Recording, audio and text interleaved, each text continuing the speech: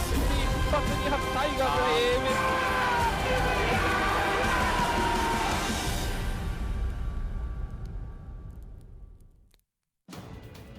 Hello, welcome back to week number 4 here in the WGL APAC season number 1. We're into our 4th day of our 4th week, and it's our second broadcast day. My name, of course, Jordan Mays.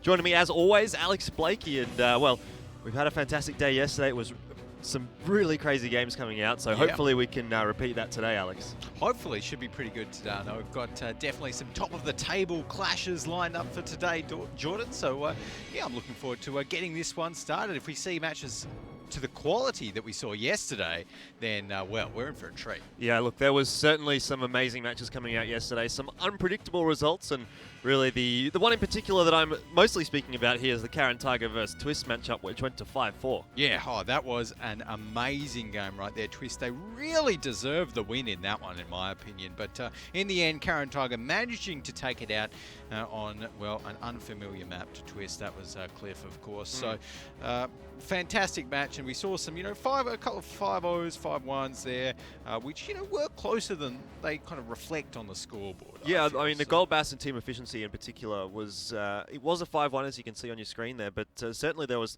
probably 2 or 3 rounds where Gold Bass got it down to a 1v1, and I think at least twice it was a one-shot sort of bit of damage amount. There was all that was in it, exactly. Yeah, no, it was very close there between Gold Bass and team efficiency as well. And of course, we saw so many highlights coming out of yesterday's matches as well, like that intense standoff and the Twist Karen Tiger match on Ghost Town, of course, where we saw, I think she was Shino Zakat versus 2 members, and he just wasn't able to get through the E100 blockade that Twist had set up in Ghost Town. So that was pretty intense, honestly. Like, in terms of World of Tanks eSports, that was one of my top moments ever, I think, that I've watched live. Certainly was an exciting, probably the most exciting part of the season, I think, so far, at least for me personally. Definitely. From having seen all these games, I think that was really probably the play that sticks out for me. 100%, got to agree with you there. And, well, hopefully, with any luck, we'll be seeing some more of these plays today. So I know we've got obviously 4 matches lined up for everyone, and for those that may not know, of course, all of our matches are played in a best of 9 format, and if you do manage to win that best of 9, then you get 3 points.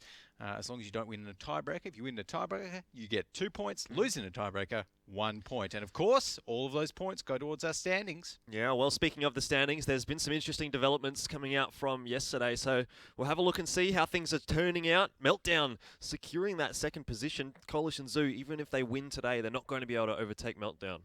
Yeah, no, exactly. Meltdown, they're looking really, really strong right now, and with two tiebreaker wins, only 1 loss under their belts so far. That was to EL as well.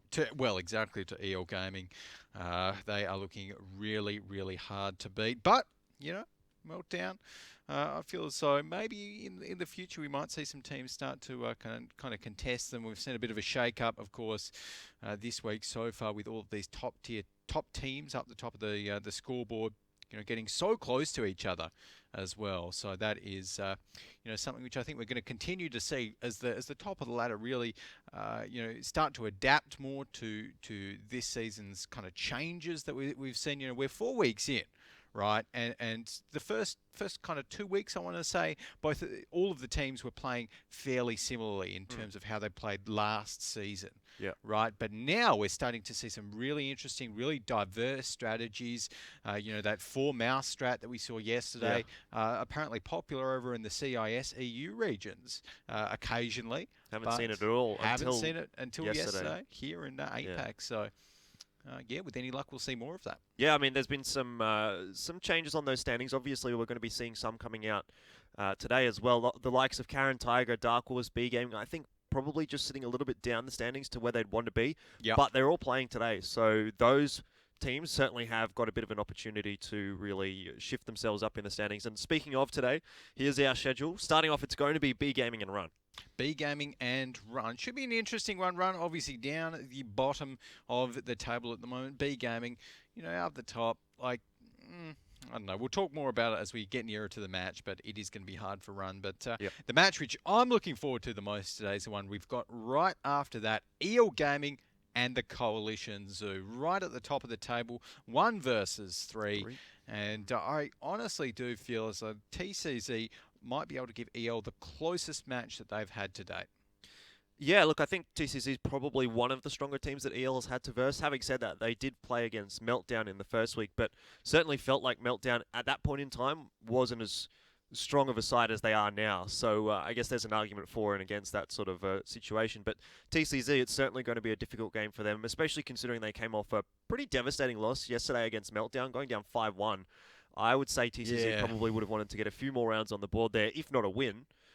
So they really want to pick up something here against EL. It's very tricky, isn't it? You know, whether TCZ should have picked up a few more rounds in yesterday's match. I feel as though they definitely had the potential to, but I suppose today's a new day. It's a fresh day. They've got to come in with a new mindset, coming up against EL Gaming, and they haven't really got too much to lose in terms of elimination placing. They're sitting okay for that, so they're really just got to bust out everything they can and try and get a win against the Giants. All right, well, speaking of that, we'll leave that for later. We're going to be heading into our first matchup between, obviously, B Gaming and Run, and our first team off the rank, it is B Gaming, sitting pretty nicely on number 6, but I dare say they're going to be pushing themselves up the rankings, or at least hoping to, after this round. Yeah, definitely. B Gaming right here up on number 6 there. I mean, they're a very solid team all around, and we have seen occasionally some interesting strats coming out of B Gaming, but overall, I think they deserve a little bit of a higher spot than number 6, but of course the competition is so fierce right now up the top of the ladder that it's hard for them to get higher than they are. So this opportunity against Run should be a good time for B Gaming just to pick up some points that they need. It should be a clean three points for them, right? They should be able to pick this up. I'm just thinking maybe 5-1. I would suspect it's going to be a pretty safe match for B Gaming. Obviously, their opponents are going to be Run, and at the moment, Run not looking too great in the season, currently sitting in 10th, a little bit above Twist, who haven't actually got a win. Run, from what I'm aware, have actually picked up a win. They have got one win, so they're not going too bad, but again, they definitely are in sort of a similar situation to Twist in that they really need to pick up pretty much all the wins from here on out that they can. Otherwise, they're going to be dropped out of the season. Yep. Yeah, there we go. So, Run right there. I mean, they've got a couple of interesting players. Matchy HK, we always kind of draw attention to him, but he's one of my favourites. They've got Cognac One, of course, their team captain. And actually, I think Matchy HK this week, for those that are paying attention on social media and following us over on WGL APAC Twitter or any of our Wargaming.net League Facebook accounts, you will have noticed that this week's player profile focused in on Matchy HK from Run. So, yeah, it was good to put the spotlight on towards him. Yep. Of course, his favourite tank being the Object 140 in random battles, and he's got a pretty mean win rate of it, over 60%. With that one, so yeah, a top player. Definitely a top player, and that's why we're seeing him here in the Gold Series. But I mean, we've heard your prediction 5-1 in the favour of B Gaming. What are you going for? I'm going to go 5-2 in the favour of B Gaming. 5-2. So yeah, let's get this show on the road, so to speak. Get our tank lineups for the first round underway. Okay, and the first round I do believe is on mine, so we are going to be seeing some speedy sort of lineups from both of these teams, to no surprise. Interesting to see that T49, they're coming out of Run side, and I mean, B Gaming here, this is really their favourite map. They've got 89% win rate on it over the first couple of weeks of the season. They rarely lose. The only time they have lost is once on the defence. Yep. So we saw them play it yesterday as well, actually, and they went 2-0. Yep. So definitely a very good map coming out here from B Gaming. I mean, the tank lineups are looking pretty standard here, but really, if I had to take a guess as to how this one's going to turn out, it's going to be a 2-0 for B Gaming on mines. It's not a great map for Run. They've played it a lot, but they don't have a very good win rate on it. So definitely for me, B Gaming. Yeah, it doesn't really feel like a Run map to me. I mean, Run, the times that they've played it, they haven't looked super confident in it. I think from memory as well, they haven't been able to get those nice boosts too easily that we've seen some of these teams really utilising extremely well throughout the season. Yep. And for anyone at home, if you're watching, like get a little notepad, write it down, or maybe even check out our VODs on YouTube to see how you can do the boost, because some of them, particularly the boosts on mines, when you can roll all the way up to the side of the map, the left side right there, yep. You can really dish out some damage there, and most people in random battles won't be expecting. Yeah, certainly those boosts are, I guess, a key point of the matchup now on Mines. No longer is it just how you utilize the map, but also how you utilize the, I suppose, restricted areas of the map. Because once upon a time, no one was able to get up there, but now there's some more avenues opened for attack. And, well, speaking of attack, we are going to be seeing B Gaming with a similar sort of a strategy as we saw them yesterday on their attack, making their way over towards that 2-cap. Okay, there we go. So it's looking like that 2-cap will be the focus there for B Gaming. They've put 100% of their tanks around that area, and CMC Colvin's actually going to be getting spotted proxily. They're getting proxy spotted. Matchy HK as well. So both of those 113s of B Gaming have been lit up. Hand of Run. Run just have to be a little bit careful there because, of course, B Gaming, they've got their 3 members over on the other side, on the coast, on the lighthouse, if you will. So just a little bit tricky for them. But at the moment, we do see Cognac Wine actually looking for a bit of a flank. He's pushed up very aggressively, and Utori here looking like he's going to be moving all the way towards the back of B Gaming. Has to be careful of that T49, of course. If the T49 gets a good shot off, then may be able to inflict some serious damage on towards those Tier 9 Batchats. Yeah, you're certainly right. We've also seen Taki driving around there behind Utori, so B Gaming really starting to take control of the western part of the map. Having said that, though, Run still have got good control over the hill, so I mean the job is not yet done here for B Gaming. They've only just started off that cap, but well, really, the battle is yet to start. Yeah, so right now we've got Run just overlooking that cap, just seeing if they can get any sort of easy resets, but that is not going to come in for them. Matchy HK needs to poke his head over the hill and into danger to cut in that T49. Going to be repairing his track the old-fashioned way, the slow way. Yeah. But that 152mm cannon of it, not going to be put into use just yet. I'm really hoping it will get put into use sometime throughout this round, because always fun to see how those dirt guns work out. But so far we haven't really seen anything spectacular from a T49, so still waiting for that. Tiltimatil under a little bit of pressure here. It has been tracked, but he's going to get that repaired. His gun's also a little bit damaged, and he's only on half HP, so that's not too great. But speaking of pretty good for B Gaming, T49 is no longer part of the picture here. Cud going down straight away to start off the battle here for Run, and B Gaming have got that gun advantage. Now 45 seconds left on the cap as well, so the pressure's starting to build a little bit here for Run. Yeah, and actually T4 up the top, and going to be coming under fire from Cognac Wine, and I'm not too sure if Cognac needs to reload again, but that was a good little bit of damage there coming out, and Cognac is going to be reloading. Has to be cautious now. Matchy HK under a lot of pressure here. Utori should be able to close this one out, but I think he might have bounced one. No, that was someone else. In the end, Utori is able to get the kill. There is another kill going across the board there. Matchy HK going down on the side of Run as well. At the moment, B Gaming haven't lost a single tank, and they're looking fantastic to pick up this first half of Mines. As we sort of expected, it is probably their best map, so definitely not a map that Run was really too keen on. Yeah, this is just excellent control here for B Gaming. They've got all of their tanks out on the coast, and you know, it seems like any time Run pokes a tank away, you know, or outside of a you know, little corner rock, something like that, all of B Gaming already, all of B Gaming have their guns trained on them. And now that that tank's just gone down their linear, JH, Taki and Utora are doing a great job playing Wolfpack and sort of getting a little hit and run action happening. Yep, exactly what you need to be doing in those bat chats. One of which obviously is the Tier 9. That's Utori. Now Keith, the focus of fire here for B Gaming.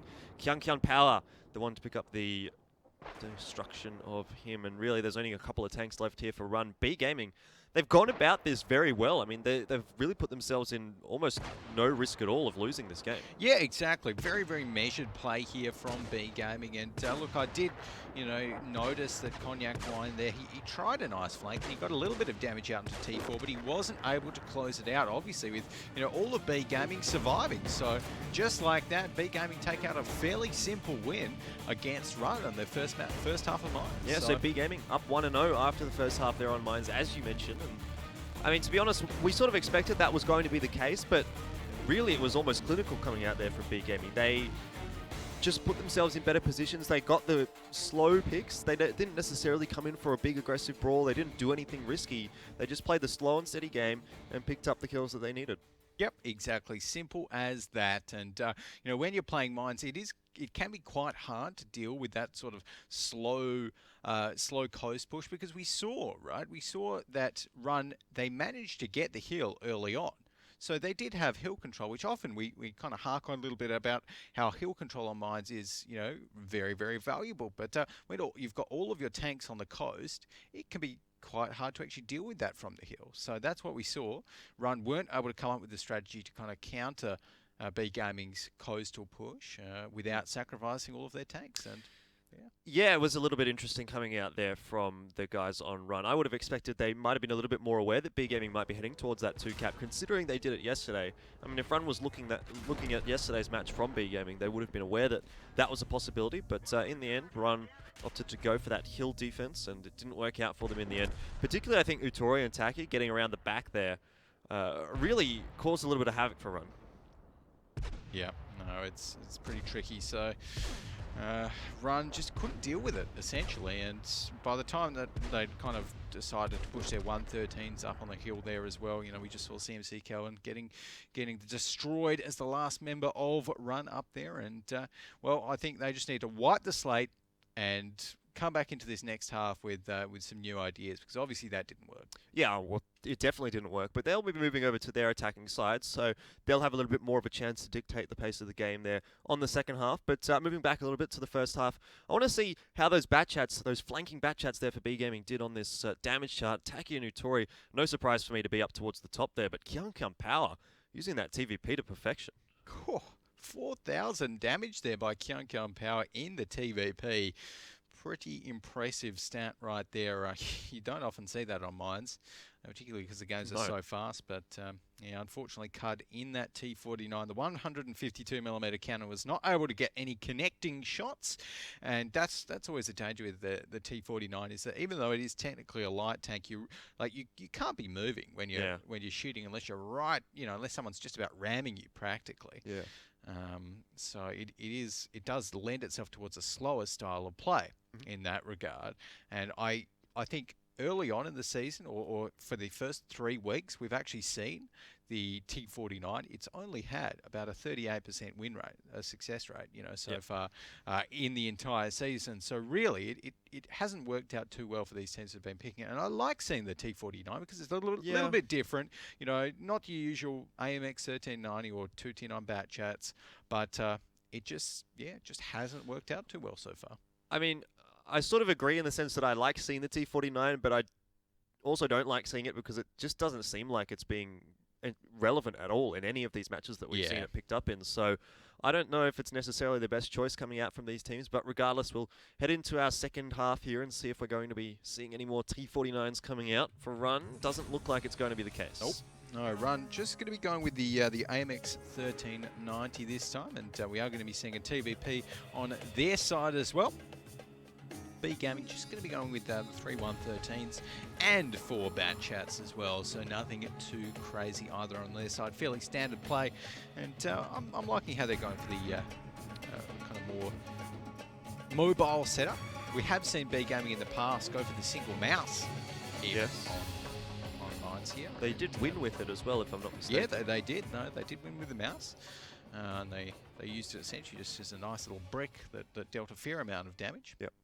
But not going to be going with the mouse this time. Instead, just going to be going with a nice mobile, fast-paced lineup. Those 113s, of course, the Chinese Tier 10 heavy. But when you think about 113, you don't think heavy tank. It's much more of a medium tank in terms of its play style and mobility as well. So what would we'd be expecting probably to see a hill push coming out from B Gaming here? I wouldn't count out a hill push right here by B Gaming. That's, they've got the tanks for it. They can pot the 113s up the center of the hill. Maybe even try a little very early boost with some of their bat chats to just get up the hill a nick of time earlier. If they go right for that from the start, then that could work. But overall, they've got a lot of options, B Gaming, and I think no matter how they play, it's going to be tricky for Run. Yeah, well, I agree. I'm still pretty confident that B Gaming are going to be able to close out this second half here on Mines, but we'll find out shortly as we are heading into the game. Remember, B Gaming are currently 1-0 up after the first half on mines, and it looks like at the moment they're not necessarily going for that hill push actually. Okay, so right now B Gaming instead, they've got the 3-1-13s that are going to be heading up to the hill, but they're moving for a very aggressive town push early on and actually getting all of their bat chats around the town. This is going to surprise Run. And this has been timed to perfection as well. You can see the bat chats just coming off reload as they enter the battle here, and now B Gaming, they're going to have to take down this TVP of Keith. They missed a few shots there, unfortunately, but in the end they do take him down. There's a trade out though with Kelvin taking down Matil. This is not looking too great for B Gaming if you ask me. I mean, they took a lot of damage and missed a lot of shots. Once these bat chats are on reload, they might get punished. Yeah, this is looking a little bit dangerous. They have managed to take down 2 members of Run so far, so that TVP not in the field anymore is going to be quite valuable to them. That thing puts out a lot of damage. Card there. Oh no, he's just taking a huge amount of damage, falling off the hill. Not good news for Mr. Card. And it looks like Run are going right back onto B Gaming. Run definitely have to continue this aggressive sort of push coming out here because they need to take advantage of those bat chat reloads. And at the moment, it's not happening. B Gaming are getting the better of this one at the moment. You can see they've got about 3.2k HP advantage. Run are losing tanks all over the place. And the 113 here of 7mm has just been pumping out damage. Yeah, there we go. 7mm has been doing work right here, and now Lineage H in that bat chat is going to need to reload. We've got T4 already with a full clip in that bat chat, 25T AP. So Run should be getting cleaned up here by the rest of B Gaming, and just an excellent flanking push from those guys. Run were not expecting it. And I mean, it shows they got caught out on their sides. There was nothing that that Run could really do once B Gaming came around the corner, because they were essentially caught out in the open on the hill.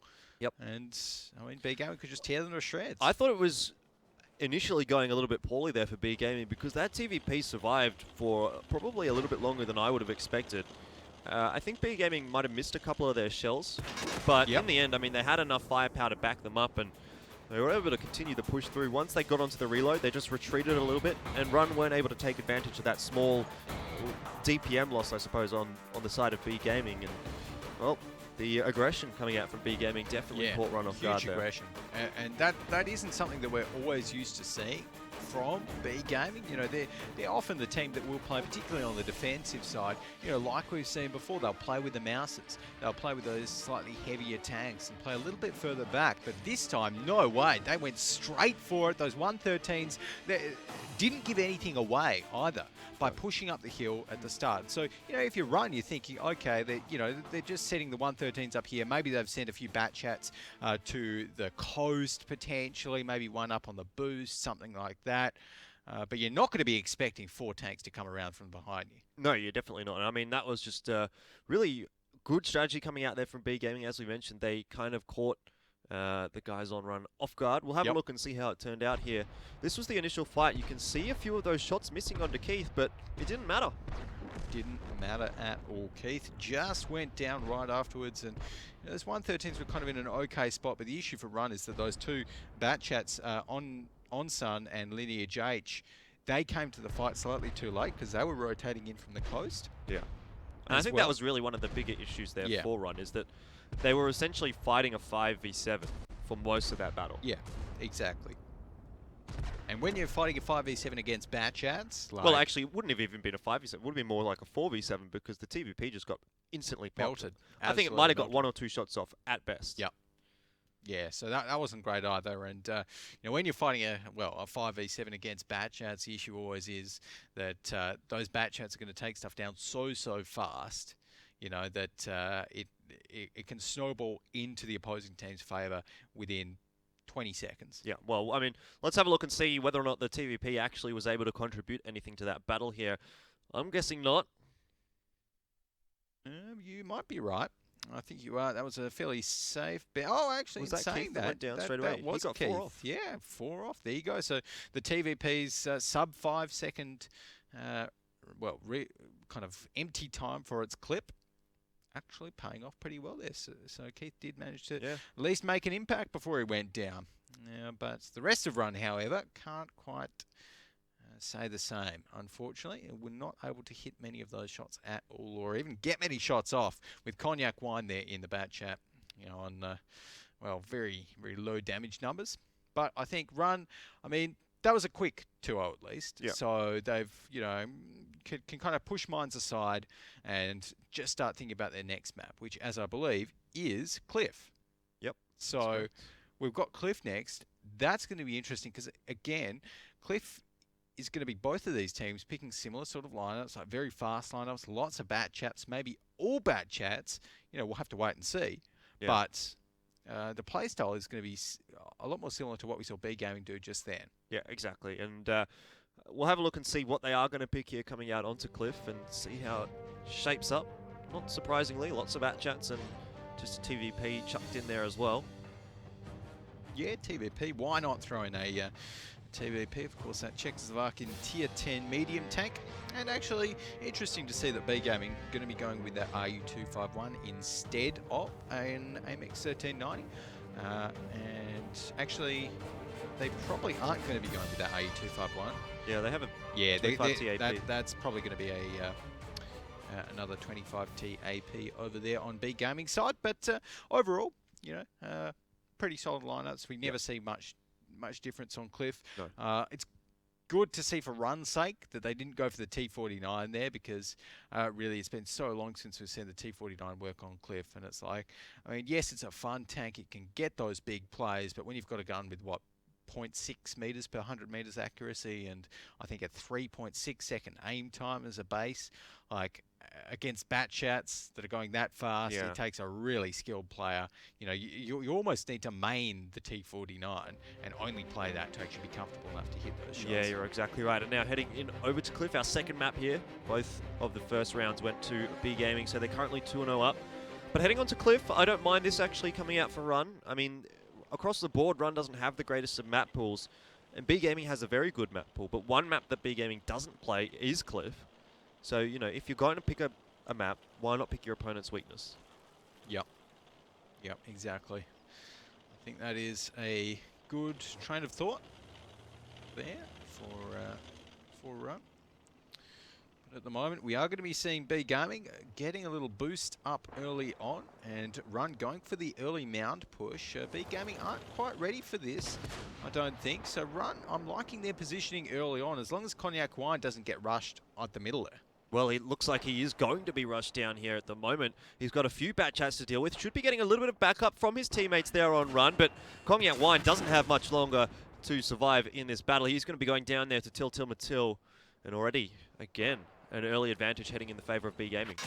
Yeah, B-Gaming looking great right now. And On-Sun, oh no, he's just put himself in a really bad spot. That is going to cost him. And Run at the moment only with 5 tanks left. I mean, it's still not over. This is mine, so let's not forget. So Run with all of these bat chats, if they play it right, catch out a few members of B-Gaming, then it is still definitely within the realms of possibility for them to come back.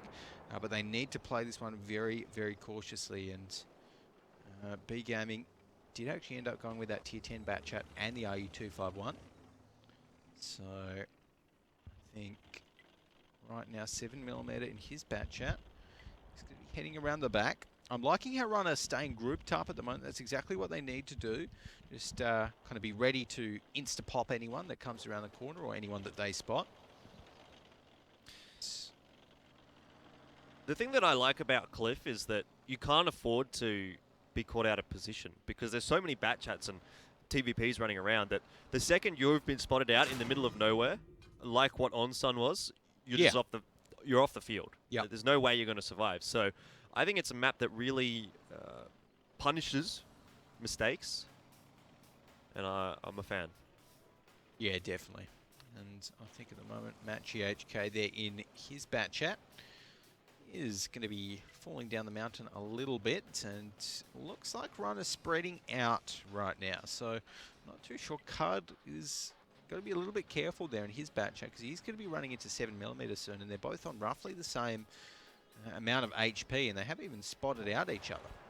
Yeah, that's interesting that they get so close together but have not yet spotted each other. Still, T4 and Cud have a bit of a duel going on here. 7mm should be trying to peek around and give his teammate a little bit of backup, but at the moment, neither of those two tanks going down, so they survive for the moment, but I spoke too soon. Cud going to be going down to Till Matil, and once again, B-Gaming just getting another advantage in their sort of position. And this almost reminds me of the first round that we saw coming out on Mines, where B-Gaming weren't doing anything spectacular in particular, but they were just getting the slow and steady victory. They're snowballing it and getting all those easy kills, and that's exactly what's happening here again on Mines. Now, all of a sudden, we find ourselves with only a couple of tanks left here on Run.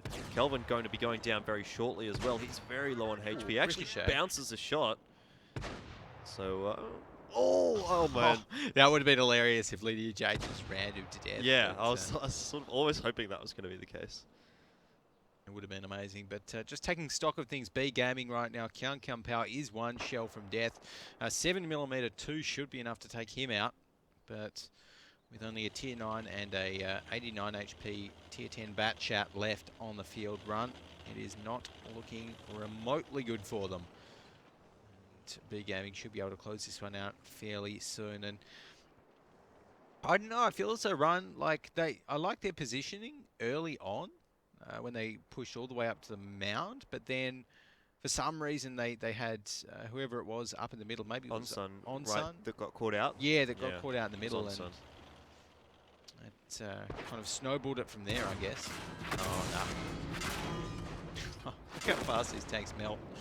Oh well, that's that there on the first half of Cliff, going over to B-Gaming. So now putting themselves at 3-0 up, and I mean, it almost feels like the battle hasn't even started, really, and we're already here at 3-0. So yeah, some really quick stuff coming out here from B-Gaming. Very quick stuff, and B-Gaming, look, like they obviously aren't joking around coming into this one. No. They're not trying any crazy strats. They're not going for anything experimental. They're not thinking that this is going to be an easy game for them. They're just playing to win, and I like to see that, because B-Gaming, when they play to win, like we can see right there, they're some pretty scary tankers. Yeah, they certainly are. They've put up a couple of clinical performances coming out here on, well, both of these maps so far. So heading into our replays here on Cliff, I think it's just going to be very similar to what we saw on Mines. Those individual picks just snowballing the game in B-Gaming's favor. Yeah. And this for me was, I don't know what Onsun's doing being in that position, really. Yeah, on Cliff, if you're in that position, you need your whole team to be in that position with you, Yeah. So, well, obviously he didn't have his whole team there, so he paid the price for it, I guess. And that was it for poor Onsun. That was it as well for Run on the first half of Cliff there. Certainly has been a little bit of a tough game coming out for Run. We'll have a look and see how the damage breakdown turns out, but no surprises there. It's going to be B-Gaming taking out 6 of the 7 top page. Yeah, and look, like coming into this match, I predicted this was going to be a 5-1 to Run, but with the way B-Gaming's playing at the moment, it's looking like a 5-0. Yes, these are B-Gaming's, well, Mines was a B-Gaming map. Cliff, again, somewhat similar sort of playstyle to Mines, at least the way B-Gaming played it. Yeah. But, I mean, a third map Steps, and I just can't see Run really doing too well on that either. No, I mean, that's another fantastic map coming out for B-Gaming. The really weird thing I think about B-Gaming is that everyone seems to let them get on their best maps. And I don't know why. We've seen them like 2 days in a row get Mines and Steps. And when you're letting your opponent get both of their best maps, how's that going to turn out, really? Well, obviously, it's going to turn out not too well, because, well, Run are going to be licking their wounds after that one. Going 3-0 so far, and maybe even heading towards a 4-0. But the good thing is, we can, see here on Cliff that anything can happen, because it is such a fast-paced map. If Run do just a good push and catch one member of B-Gaming out, that's all it takes on Cliff. 10 seconds of a mistake, and you can really punish that and really, convert that into momentum and into a win on Cliff. So, it's still possible for Run to get one in this series and even it up to 3-1. It is definitely going to be a tough ask, but heading over to the second half here on Cliff, we'll see what they're going to try and use. And unsurprisingly, some more bat chats coming out here, Alex. I think we've talked ourselves to death about Cliff and the bat chats. Yeah. Almost worth calling Cliff bat chat now instead of Cliff, but I digress. It's still going to be a tough matchup here for Run, and even if they pick up the round here, I don't see them being able to come back from this deficit. I would say Steps is going to be a 2-0 in the favor of B Gaming, so best case scenario for Run at the moment is looking like a 5-1. Oof, that's pretty tricky. But even then, I feel like I'm grasping at straws saying that. I'd be looking at a 5-0. Yeah. Well, I feel as though here this is their chance to, now they're on the attack, they can try and go for I want to see them go for a full-on rush, just a complete over the hill, over the center, immediate rush, and go straight towards B Gaming before they get a chance to set up wherever they want to set up on the defensive side, and hopefully that'll be enough for Run to take it.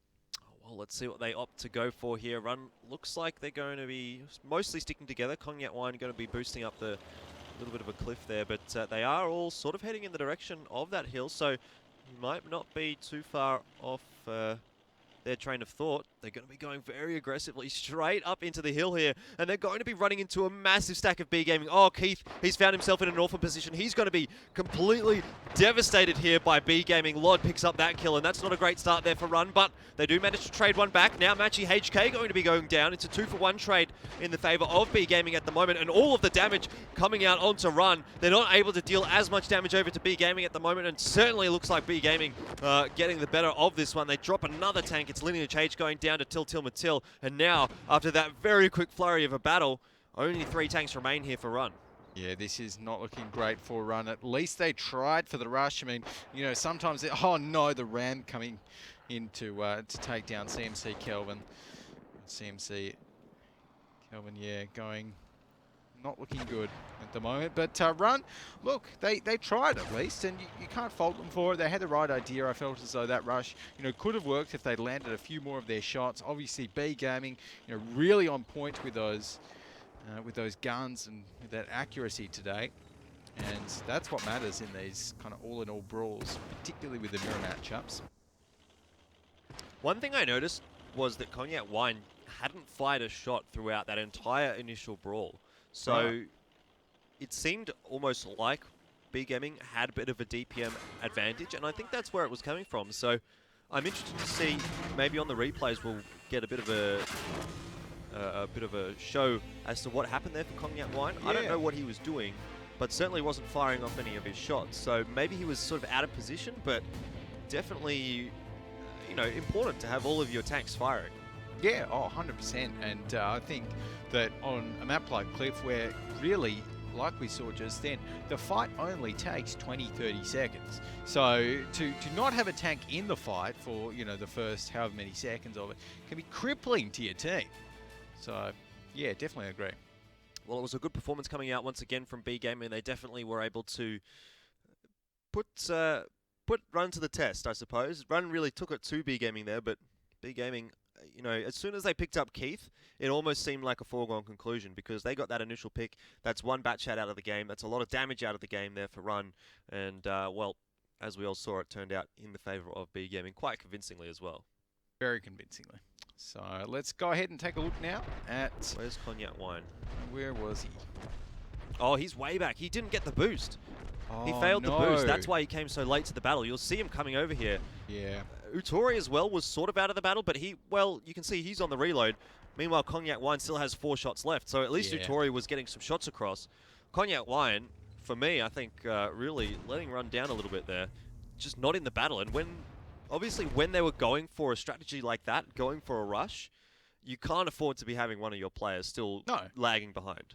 No, exactly not. And Cognac Wine there, I mean, whether he should have even tried to go for the boost or potentially should he have just, gone up the stock standard way, the pub battle way, the road. I think, unless you can nail that boost 100% of the time, the issue is, like we just saw then, if you're one member down at the start of a battle, if you're on bat chat down, that's so much damage. Yeah, that well, your not team is just missing. one member. I mean, they lost Keith straight away as well. So they were true. almost 2 guns down the entire battle. So no surprises to see it going that way for B Gaming when they've just got such a tank advantage. There you go. Well, I'll be interested to see what B Gaming managed to rack up in terms of damage numbers there and who was on top. But it's looking like actually Run was on top with Mr. Cud there, emptying a couple of clips. Now, Cognac Wine, you can see actually number 6 has 1800 damage, but it was really irrelevant damage. Yeah. The battle was already lost. Exactly.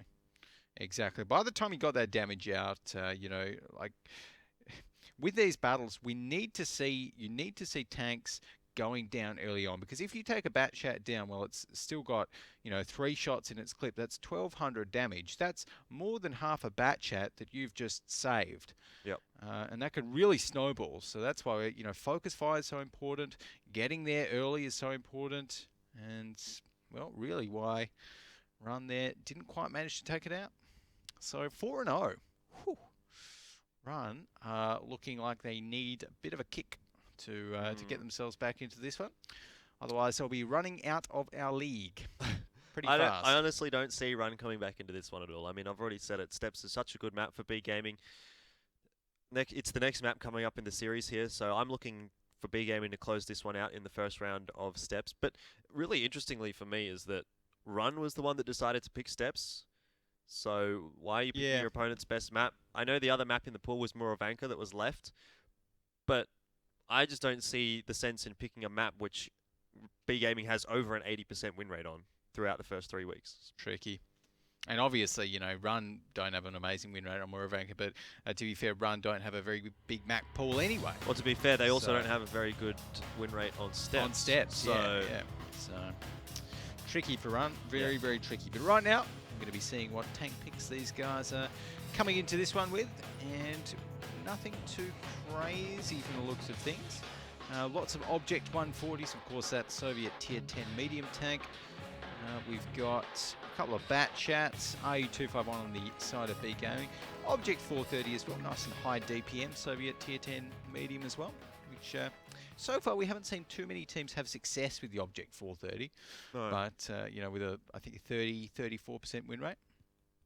34 or 37% win rate so far in the season, I think. But overall, you know, I think when it's used well, when you've just got one of them, and you manage to kind of sit it back a little bit further back than the rest of your objects and just keep on pumping out the damage, then I feel as though it's really 28.5%. Sorry, 28.5%. Even worse than what you even worse thought. Yeah. So even rougher for no leopards either again here on no Steps. leopards, which disappointing. Sort of the ones that we want to see, but regardless, we will be hitting here onto Steps and finding out who's going to be attacking and who's going to be defending. B Gaming starting off on the defense, so I mean they have a 75% win rate on the defensive side of Steps, which is very good. And it's actually good here to see Run starting off on the attack, particularly because they actually have a 50% win rate on the attack on Steps. It's really their defense side that lets them down. So if they're going to get around on Steps, I would say it was going to be the attack. But again, I still would favour B Gaming here. They certainly seem to be the stronger lineup. Yeah, I think so. So B Gaming right now are going to be pushing quite aggressively on their defensive side and already spotting Run out, getting a few shots towards them. So Run, the question is, do they push and commit towards this 2 flag, seeing that B Gaming there, or do they retreat? Well, at the moment, it looks like they're just hanging around. They're not necessarily doing either. They are slowly making their way forward, but at the moment, they're just taking free shots from B Gaming. So already, again, B Gaming have a very slight advantage, but these sort of slight advantages do start to build up. And, well, B Gaming off to a decent start. Yeah, starting pretty well, as B Gaming have in the past, and at the moment we can also see Til Matil here for B Gaming, making sure that no kind of surprise flanks are coming from the members of Run that are not spotted just yet. So again, great map control, great presence and awareness by B Gaming, making sure that they can't get flanked unexpectedly, whilst also setting their RU251 up to a nice little spot to get some kind of side shots and flanking shots up towards the rest of Run. Yeah, Til Matil here should be getting a fair amount of free shots over to Cognac Wine. I think that's the 2nd or 3rd that he's managed to put into Cognac Wine, who is also very low on HP and now in the end dead, only having fired off a couple of the shots in that clip. So a bit of a DPM loss again coming out here for Run early on in the piece, and B Gaming look like they want to take advantage of that. Kyung Power going very aggressively forward here. He's going to duel the 140 of Cut, and he's going to pick up an easy kill here with the next shot coming out. Really, across the board, B Gaming just absolutely dismantling Run. Yeah, look, they're on runs every which side, and there's no way that Run can fight this on the open cap. It was a bad decision to stay there. They let B Gaming flank them, and they are paying the price right now. B Gaming should be able to 5-0 this with absolute ease. And, well, to be quite fair, this time they are just completely outclassing Run. And I think both of these teams' position on the scoreboard has been clearly reflected in this battle. And look, Run, you know, they gave it a good try. They did decide to push in, so at least showed a bit of kind of communication. Their communication was working. It was just really not the best of choices to do so. Whilst B Gaming had the option to flank them and had already spotted them all out. You know, typically in that situation, when your whole team gets spotted going towards, you know, a certain flag, even like, they were in a position where they could have pulled out. So you really want to reset after that. You want to get yourselves despotted, maybe head around to the top area of the map or send 1 or 2 tanks there to kind of fake something and then go back when the other team's not expecting it. But B Gaming had eyes on Run all the way through. Yeah, well, that was that for B Gaming and Run. B Gaming picking it up 5-0, but we'll have a look and see how it all went wrong there on steps, because there certainly were some things that didn't go in their favour, probably a lot of things. And initially, really, they just, I feel, gave up too much of their HP pool to B Gaming for free. Yeah. Exactly. It was some early trades that didn't go in their favour. That piled on to B Gaming, just pushing on towards the side of them. And it's not an easy cap to defend in 113s and object 140s, right? When you're actually on the cap, because there's no cover. B Gaming were just able to poke over those hills and demolish them. Well, wasn't too bad of a performance coming out there from B Gaming in general. I mean, they looked just miles ahead of Run on all of the maps, really. Yep. I don't think there was any map where it looked like Run was maybe going to pick up a half. I think so, yeah. I mean, and Run at the moment, like, I don't know what they do from here, because they're facing relegations pretty soon. I think part of the issue potentially was that they played very stock standard in terms of their tank picks for every game. You know, we saw just the plain bat chats on Cliff. We saw the plain, you know, generic object 140s and bat chats there on steps. So maybe if they would have shaken things up in terms of the tank picks a little bit, tried some different strats, might have been able to bring it a little bit closer to B Gaming. Well, it was certainly a difficult match there for the guys on Run on steps. We'll have a look and see how the damage charts turned out, but once again, I mean, it's really just the same old story between these two teams. B Gaming taking it pretty much all. Yep. Lineage H there in that batch at 25T with 2.2 thousand damage. And the Object 140 did a little bit of damage, but, well, it was number 6 for B Gaming. And number 7 overall.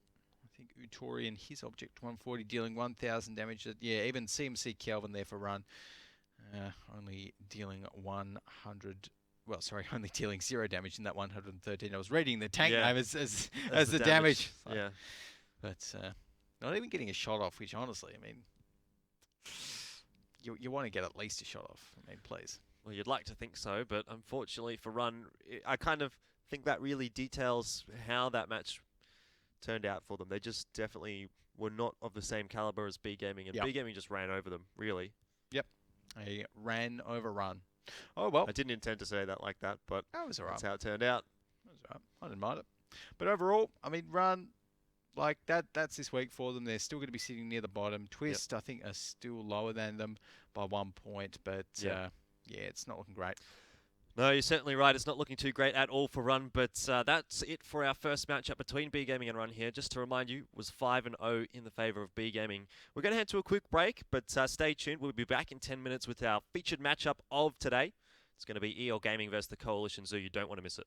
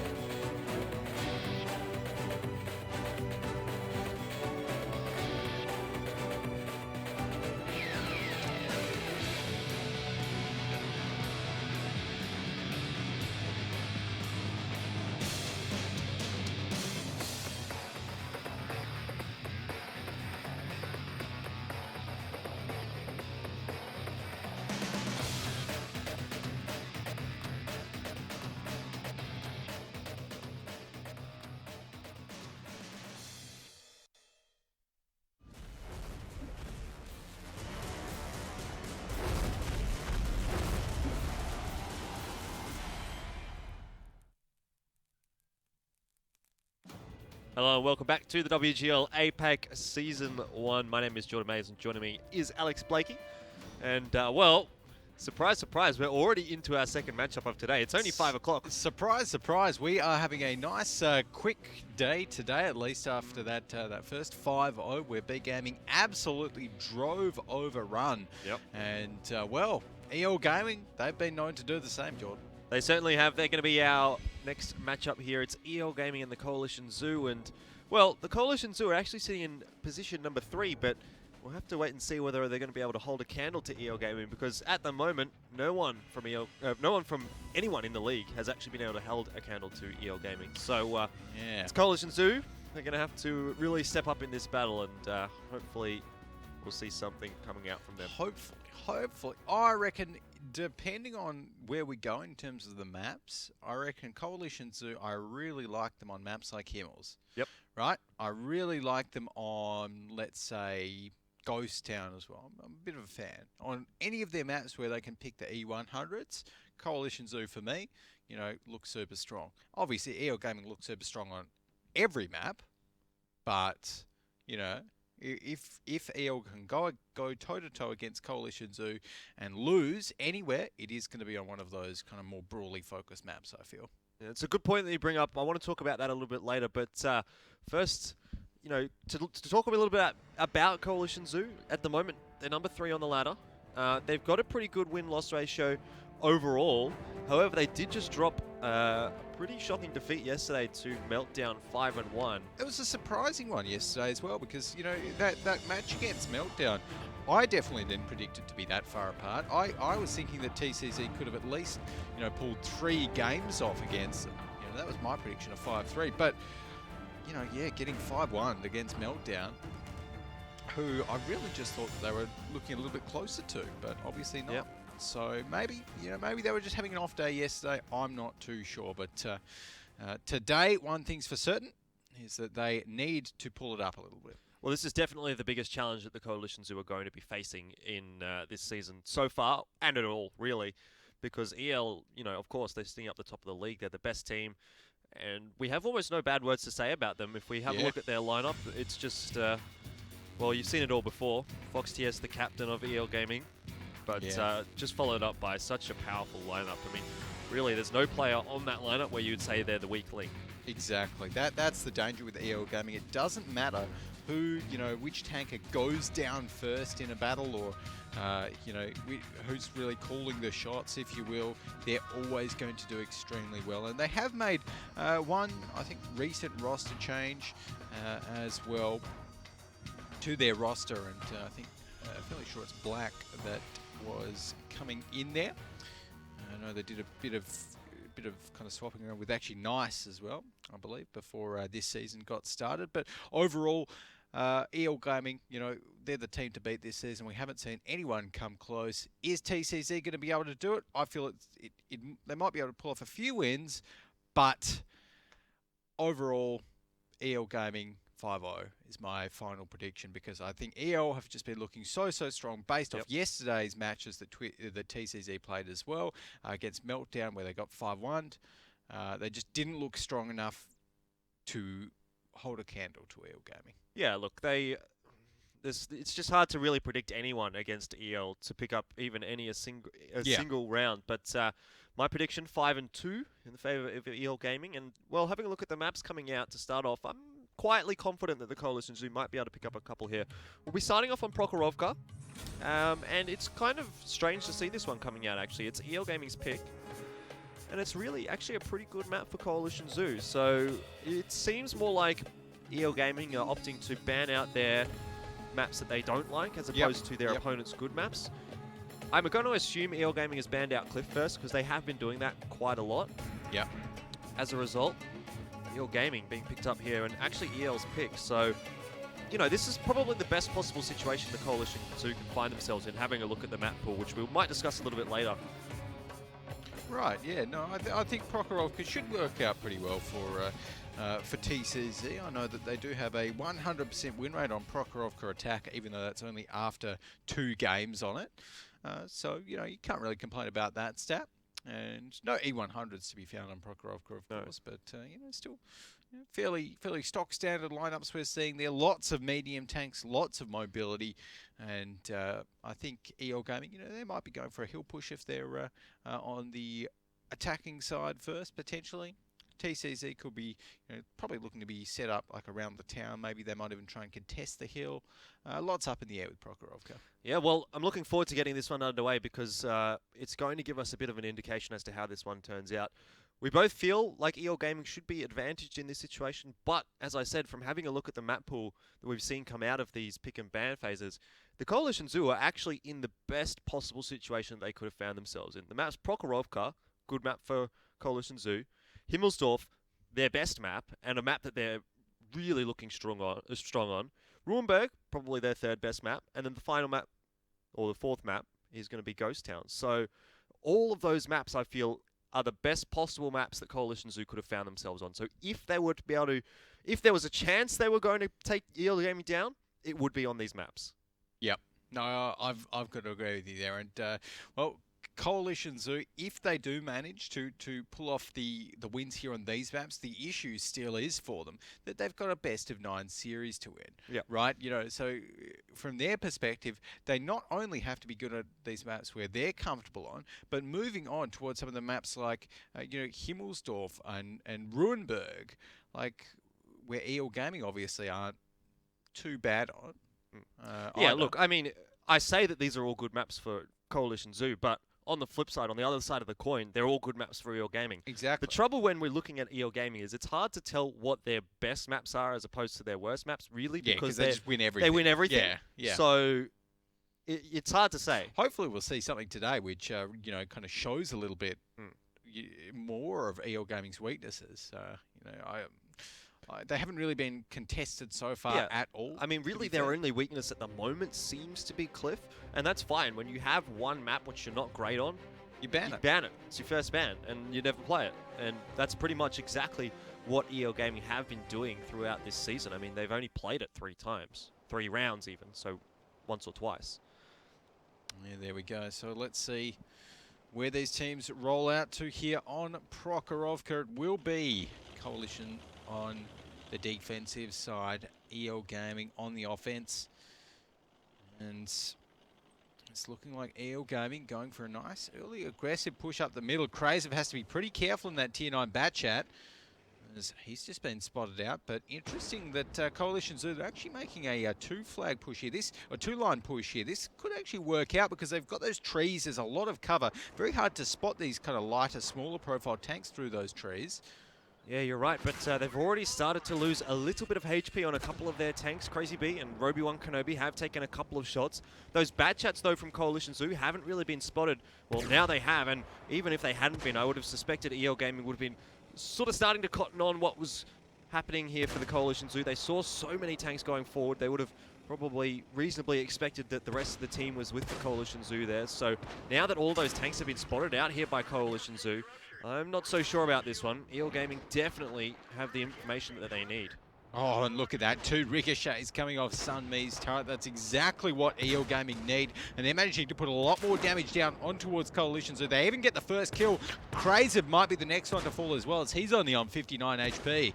I'm not entirely sure why Lechipius decided to run in here into the middle of 2 Batchats and IU251. Sure, the Batchats are probably going to be on the reload here, but he hasn't got long left in this life. Still, he makes good of it. He picks up the kill, so he gets the 1-for-1. Not sure it's going to be enough, though, for the Coalition Zoo, as across the board, they're getting absolutely decimated here by EL Gaming. And, well, this is to be expected, I suppose. EL Gaming, we know, so good in these brawly situations. Their focus fire is absolutely fantastic. They very rarely miss shells. They very rarely bounce shells.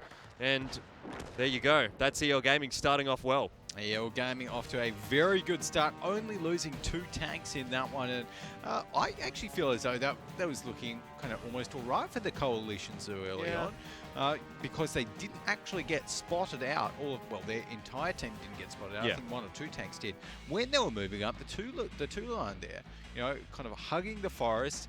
They did get that nice early spot off an EL Gaming, but of course EL, they just kind of engaged them in the brawl, won the brawl with ease, and made sure to make good use of focus fire. I think we saw there the 113 got a little bit out of position. Some of the other TCZ members were just a little bit more exposed than EL Gaming, and that didn't help them out too much. But overall, the EL Gaming start that we're used to seeing, a nice fast match, nice fast win from them.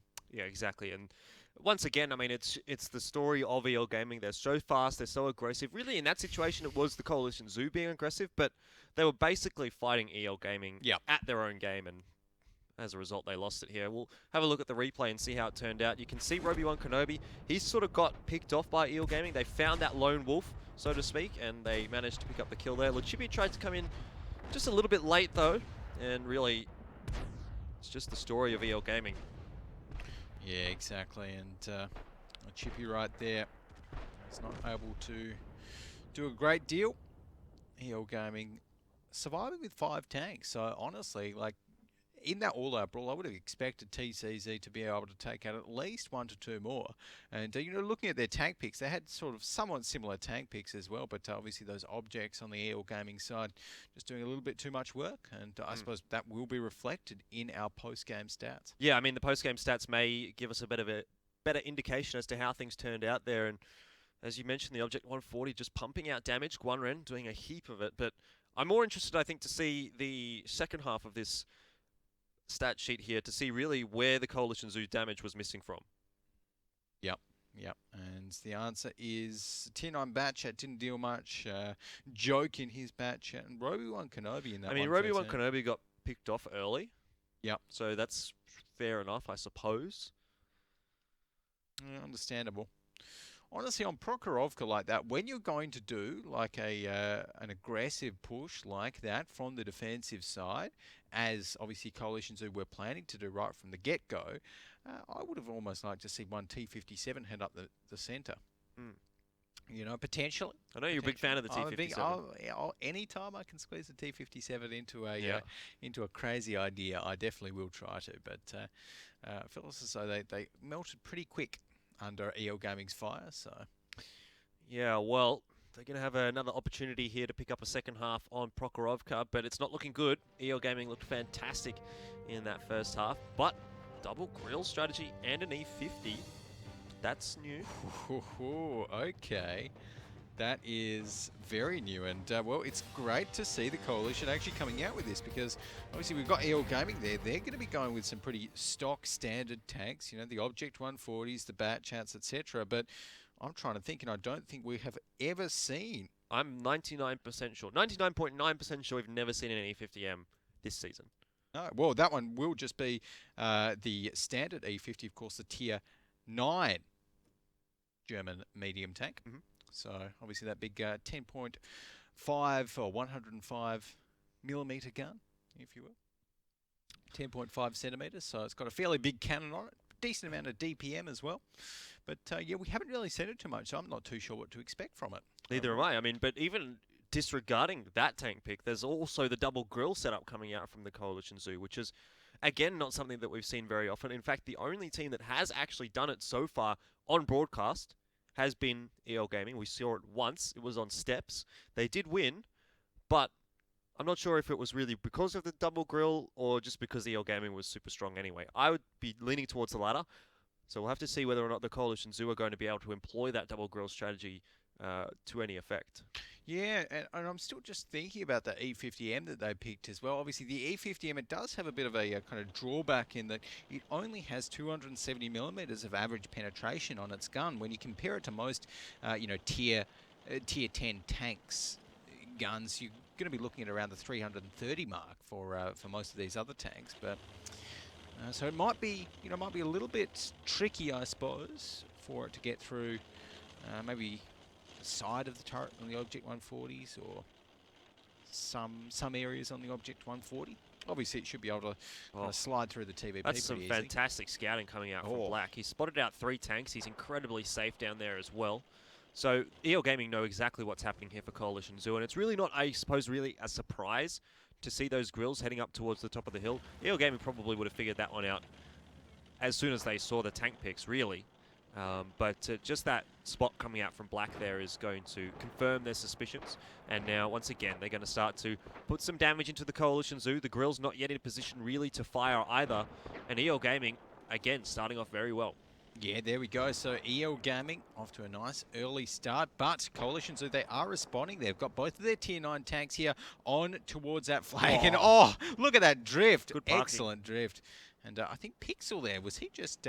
He's just been chunked. Chunked, and I'm not even sure if he was even spotted, because he's got that camo net on as well, and I do like the camo net setup that the Coalitions are running with those grills. Overall, 33 seconds left. They're putting quite a bit of pressure on towards EL Gaming, and EL Gaming at the moment actually don't have a lot of time left, and they don't have any members of the Coalition Zoo down just yet. Yeah. And they're taking a lot of time to rotate, right? So they're pushing black up. What you will see if you look on the minimap is they have a player up in the A0 area. No. At the moment, unspotted. Should be getting spotted very shortly, but that will be easy resets coming out here. Quiet has fantastic shots straight down onto that cap circle. Now Quiet in a lot of trouble, though, because Crazy B coming up behind him, fully loaded. Quiet, on the other hand, completely empty. He misses a shot. I don't know if he's actually going to be able to kill Quiet here. Oh, no, he's still got 2 shells left. He should be okay. He'll get the kill. Does take a little bit of damage there, but a good little fight back coming from the Coalition Zoo. Having said that, EL Gaming still very much in the driver's position for this round. Flag in the Batchat down the bottom of the map there is just doing so much damage across the little chippy and picks up the kill. Again, 3 tanks already down here for the Coalition Zoo, and EL Gaming have only lost 1. Yeah, there we go. Madhouse is going to be trying to do some work in that object, in that E50 there, but not really going to be able to make too much of an impact before he goes down. We've got EL Gaming still with 6 members up. Only Quiet's gone down so far, and well, Coalition, they've lost all of the pressure that they were trying to exert just because of that EL Gaming member Quiet all the way up on that A0 line. It's a very, very well worth sacrifice there in that batch at 25T. And right now, Coalition just going to get finished off. Yeah, this is not looking good for the Coalition Zoo. Prokhorovka was, or has been, one of their better maps. So if they're going to be going down in such a convincing fashion to EL Gaming on one of their better maps, how's it going to turn out on some of their lesser maps? I don't know. Yeah, I'm not too sure either. And that is going to be the grill going down there, Obi-Wan Kenobi.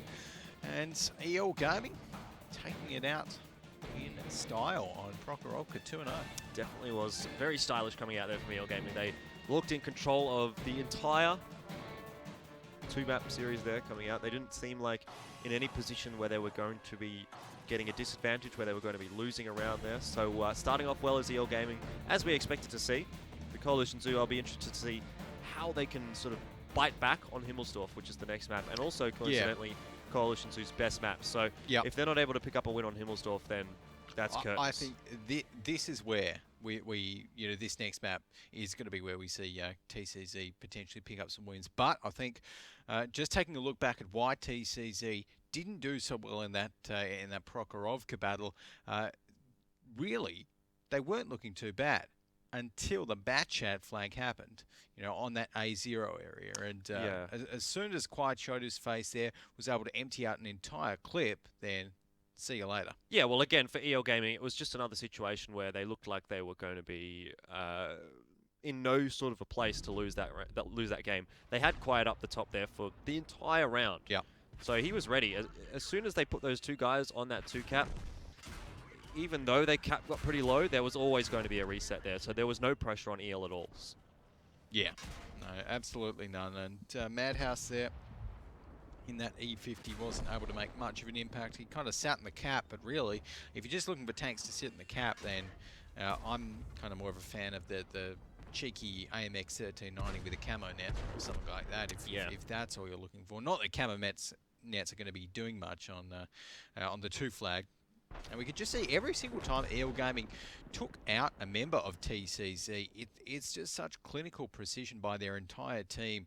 You know, you see all of the lasers just hone right in towards whoever they're targeting, and you know, they empty their shells. It's really kind of scary to see, because they have such good communication, such good coordination between their team as well, that makes it so hard for anyone to kind of hold up to it, I guess.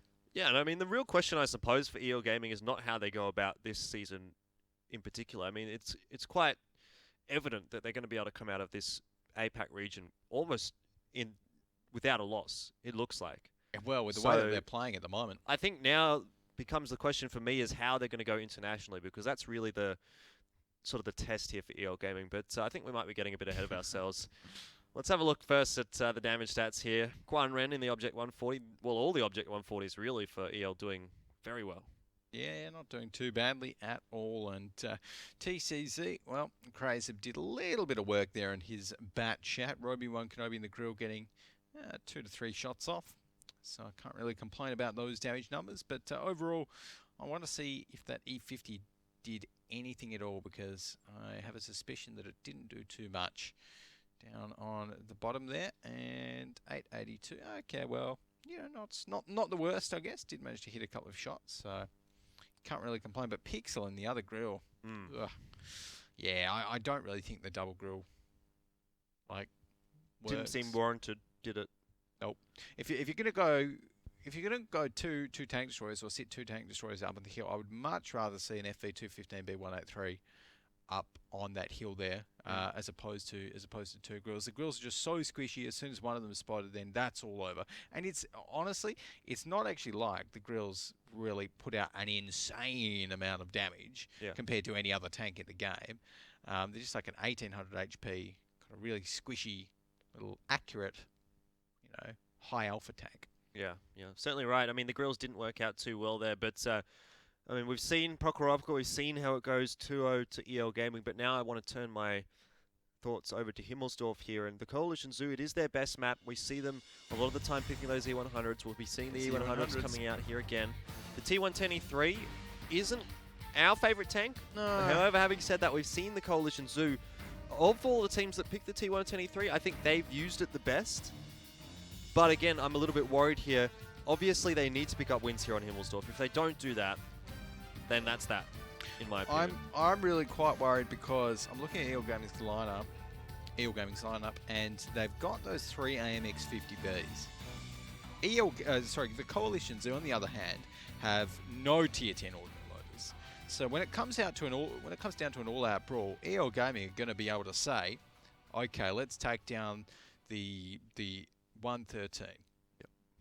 Then let's take down the I7. Then let's take down the FE215B. They're going to be able to wipe out all of those tanks very, very fast with those 3 AMXs. So the Coalition Zoo are going to have some really good communication with their E100s and really good trigger discipline, if you will. Yes. To not fire with their E100s until they can really focus on towards those AMX 50Bs and take them out of the fight early. I feel as though that is going to be one of the key points when push comes to shove here. Yeah, that certainly is sort of their win condition, I suppose, really, with those E100s. They need to have both those E100s hitting the AMX 50B to start off, and then having probably another tank come in for the janitorial duty, so to speak, to clean up that AMX 50B. If they can take one of the AMX 50Bs out of the fight very quickly on, they might have a chance here, but it's still going to be extremely tough coming out here onto Himmelsdorf. Having said that, though, it's the Coalition Zoo's best map. This is their best opportunity to pick up rounds against EO Gaming, and they're starting off on the defensive side, which they have lost 1 round on so far this season. Right, okay. But they still have a good ratio on it. Yeah, I also don't, again, like you said, not really a massive fan of the T110E3, but at least they are using it in the one spot where it's kind of valid here on Himmelsdorf. Over in that A4 little pocket.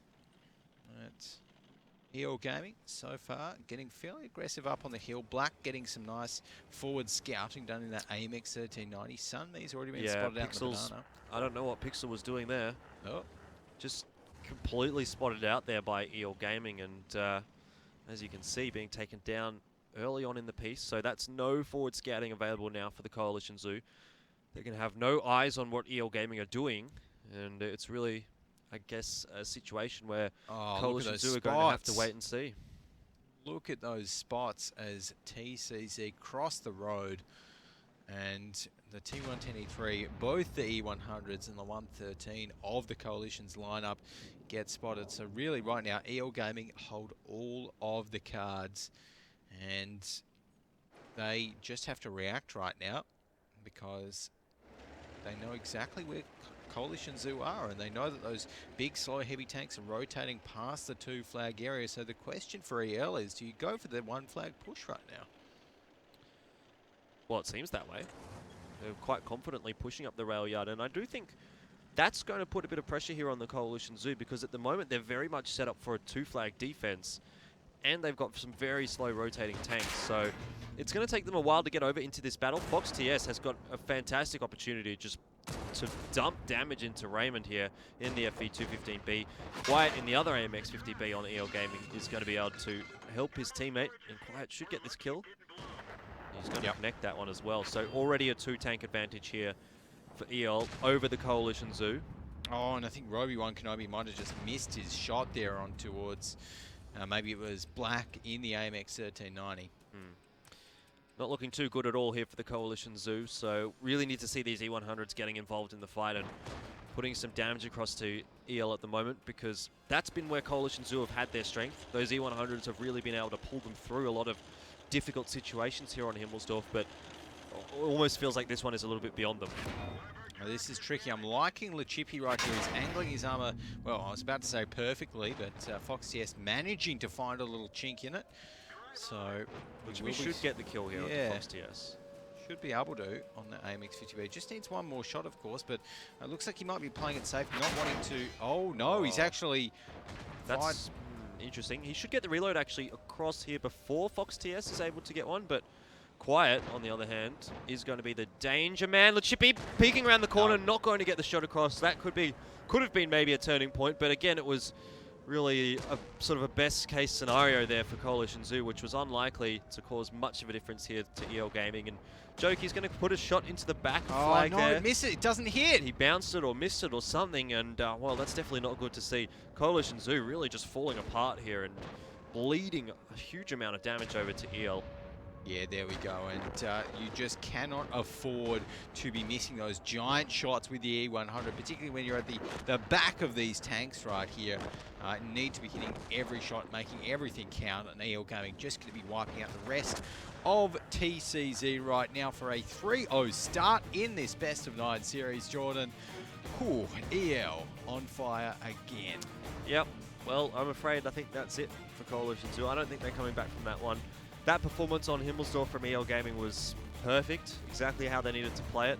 There was a lot of good plays coming out there from EL Gaming, teamwork coming out from EL Gaming, and the Coalition Zoo, even if they head over to their attacking side, which is the favoured side on Himmelsdorf, I don't see them picking it up here against EL. You see, the difficulty there with the Coalition Zoo is I actually don't know what possessed them to make that rotate on towards like the other side of the 2 flag, because they'd only really spotted out the AMX 1390 on the hill, right? And I think maybe one tank in the banana line, but they lost their AMX 1390, spotting out all of EL Gaming down the bottom. Yep. So they knew that EL Gaming were right on the rail yard, right? And then in moving towards the whatever they were moving towards, the hill, for whatever reason Coalition wanted to, they all got spotted out. And so EL Gaming were just able to make a completely informed decision. Coalition walked right in towards them. EL Gaming got on the flag. They got where they needed to without taking too much damage, and that was it. That certainly was it. It was a really good performance coming out from EL Gaming there, and we'll have a look back and see how it turned out for them. But really, this start was very good. Raymond got caught off in a 1v2 against 2 AMX 50Bs. It's never going to turn out well. No. Exactly, and you do not want to be in the fight against 2 AMX 50Bs. And, you know, effectively he was completely on his own there and didn't have any positions to go. So the fact that he kind of let those AMX 50Bs creep up towards him on the side was really a bit of a mistake. So, and again, you know, Coalitions are missing those shots towards the back of a 113. You know, yes, it can happen sometimes. Yes, sometimes there is a little bit of RNG that plays into it, but honestly, you really need to be hitting every single one of those. Yeah, well, I mean, it probably wouldn't have made much difference anyway. They were already so far disadvantaged in that series there that I don't think it really would have made much difference. But let's have a look and see how those damage stats turned out. The AMX 50Bs for me, and also confirmed there on the battle statistics, were the ones that were doing the heavy lifting there for EL Gaming. Yeah, there we go. So no surprises there. I love seeing those AMX 50Bs on Himmelsdorf. And the E100, at least Roby-Wan Kenobi managed to deal a little bit of damage. And look at that, the T110E3, the tank that we really at the moment are not big fans of, in no small part thanks to its fairly low win rate of, what is it? I think it's about 32%. Yeah. 32% on the first 3 weeks of the season. Well, that's contributing to it. Yeah. When you get 0 damage, it's like, seriously, like just pick an E4, in my opinion. Or maybe another E100 if you're Coalition. Maybe another E100. I mean, effectively, it does the same thing. You could, I don't know if the E100's turret is slightly too high to stick it in the pillbox. Probably is, yeah. But the E3 wasn't even in the pillbox. It moved, and so it didn't get any damage out. It's like, it's not worth a little tiny chance for cheese that you can, you could honestly stick an IS-7 in there and an IS-4 in there. We've seen those work just as well. All right, well, let's find out and see whether or not the Coalition Zoo are going to have much more luck, I suppose, on their attacking side. This time going with the 3 E100s and the 2 T10s. It's a nice lineup from the Coalition Zoo, but similarly, EL 4 AMX 50Bs. Okay, now honestly, I'm really liking TCZ's lineup, Coalition's lineup right here. They've got everything. They've got a huge amount of buffer with the E100s. They've got the autoloader and the AMX 50B, the 2 T10s, just again making their brawl so much stronger, and those tier 9s deal a lot of front end damage. So I think this is actually really dangerous for EL Gaming, because their AMX 50Bs with three E100 shots and then a couple of T10 shots can get 1 shot, if TCZ control their fire well. So because of that, I'm going to say that TCZ will actually win this one. So that's my call. I'd like to see it. Don't know whether or not I share your confidence. I mean, I feel like everything that you could stack in the favour of the Coalition Zoo has been stacked in their favour. They're on Himmelsdorf. They've got a good tank lineup. They started off on Prokhorovka, which is another good map of theirs. And so far, they've failed to deliver. So for me, EL Gaming's still going to close this one out 2-0 on Himmelsdorf. But again, if the Coalition Zoo was going to get around, it was going to be this one, the attacking side on Himmelsdorf. Yep. It's this is their best possible situation. Himmelsdorf attack, Coalition Zoo's bread and butter. They haven't lost it so far this season, but EL Gaming is a bit of a different beast to what they've been facing so far. So are they going to be able to rise to the challenge? I think so. I think so. They should be able to. Coalition Zoo, they've got the tanks. If they use them well, then we could see it work. And they're going to be making the hill push right now. EL Gaming, actually, interestingly enough, going for the rail yard push themselves. So Coalition do have to be careful when they're poking up the hill that Flag doesn't spot all of them. So if you're Coalition, what you're wanting to do here is just send one tank over the hill, like just to get the spot, not show any of your, exactly, the AMX 50B that will, even for a banana line push, the AMX 50B will still generally be up on the hill, or one of them will. So right now, EL Gaming don't have that much info, No. TCC could be holding back at G8 for all they know, which is good. Which is also the reason that EL at the moment has opted to slow down that push that they made very quickly down towards that K line. They knew they were pretty safe driving down the railway there, but now they need to wait and see what Coalition Zoo are doing before they decide to make any moves, really. EL Gaming playing this one as they should be. Flag, as soon as he spots out these E100s, though, they'll cotton on to what's going on, and we'll start to see a rotate coming across here from EL Gaming. Yep, there we go. So Flag has spotted them out, and the jig is somewhat up here for EL Gaming. Or for the Coalition Zoo, as EL Gaming are going to be rotating around towards them. And I'm liking this. These guys are going to be sitting on the upper portion of the 2 Flag. As long as they get in there fairly quickly, then it's going to be down to EL Gaming to take the brawl to them. and force them off the flag, and that is exactly what the coalition want with their current tank setup. Very similar situation to what we saw coming out between Twist and Karen Tiger, where Twist pushed up that hill with the E100s and with a couple of AMX 50Bs and got themselves in towards that 2 cap in this same position that the E100s are in. In that case, though, Twist put their T10s on the cap, not the E100s. Having said that, though, I feel like EL Gaming very much going to be able to rise to the challenge here. Yep. Well, they are going to be trying for a bit of a flank. I'm liking that, sending some of their tanks. Oh, that was team fire. Yeah, that certainly was team fire, coupled with, I think, a shot coming in from Guan Ren as well. But Obi-Wan Kenobi, his job here essentially is to die, just to provide some cover for his other 2 E100s. If he could have got some damage across, it would have been great, but having missed that shot, it's going to allow some easy shots to come in from EL Gaming. And really, the trouble at the moment for Coalition Zoo is, even though they're going to be able to get this timer down pretty low, for Coalition Zoo, the trouble is rather, EL Gaming are going to have a pretty easy reset, I feel, especially considering they've got a couple of guys coming in from the hill there. And they won't even need a reset. Coalition Zoo are going to fall off the cap. They're being focus fired from all directions, and this is not turning out great at all for the Coalition Zoo. EL finding the first 2 picks. Sun Mi did go down.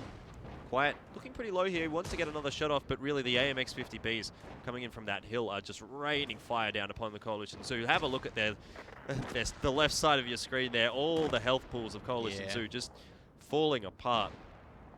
And this isn't great because Coalition Zoo pushed basically completely off this hill. What that's meant is that EL Gaming can push down there with their AMX 50Bs, and there's no way that Coalition Zoo can chase them. They're in like fairly heavy tanks, and they have to get up a hill to chase EL Gaming, and that's not going to happen. Not exactly sure what Lachipi was shooting at there. Probably didn't like what he saw in one of those buildings. But regardless, I mean, this is going to be EL Gaming once again cleaning up the Coalition Zoo and doing it with absolute ease. They're going to be calling out 4-0. And, well, I think your 5-0 prediction is going to be looking pretty good. Well, there you go. So, I mean, surprising.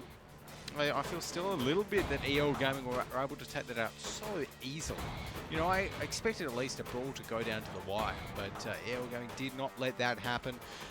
Just some really good play. I would have really liked to see TCZ leave some of their tanks up on the hill, you know, and focus fire from there, because they didn't really need to push all of those tanks down in towards the 1 line, in my opinion. Or the A line, if you will, because they had the tanks on the cap there already. They had the E100s down there. They could have just left the other tanks on the hill and just, you know, stayed on the corners and played those. But instead, they pushed them right down into the line. That let EL Gaming come over the hill and essentially have free reign on 2 sides of the coalition. Yeah, you're absolutely right. I mean, for EL Gaming, that was just another clinical performance coming out there on Himmelsdorf. We'll have a look and see how it went wrong again for the Coalition Zoo, and this was just really good work from Flag. I mean, I know he didn't really do anything, but just getting those spots is exactly what EL needed. Yep. Exactly, and you know, information is so key here on Himmelsdorf, particularly when you've got, you know, lots of heavies which do take time to rotate. And I felt as though Obi-Wan Kenobi in that E100 maybe sacrificed a little bit too much health as well. It's like, yeah, an E100 is a bit of a steel wall, but it's also can deal a lot of damage as well. So you don't really just want to give it up. No. It's tier 10. Certainly not. And really not much to say. Again, it's just the story that EL Gaming have been telling us throughout the first 4 weeks here of play in the APAC region. They are just that much better than everyone else. And really, coming into this one, we were sort of setting this one up as a bit of a question mark over EL Gaming to see whether or not they are really leagues ahead of everyone else. Yeah. And I think they've come out here today and shown it. I think, well, they've got one more game to win, and if they do manage to pull this one out, then that question has been put to rest, I think, after today. But TCZ, they've got another chance. You're exactly right. I mean, EL Gaming have taken down Meltdown already, the 2nd team in the league. You know, they're looking like they're going to take down Coalition Zoo, who are the 3rd team in the league at the moment. And once again, the AMX 50Bs reigning supreme for EL on Himmelsdorf. Yeah, there we go. So those AMX 50Bs really doing work, and it's good to see those T10s up the top. But oh no, the E100s, they do so well so often for the Coalition, but you know they effectively got one shot off, and Robo and Kenobi didn't even get that. Like so, just a little bit tricky. Almost in that situation, maybe it would have even been better if the Coalition, so if they knew they were going to do that from the start, perhaps they could have just picked the AMX 1390 and just done a little kind of slide it in towards the side of the cap if they knew they were going for the 2 flag. Yeah. Rather than the E100s, because at the end of the day, it doesn't matter. You know, your E100s are always going to get penetrated by IS7s, by the AMX 50Bs. You can still go through an E100. Yeah, it'll ding a few shots that get low rolls on the penetration numbers, but that was always going to happen. Yeah, like an E100 covering off a 1390 where they had those 3 E100s might have been a better option. But again, I mean, it's just how Coalition Zoo played it out there and definitely didn't work out in their favor in the end. So EL currently 4-0 up after the first 2 maps. Really not a huge surprise, I don't think, to many people. I mean, I know I predicted a 5-2, but I think I might have been just being a little bit hopeful for the Coalition Zoo there. In the end, looking like it's going to be a 5-0, but we still have at least one more round coming out here. Let's have a look and see how it's going to go down. It'll be Ruenberg here for us and the Coalition Zoo. Oh, that's what I like to see. Okay, TCZ, they are not leaving anything to chance right here. They have got 6 E100s. And they mean business. I think they're just almost at the point where they're like, okay, we're done. Yeah, let's do something like, really screw it out there. We love our E100s. Maybe they've been listening to us rabbit on about E100s for a little bit too long. So they're going to be going with that. And I like the Object 416 pick as well. It's obviously that Soviet T8 medium tank does have quite a bit of penetration on its main gun, so it should be able to go through those T10s with relative ease. But yeah, it's Batchats versus E100s. Very interesting lineup here. And if you're EL Gaming, obviously, you know, you want to use your mobility to your advantage, and I'm going to be guessing that EL are on the attack. Yeah. Yeah, probably attack, but it's going to be interesting if they're on the defense.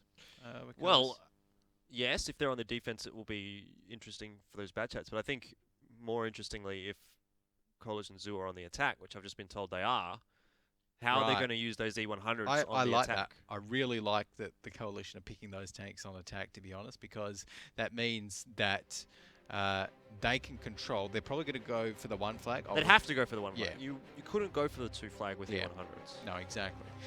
So they're probably going to be going for the 1 flag, and that means that there's only really 2 routes which they have to worry about, like, you know, the obviously the city itself and where they're pointing to. This is, you know, are they going to be trying to stick that Object 140 in a big pile of E100s?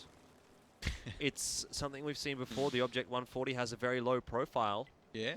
And the reason it didn't work out last time, actually the time that I saw it was last season in the APAC region.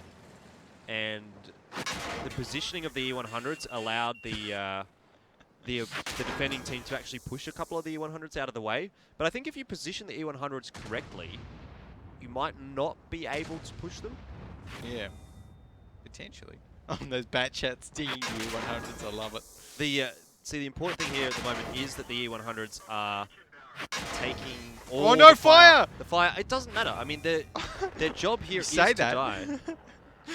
I'm not convinced that an E100 getting set on fire for 1500 damage from 1 shot doesn't matter, but I do like the strat here, just kind of blocking Pixel in and all getting on the cap. But the issue is now that we've actually got 2 EL Gaming members coming from behind them, and this is exactly what they don't want with those slow rotating Crazy turrets. Beat really needs to get into a good position here. This is how I would have envisioned the Coalition Zoo needed to set up their tanks for this sort of a strategy.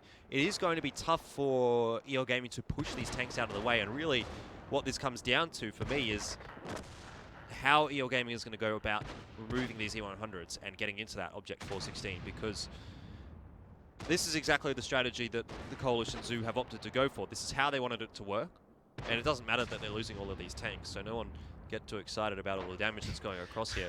Now it's really down to Wargaming to figure out how they're going to try and get some resets onto Pixel because, well, if you ask me, it's not going to be easy. No, it is not going to be. Well, no, they'll find a way, I'm sure, because they've got the T10s and the T. Look at that! Oh, look, they're trying to find a way on towards Pixel right there, and he's actually pretty well blocked in, but yeah. See, I'm not sure. There might be an opening there between the E100s. Yeah, I think there is. Yeah, they're definitely going to be able to get Okay. Well, there you go. It was a good try from the Coalition Zoo, but that's that. Wargaming closing it out 5-0, and the cheese does not work. I was ready to get excited about that strategy, but to be honest, I didn't hold out much hope. No. Honestly, you know what they could have done? They could have double bluffed right there, and Wargaming, obviously they knew that TCC were going to be heading towards a 1 flag because there's E100s. Yeah. They could have maybe tried like a little weird tactic where they pushed out the center of the map or something with the E100s and caught some of the Wargaming members that were definitely going to be on the rotate. Maybe I'm not sure, but yeah, I mean, honestly, also in that situation, why would you not use a mouse instead of an E100? I feel like doesn't the mouse have a bigger profile than the E100? Pretty sure it does. Slightly, I want to say slightly. I can't remember off the top of my head, but exactly how big the mouse's profile is. But obviously, one of the biggest in the game. But oh well, not a bad decision. Go ahead and have a look at that replay because. See how this one turned out. Yeah, so they got spotted out early on here, and really at this point, it was pretty obvious what was going on. Yeah, and that's the danger with all of these E100s here is that they couldn't even really turn their turrets fast enough because Wargaming would just poke out of the houses up at kind of A7, get some shots off and poke back. Then Coalition Zoo would turn their turrets towards them and then miss a shot. Because they didn't have the turrets turned in time. Then Wargaming would poke out from A4 and get some shots out. And Coalition Zoo would be trying to turn their turrets then. And it just didn't work because they weren't able to get the damage out. And they sacrificed so much damage for the cheese. And I don't know whether they practiced that at all, but if you do that, you should probably know that the Object 416 is going to be invulnerable. And the Object 416 wasn't invulnerable. No. So bit of a mistake. Well, I don't know if it's even worth looking at the post-battle stats here because I don't think there was much coming out from the Coalition Zoo, but there you go. EL taking the top 7.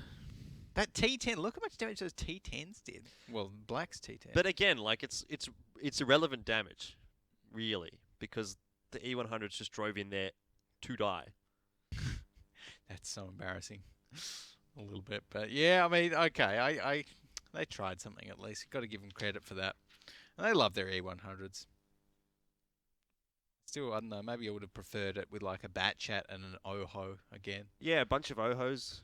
Well, not a bunch. Well, even, yeah, I know, you know what I mean. But they could have used the Type 6 heavy. It's either Type 6 or Type 5. It's Type 5. Yeah, Type 5 heavy. Could have used that one. Yep. And just. But really, it's much of a muchness. 6 of those. Again, I'm sure the situation would have been the same. The result probably would have been the same. EL finds a way. EL finds a way. EL always finds a way, I think, Jordan. And, well, with another win under the belt, 7 wins so far this season. Can anyone stop That's their them? 8th, actually. 8th, sorry. Yeah. 8th, of course. Well, 7 wins today. They've got so many wins, I lose track of them.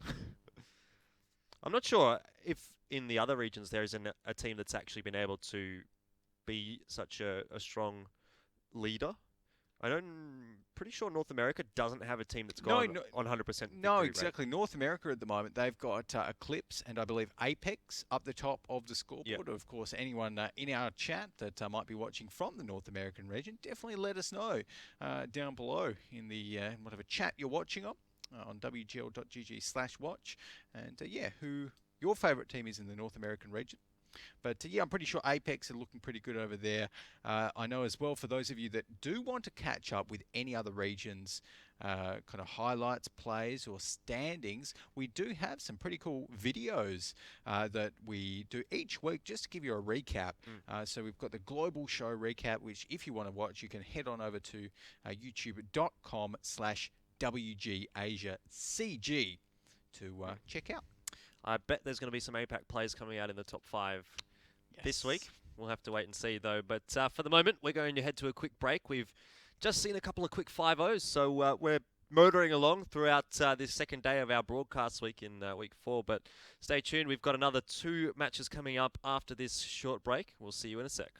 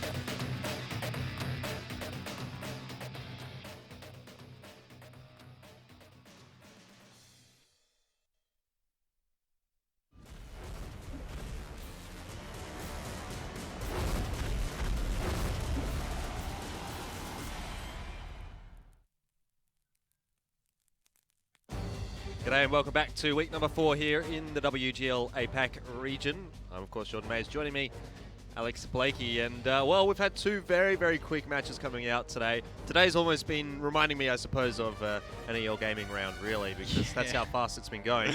Exactly, you're not wrong there. 2 5-0s to start us off, but I think this next one that we're about to watch should be a nice, well, definitely a lot closer than what we're used to seeing today. Of course, for those that missed our first 2 matches today, we had Run get 5-0'd in their match, of course, against the guys from B Gaming, the Entertainment Tankers. And we've just seen EL Gaming, top of the ladder, take out the Coalition Zoo, who are number 3 heading into that match, 5-0. So TCZ couldn't hold a candle up to them, like every other team so far this season. Yeah, it was definitely a little bit of a dismantling coming out now. And with that victory, it means EL has beaten both the second and third place teams currently on the ladder, so Meltdown and Coalition Zoo respectively. And you know, from my opinion, EL Gaming just leagues and miles ahead of the rest of the competition at the moment. I think that's a pretty safe statement to make, really, but definitely a good performance coming out there from EL Gaming to not even drop a map. Yeah, exactly. And not even do they not drop a map, but like even on Himmelsdorf, right, which was one of the maps which we really thought that the Coalitions was going to be able to take it to EL Gaming on. You know, it was the Coalition's best map. They have a very high win rate on it so far this season. That's why they're number 3. Yep. You know, on the ladder. And EL Gaming just completely ran over them. It looked like, honestly, it reminded me, it looked like EL Gaming were playing Twist. Yeah. Not because of how the Coalitions who played badly. I mean, they had some, you know, pretty decent ideas and decent strategies. Except maybe that one on Ruhenberg. Except maybe the one on Ruhenberg. But on Himmelsdorf, at least, you know, they played it pretty well. Yeah. But EL Gaming just did, like, it was like, I don't know, like yin and yang. Yeah. EL Gaming is as EL Gaming does, I think probably sort of fits the bill there. They just don't really worry about what anyone else is doing. Yeah. They just play their own game and completely demolish everyone, really. Yeah, it was like, you know, Coalition Zoo, they were like a little Weedle, and EL Gaming are like the Charizard. Yeah, pretty much. Well, enough, I guess, about EL Gaming and the Coalition Zoo there. That is in the past. Now we'll be heading on to our next matchup. It's going to be Karen Tiger up against Dark Wolves. Starting us off here is Karen Tiger, currently sitting in position number 7, but definitely a team that would be hoping to be in a little bit higher of a spot because they've been up there, but at the moment they've just dropped down. Still, an opportunity now for them to boost themselves up again a little bit. Yeah, it should be a good opportunity for Karen Tiger to kind of get into the swing of things a little bit more and get a few points on the board here. And Karen Tiger, they're known for their play on Himmelsdorf and Steps. I think it's safe to say they've got some good stats on those ones. Pretty high win rates. And they're a good defensive team, in my opinion. Just, you know, taking a look at the stats here, I think they've got like about a 55, mid-50s% win rate here on the defense, I believe. So 65. 65, there you go. So overall, very, very strong. Dark Wolves, again, they're actually a strong defensive team as well. So it's going to be interesting to see, you know, this could be a matchup where we see both of these teams really go for the kind of slower style of play, the more guarded, you know, thoughtful, if you will, style of play. All right, well, speaking of Karen Tiger, we'll have a look first at their opponents as well. It is going to be Dark Wolves, and we saw the Dark Wolves playing relatively okay throughout the first few weeks, now sitting in position 5. However, they did have a bit of a average week last week, I think. They went down to Meltdown 5-0, so not particularly fantastic from them. They did start off this week pretty well with a 5-0 over Gold Bass, but I'd say that's almost to be expected. So really, this game here is going to be the challenge of this week for the Dark Wolves. Yes, definitely, and this is where they'll kind of earn their spot or lose it, I feel. You know, they have been improving quite a bit over the last week, the Dark Wolves. They've been improving. They've been really adapting to the APAC metagame, if you can call it that. Of course, the APAC preferred style of play. We saw them when they started off the season. They were playing very defensively. They were playing, they didn't move a muscle for the first 5 minutes of every round, sort of thing, and very used to their. Of course, they're a Korean team, very used to their Korean style of play, which up until now in the last season has been very guarded, very super ultra defensive. But now, last week and hopefully this week as well, we've been seeing them, move into a slightly more aggressive style of play. Taking from teams like Wargaming who are doing so well with the, a little bit more injection added, aggression injected into the mix for them. So hopefully we continue to see that today, because it also makes for a better match to watch. Yeah, look, and actually it's a very hard match to call here between the two teams. When we were looking at this matchup before this week started, we both sort of felt Karen Tiger had a bit of an advantage.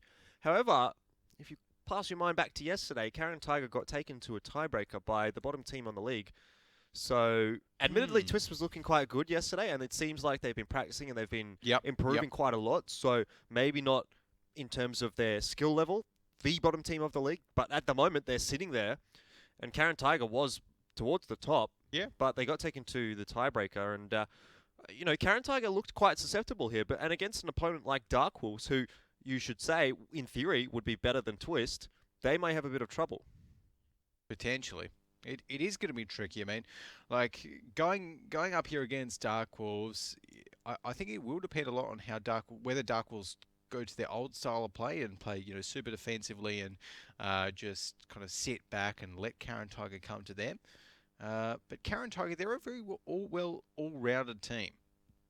They don't mind letting that happen. They can play aggressively or defensively. They're fairly stable against all of the teams that we've seen them play. They're rarely a team that gets 5-0'd or gets completely stomped or looks way out of the league. So that's why I think this one's actually going to be a very close match today. And that's why I'm picking Karen Tiger to win it 5-4. Yeah, look, initially when we made our predictions, I said 5-2 to Karen Tiger, but I'm a little bit worried about that. Just from having a look at how they played yesterday, I don't know if it's going to be like that, but I have to, I guess, stick to my guns. 5-2 to Karen Tiger, though I'm going to tentatively lock that in one, because for me, this could go either way. It could go. Yeah, no, absolutely. I think either way, I really wouldn't be surprised to see a tiebreaker here between these two teams. I would be extremely gobsmacked if we did manage to get a 5-0 from either of these guys, because I think they're both very, very close in terms of skill, in terms of strategy, and just in general how they play the game, particularly with Dark Wolves' recent adaptation to the metagame here in APAC. So I definitely feel as though we're going to be seeing a close, solid game of tag. Yeah, well, I feel like it very much should come down to the map picks between the two teams, as it always does in close matchups. And the first map that we're going to be watching is going to be Mines, which has been Karen Tiger's pick, which is strange to me, because on paper, that is Dark Wolves' best map. So Dark Wolves maybe having a good start off. Yeah, that's interesting that they picked that. When I think Karen Tiger, I think maps like Himmelsdorf. I think, who knows, maybe Steps as well, potentially. Steps, Himmelsdorf, Rurenberg, probably the top three maps there for Karen Tiger, but they've decided to go Mines. And to be honest, that's really the only map I would say that Dark Wolves would have a confident advantage over Karen Tiger. Right. So that means that if Karen Tiger get off to a good start here on Mines, then Dark Wolves might be a little bit worried heading into our next map. I think we've got Himmelsdorf next up. So they're going to be battling it out in the streets again. So, well, actually, I mean, it starts off well for Dark Wolves there on Mines, but then we go to Himmelsdorf, which is a very good map coming out for Karen Tiger. It's not a bad map, actually, for Dark Wolves, but certainly it seems like Karen Tiger are the better team on it, at least at the moment.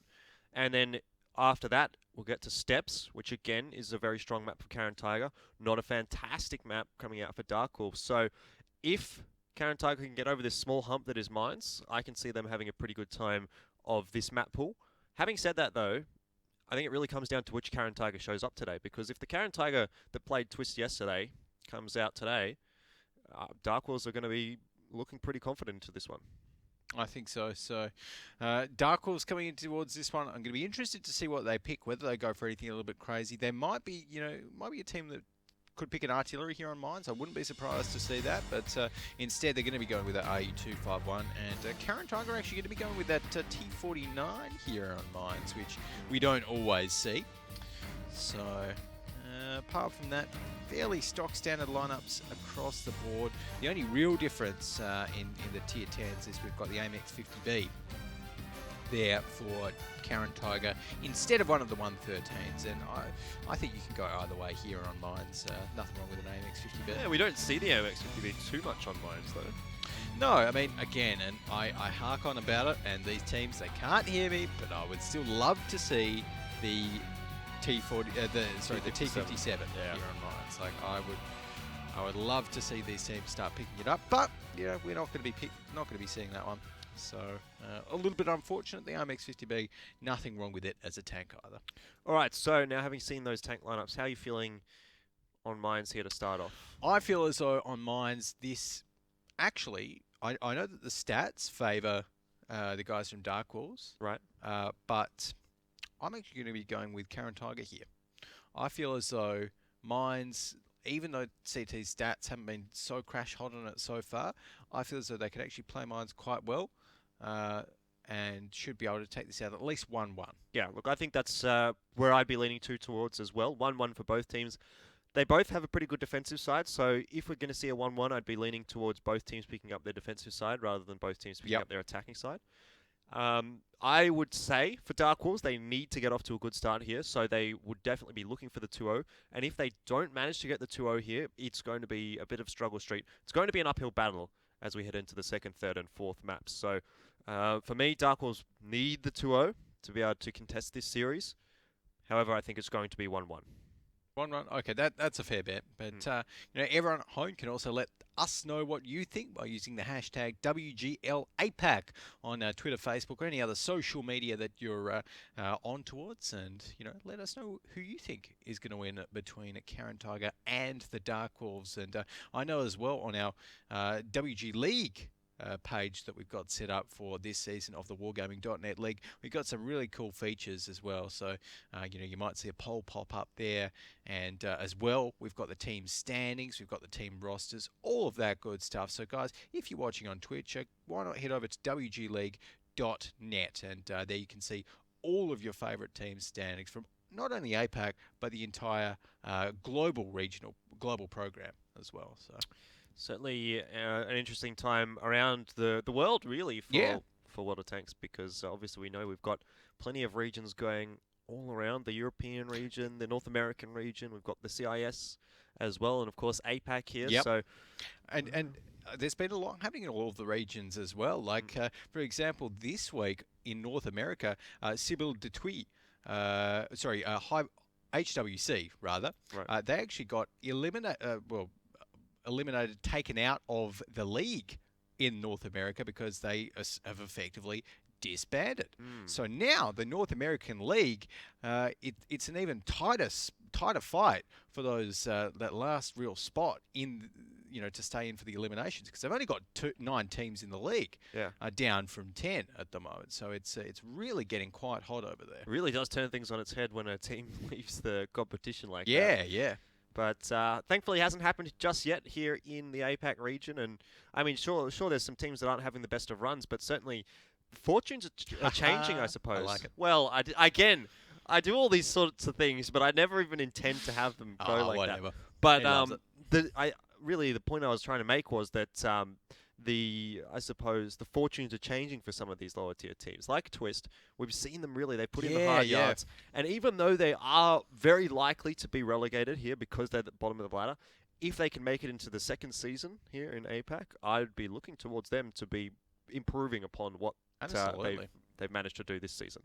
Yeah, definitely. And, you know, the second season in APAC, of course, happening early next year. But overall, we've got to focus on this season, because this is, you know, where these teams can gain that spot towards our season finals. And, of course, onwards and upwards from there in terms of a global sense, and really start, you know, setting their sights towards the Challengers Rumble, the Defenders Rumble, and then, of course, way in the future, the Grand Finals next year in 2017. Looking forward to that one. The last Grand Finals was, I suppose, a little disappointing for the APAC region. For the APAC region. So EL Gaming, they played that one. They didn't do a whole lot of work. Got knocked out in the groups. Yeah, but of course, this season I'm actually liking our structure quite a bit more because for those that don't know, previously we had the Korean teams and the rest of the APAC teams separated into 2 separate leagues. Yep. But this season, with everyone all in the same league, like we're seeing with teams like the Dark Horse who are playing right now, they've started to adapt. And I think, all of these teams have been sharing a little bit, kind of taking some play styles from one another in our region. So I really feel as though it benefits our region as a whole a little bit more to have everyone grouped up like that. So I'm really, really looking forward to, I know it's way down the track, but looking forward to seeing how our APAC teams do on a global scale. Yeah, I agree. AKA EL Gaming. Yeah, I'm very much looking to see how EL Gaming can come into that one after their poor performance last grand finals. We can very much agree that was probably not what they were looking for, especially considering what they came second in the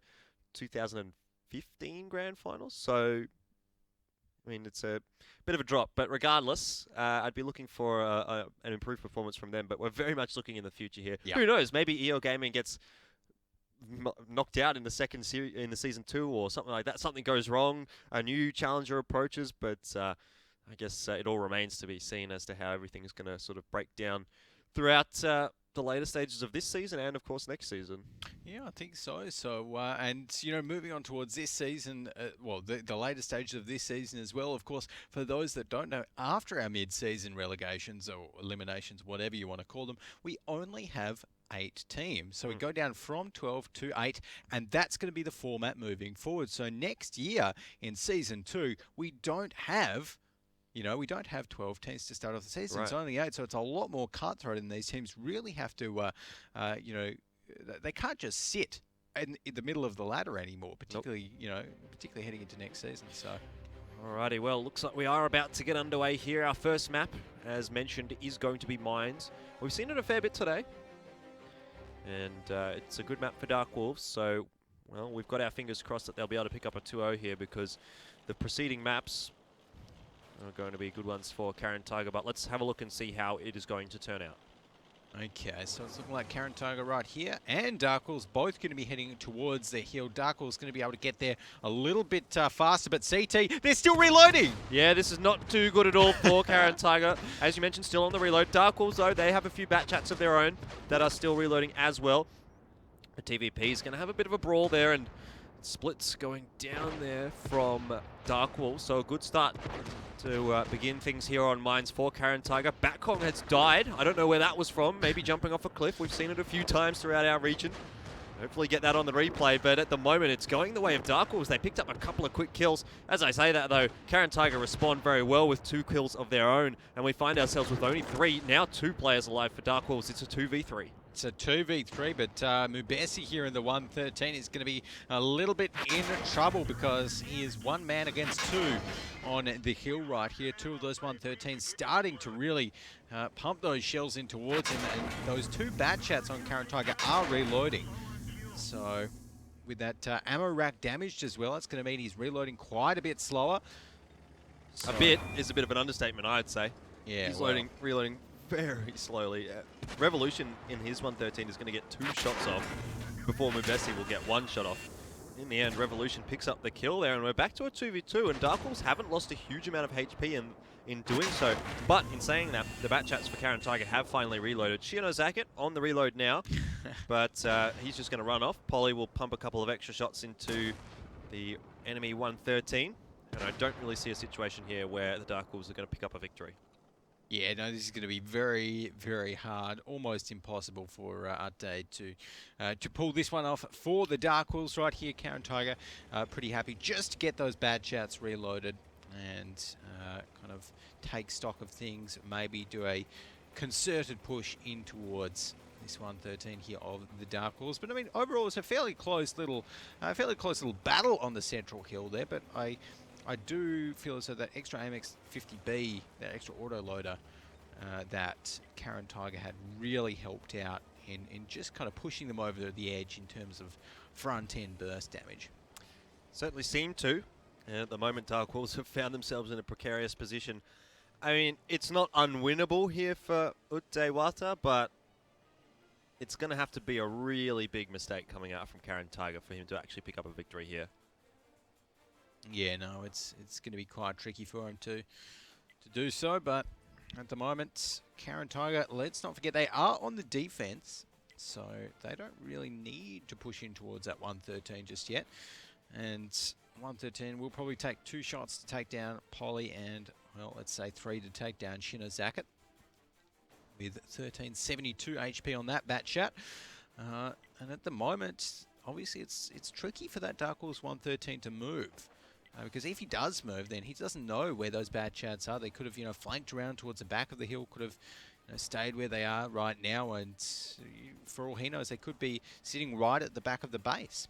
But of course, Shinno Zacket and Polly holding a fairly standard position right there, nothing too crazy. The bottom of the hill gives them a big field of view out towards the coast, out towards the kind of spawn area, and it looks like they're going. Yeah, look, I don't think there was really much reason for the 2 Karen Tiger players to be just hanging around like that when they were off the reload. There is a 0% chance that Utdaiwada is going to be able to kill the Karen Tiger players before they kill him in a straight-up brawl. Even on a 1v1, Shinno Zacket should win this unless he cakes it really badly. He misses the first shot, but he's got so many more to play with here, and, well, as expected, Utdaiwada had absolutely no chance in that one. So, it was originally going to be a bit of a quick game, but in the end took about 4.5 minutes for Karen Tiger to pick up the victory, but they pick it up in the end. So 1-0 up. They started on the defense side. We said they're a little bit better on the defense. Now this time, Dark Horse moving over to their defending side. I'd probably favour them here on mine. So I don't think that match in particular was as convincing for the Karen Tigers as it needed to be for me to swap my prediction over to a 2-0. Oh, okay, well, I actually really like Karen Tiger's play there. Of course, the issue was for Karen Tiger that they all got on towards the hill, and both teams were reloading with those bat chats because, of course, they take around about 40 plus seconds to reload their initial clips, even with fully skilled crews. So by the time they were up there, really, they were just looking at each other to start off with. Yeah, they certainly were. That's pretty much the situation right here, and Dark Wolves had a TVP. Both teams actually had a TVP, but in the end it was the Karen Tiger TVP that came out supreme. And yeah, Batkong, I don't see where he went down either. No, I'm not too sure, but who knows?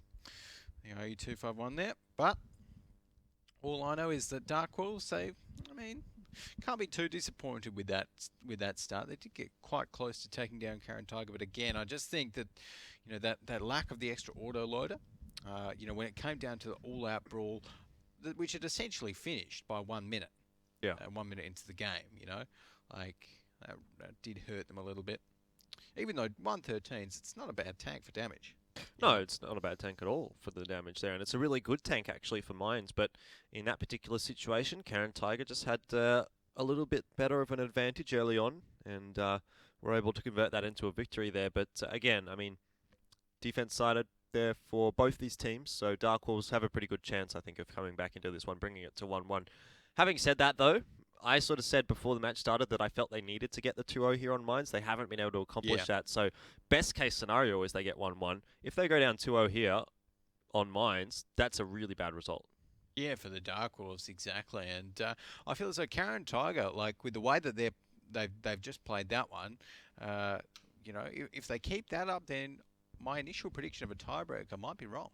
Yeah. So, well, let's have a look and see if your assumptions about that AMX50B are correct. And not up the top there, but Polly in the bat chat. Got one clip off before it died, maybe. Who knows? But yeah, Polly in the bat chat doing work there for Karen Tiger. 4.4 thousand damage. Shinno Zacket there in his bat chat dealing 3k. Utdaiwada in the 113 with 2.6 thousand damage as well. 9 shots fired, so really making those shots count. That's a very high kind of accuracy rate with the 113 there. Yeah, the AMX50B got 4 shots off. 4 shots off, yep, there we go. So, but 4 important shots. Yes. And the TVPs were both primaried, and that honestly, I think that's why we see the TVPs not really up the top of the scoreboard so often. It's because in those sort of fights, the TVP will always be the focus target for the enemy team, because you know it can just put out so much damage if you let it get its reloads off, and very dangerous to do. So good decision to primary that one for both sides, but yeah, in the end, nice early win by Karen Tiger. Certainly was an early win. It was a pretty quick match coming out, even though there was that little bit of downtime towards the end. Still came out to be a relatively fast finish there for the Karen Tiger, but we'll be heading into our second half here on Mines very shortly. We'll have a look first at the tank lineups coming out. Nothing too out there. A couple of T49s though. Don't usually see two of them. No, I don't usually see a T49 that looks like a Batchat either. Yeah, you're right. But we've got the TVPs on both sides. Dark Horse is going to be going with 2 TVPs. Who knows, maybe Karen Tiger, they're using like a disguised T49. You know? Stealth T49. A stealth T49. Well, it could be. It could be a T49 with a camo net. So I'm seeing crazier things. A camo net that makes it look like a French tank. Exactly. Why not? It's a little bit out there. Well, then the Batchats on Dark Horse aren't going to shoot it, are they? They're going to say, "Oh no, it's my friend." Okay, but Wow. anyways, moving on from terrible French accents that I'm glad I didn't really do. Yeah. I think those tank lineups aren't really too revealing to either side. You know, both teams just going with the Batchats, the TVPs. Again, the T49, we're still, like you've said, yet to see it really work. Yeah. I think in the overall season, it doesn't have a crash hot win It's like rate either. 34% Yeah, or something. 34% after I think 8 battles or so. But 37.5. honestly, after what 8. we might just see, like this match, it might just be a complete mirror matchup. So both of these teams with those lineups could just be rushing the hill again. Yeah. And we might see just another brawl, in all honesty. I mean, who do you favour in that situation? For me, I think Karen Tiger probably just a bit better in the brawl. Karen Tiger won the first one. Yeah. That won, and Karen Tiger should win the second one in that case. So why not, I guess. And yeah, so here we go. Karen Tiger going to be starting off on the attacking side this time. So let's go ahead and roll out with them as the Dark Horse there. Are they going to be heading towards the hill? That is the question. Karen Tiger certainly are, and they are looking pretty aggressively towards it. Opalisk, hopefully in the T49, will be able to get a nice big shot off with that 152mm cannon. So again, Batcong leading the charge with the T49. He's got the sides of the Batchats presented to him. He gets shot in the back by his teammate and misses the shot. He gets absolutely demolished by Opalisk. That's fantastic there for Karen Tiger, and well, really unfortunate there for Batcong. He had a perfect opportunity presented to himself, but again, that really long aim time for the T49 just not helping at all. Yeah, no, he needed to go for that shot earlier, and getting shot in the back by your teammate, the TVP, is not what you want. And this time, Karen Tiger, they haven't committed to the brawl. They've just gone for the hill, and they've actually won the hill right here. So Dark Horse already with 2 tanks down and 1 more at half HP. Not a great start for them. I think that Karen Tiger are going to be like really looking in control. Almost 1.5 minutes into this match. Yeah, really not looking good here for Dark Wolves at all. They've already lost, well, now 3 tanks. As Overwatch goes down in his TVP as well. This is pretty much a foregone conclusion, Alex, because look at the health advantage that Karen Tiger found themselves with. And the damage.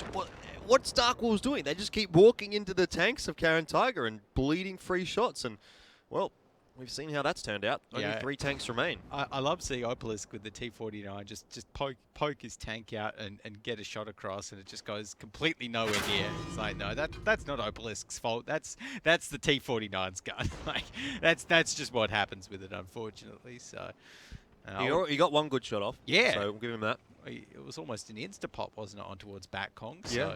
Well, apart from the damage that Batcong took from his teammate, I think it was almost a 1 shot. So right now, you're going to be seeing Karen Tiger just waiting it out a little bit, up on the hill, not wanting to kind of seal the deal just yet. Modame is going to be flanking around from the back, and as soon as he comes around, then see you later, Dark Horse. Karen Tiger going to pull the pin, and with 1 TVP on towards the back of their last remaining 3 tanks, there's just nothing left that Dark Horse can do. Yeah. And I think they'd be feeling pretty dejected in their comms right now because, well, it doesn't look like they're even going to be able to get 1 shot off, 1 kill off.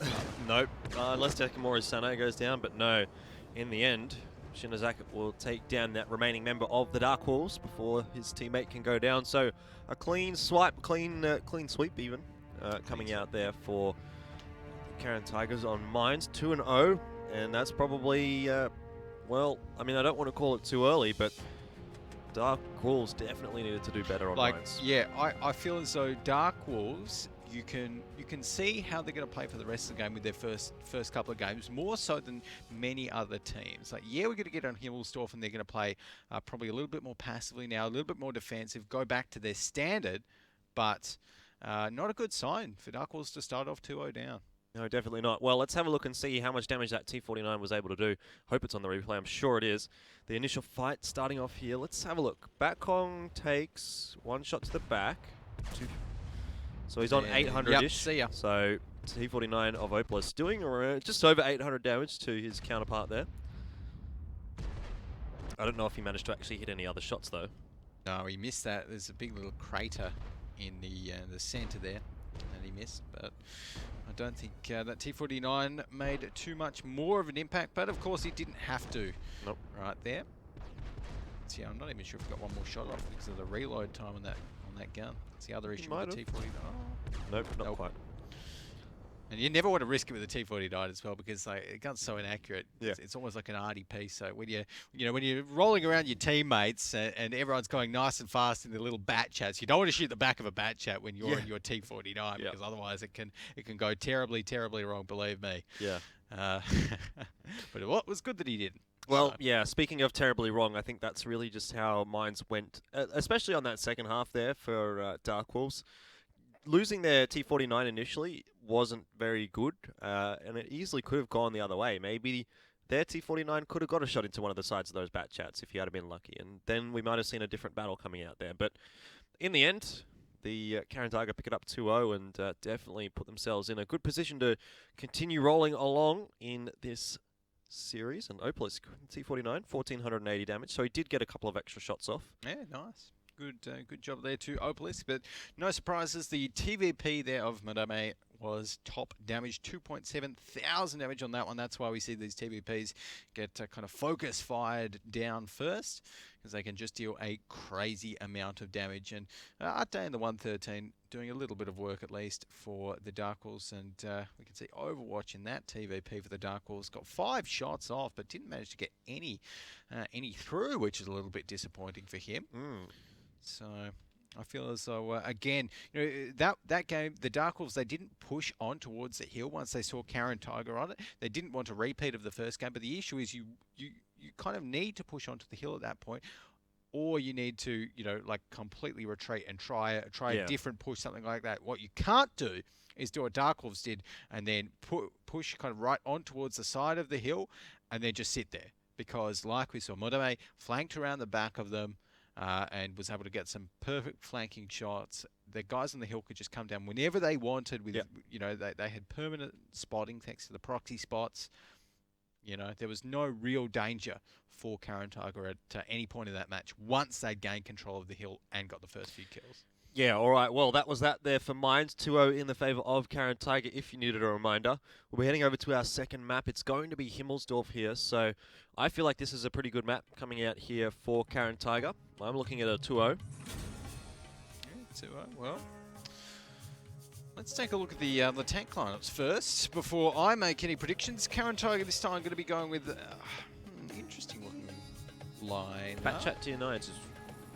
I mean, we all know your feelings on the Bat Chats here on Himmelsdorf. Would you prefer to see a T10, double T10 there for Karen Tiger as opposed to the 2 Bat Chats?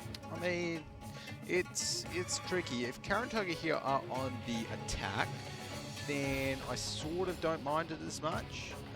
But I'm never a huge fan of Bat Chats on Himmelsdorf. Dark Wolves are going to be taking 2 on towards Himmelsdorf here. And they've got the T10s as well. I like the T10s. But I really feel as though maybe Dark Wolves could have just gone with the Tier 9 Bat Chats again, because we'll see how it plays out. But having such a kind of low HP pool on those Bat Chats can really come around to bite you when push comes to shove in a brawl.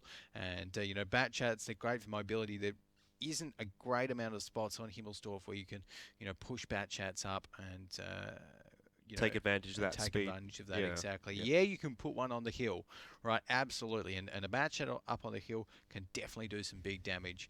Maybe you can push one down the rail yard, but you can also sort of do that with an AMX-50B, which they've got anyway. It's hard to make it work. But of course, if there's anyone that's going to make it work, it is going to be Dark Horse with those batches, because they love the batches. Alrighty, well, here we go on to Himmelsdorf. It's going to be an uphill battle now, coming out from that 2-0 deficit here for Dark Horse. But it is their pick, so they must feel pretty confident onto this one. So we'll see how it turns out. They're going to be starting off on the attacking side, dictate the pace of the game a little bit better than the defensive side. But Karen Tiger look like they want to really take this one to Dark Horse. They're pushing quite fast towards the south end of the map. Yeah, there we go. So Karen Tiger actually not letting Dark Horse have much of a break, I suppose, by pushing right up towards their territory. Dark Horse going to be pushing that Batchat up on towards the top of the hill. In fact, both of those Batchats, Caviar and Overwatch, going to be sitting up there. And I feel as though Shinozaka here in this Batchat 25T AP just going to be trying to get a few spots down that line. But the rest of Dark Horse not really moving just yet. So they're leaving it up towards their tanks on the hill to make some spots, to make some early plays. And the rest of them are just sitting pretty, getting ready for a banana line push. Normally when we see Dark Horse play on Himmelsdorf, they do sort of play very slow like this. They tend to sit quite far back and wait down the timer a little bit, see if they can get anything early on. And I mean, it doesn't work out too bad for them. They have a 63% win rate on Himmelsdorf after 8 rounds. Not quite as good as Karen Tiger, though, who was sitting up there on 71 after 14 rounds. So yeah, definitely, Karen Tiger have the statistics to back them up here on Himmelsdorf, but it's not an awful map for Dark Wolves. Yeah, not the worst. So could yet be surprised. All right, now, Dark Wolves just going to be waiting around a little bit and again still trying to gather that information. We are seeing Karen Tiger pushing down a little bit and Overwatch in this bat chat, the Batignolles Chatillon Char 25T as the French name goes. But going to be trying to get some spots on towards Opalisk there, but I don't really think that's going to work at the moment. Interesting to see Karen Tiger have actually only pushed up with sort of 3 members, Shinozaka, Murame and Mubesi. So that could be a little bit dangerous for them if they do get spotted, which one of them has been spotted, I think, from the hill even. And that's going to potentially be a little bit dangerous for them because Dark Wolves have their entire team, apart from those 3 guys up on the hill. So it will be a 4-on-3 if Dark Wolves decide to engage those 3 Karen Tiger members down near the base, but instead Dark Wolves are going to be going up for the banana line push and heading on towards the 2 flag. Very typical of the Dark Horse, playing that slow, steady start and then pushing up the banana line. Not surprising to see them do this at all. They'll try and make their way onto the 2 cap and, you know, go for that relatively standard brawl that we always see coming out on Himmelsdorf, where the defensive side tries to retake the 2 cap. Okay, so Dark Horse going to be pushing up here, and I think Karen Tiger are going to be trying to flank around from the back. I'm not too sure whether Mubesi and Ko down the bottom are going to be going up the hill to try and counter this 2 flag push, or whether they're going to be trying to go up the banana line. I think either one would work, but I think the hill is going to be the call for these guys. So will take them a little bit longer to get in, and that's a little bit dangerous for Karen Tiger on towards the 2 flag, because it's going to be a solid, I reckon, about 40 seconds or so before those reinforcements arrive from the hill. And 40 seconds in, it's going to mean that base is starting to get fairly low. Yeah, it certainly is down to 100 at the moment, but yet to see the battle start here between the 2 teams. Dark Wolves, again, playing how they like to, and really what we're waiting to see before anything really gets underway is these Karen Tiger members on the rotation to get control of that hill and start to make their way down that 0 line towards the north end of the map. Yeah, so right now, Dark Horse just sitting with that T10 in towards the cap. Karen Tiger are going to have to push a tank right around that corner to try and get the cap reset there.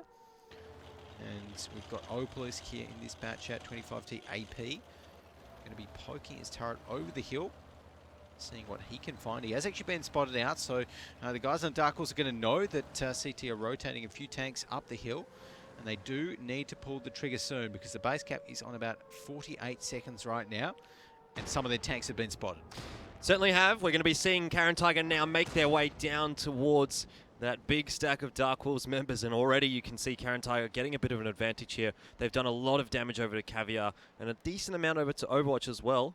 They have taken a little bit in return, but just slowing things down for the moment, and not so sure what the reason for that is. Probably because Dark Wolves have opted to fall off that cap, and wow, what a demolition coming out there. Overwatch, he's down to 221 HP. He's not going to be too keen to be peeking this corner anymore, and Dark Wolves just peeking the corner one by one, allowing free shots from those AMX-50Bs to rain across. Karen Tiger actually going to get back up the hill here to safety, and now this is absolutely fantastic stuff from Karen Tiger. The Dark Wolves are being shot from all different angles, and they've got no response. Like just playing them like a fiddle right here, Karen Tiger are, and Revolution getting dropped so low.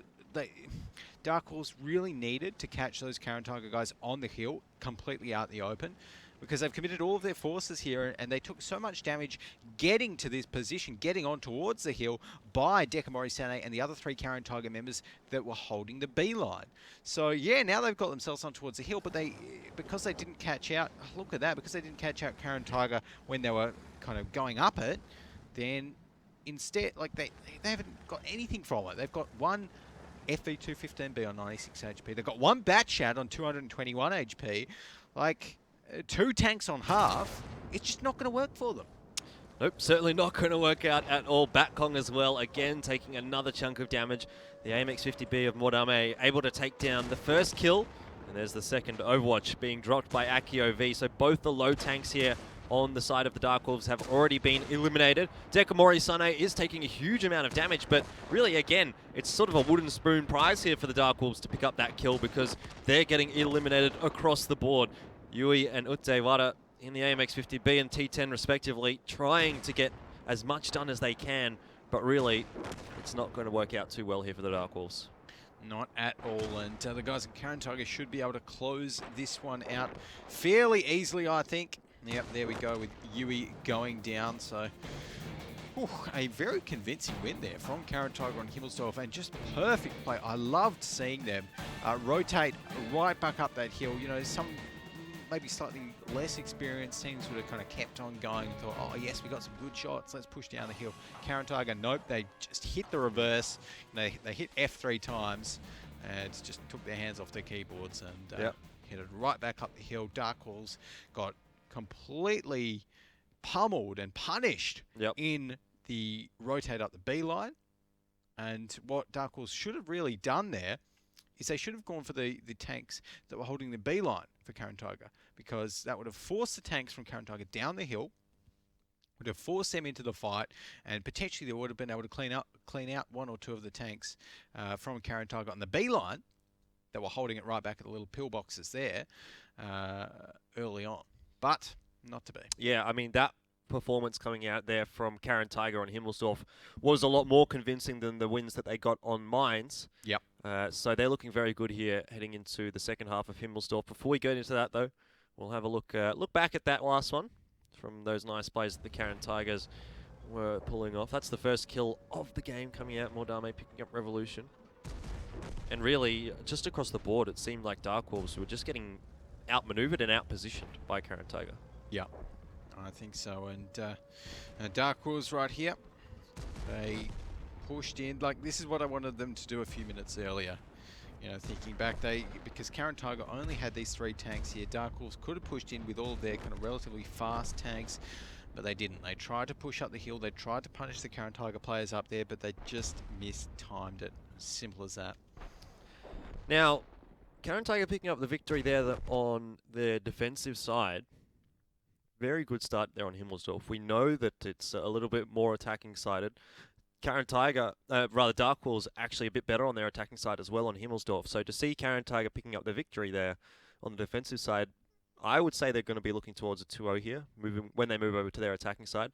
Let's first have a look and see how things went down. AMX 50Bs again. Surprise, surprise. And 1, 2, 3, 4, 5, 6 number on the scoreboard there going towards Karen Tiger. And everyone apart from one of the tier 9s, I think, on the Karen Tiger side, dealing quite a bit of damage. So I want to see on the Dark Wolf side, those T10s didn't really do too much. The AMX 50B only got 4 shots off, so only 1 clip off.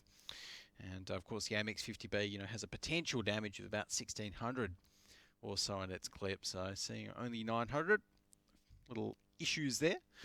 But I mean, really, there was nothing more that that Dark Wolves had done, even before they'd lost a single tank. When they pushed up the hill and Karen Tiger were already up the hill and not in line of sight, Dark Wolves had taken so much damage getting to that position that there was just no way for them to come back after that. Definitely was a strong performance coming out there from Karen Tigers. Now they'll move over to their attacking side, and as I said, I think it's going to be a 2-0 here. Do you agree? Yep. Let's take a look at this. Oh, I like the FE4005 though. But I actually also like the AMX 5120. So this time, also the bat chats on Dark Wolves, like you didn't even notice them last round. I didn't even remember that they had bat chats in the actual game. But this time, Karen Tiger going to be going on the attack with a fairly good looking lineup. They've got the 2 bat chats, which again I'm still not a huge fan of on Himmels, but they've got the AMX 5120 as their tier 9, one of their tier 9s. So a fairly solid-looking brawly lineup, and I think a lot will depend on whether that FE4005 can get some good shots across on towards either the tier 10 or the tier 9 bat chat of Karen Tiger. If he can, then if he can put a nice hair shell in towards one of them, one-shot them, Bob's your uncle. You're beautiful. But really, that is going to be tricky. It certainly is. A lot of this matchup is going to come down to how that FE4005 is used by the Dark Wolves. I'm not really sold on it. It does have a pretty good win rate throughout our first few weeks. Having said that, we've only seen it a few times as well. So very small sample size to play off. And I don't know if it's necessarily the greatest pick here, but I'm excited to see how it turns out because I like it. It's just something different. Yeah, particularly because Karen Tiger previously have picked these bat chats on Himmelsdorf, and even tanks like the AMX 5120, not the strongest heavy tank. Obviously, it's a tier 9, and the AMXs they do lack a little bit of armor around the sides and the back comparatively. So you can get through that with the Hesh. You can get through an AMX 50B sides and back with the Hesh quite comfortably. So there are lots of opportunities for it to deal lots of damage. Certainly are. Let's have a look and see where it's positioned at the moment. In the sort of C2 square, holding down towards that 1 cap. So probably not going to have much of an impact on the early stages of the battle, given that Karen Tiger at the moment look like they're making their way towards the 2 cap. A nice shot coming out from, someone onto Shinozakit. He takes a tiny little bit of damage. Yep.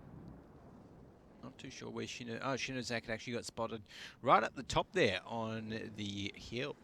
So good spotting from maybe Backcong or Revelation. No, he was up in the O line, peeking down that line. So probably one of those guys down there was the one to shoot him. Well, at least now the guys on Karen Tiger have some good information to play off of, and it looks like AkioV actually will be pushing up this line here with that IS4. Which is interesting, maybe a little bit risky to do it solo. But it's looking like most of the Dark Wolves really want a 2-flag push right here from Karen Tiger. If Karen Tiger push on towards a 2-flag, then DW are perfectly set up to defend it. Right, they've got Caviar on one side, they've got Revolution in the middle, they've got the rest of their tanks pretty much on that right side there as well. So that's where they're going to be hoping Karen Tiger pushes. But if Karen Tiger wants to, they could rotate towards a rail yard and make a good push there. But I think the issue for them is that they don't have the intel that we have. No, they definitely don't. Really, Karen Tiger just playing this a little bit slower than I probably expected them to. But again, not really being punished for it, so it's all good. All's well that ends well. So, right now, Karen Tiger are just going to be waiting it out and not really making any pushes yet until those two other tanks come up the hill. In the meantime, the AMX 50B will be looking down the road and trying to kind of hope that maybe one of the Dark Wolves members pokes their head up there. It doesn't look like he will be doing that though. So it's looking like now we do see some shots fired. Accio V hasn't been spotted just yet. But now with all of the Karen Tiger members up on the hill, surely they should make a push soon. Yeah, they slowly but surely making their way forward. Accio V in the IS-4 is quite far forward in the banana, given that he's on his own. He's actually falling back a little bit here as well, so just waiting to see what his team decides to do before he makes any committed movements through that banana area. Yeah. It's not looking like any committed movements are going to be made yet. We've got 6 minutes and 22 seconds left on the clock, and taking a look now at Yui, who might be the first one to spot Accio V moving down the banana. And in that FV215B, of course, which is a bit of a fun fact for everyone out there. Made to defeat the IS-3 back when it was made. And one of the first tanks where the commander can actually rotate the turret separately from the gun. This is getting a little bit interesting. Both these guys very close to each other, but Shinozaki not too keen to take a duel there. Though it's surprising considering he's got the lower HP. But does spot out the opposition Batchat.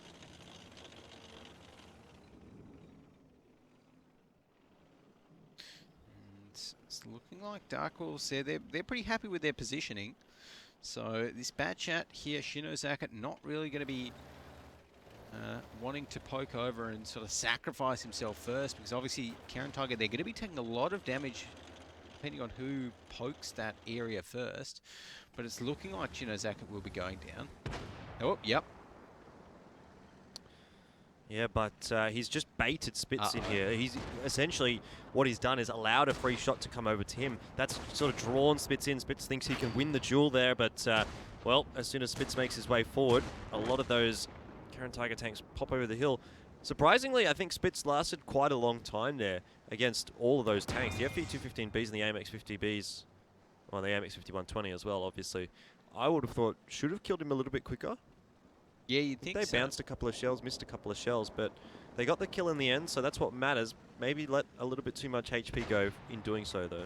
Oh, and Shinozaki, actually, they're trying to trade it out with Revolution. That's not going well at all. He's taken about 400 or so damage for his troubles in that one, and he's going to be reloading. So right now, we're probably going to be having another reset while these guys on Karen Tiger reload. And now that they know that Dark Wolves are right down there, and down that zero line, I think it is actually a good move for them to try for the rotate. They've got 4 minutes and 12 seconds left, so not a bad amount of time to try and get the rotate happening. And it's looking like Accio V here in the IS-4, rotating that big 122mm gun around. And with the way that he's pointing, it looks like maybe they might be heading back towards the rail yard, but no, it looks like Karen Tiger instead. They've just reloaded everything, and we'll be heading back down the zero line fairly soon. Yeah, so Karen Tiger have really taken their time about this game. They haven't made really any movements apart from that one small push up the hill, picking off Spitz, and they've got the advantage here, so not really sure what they're waiting for.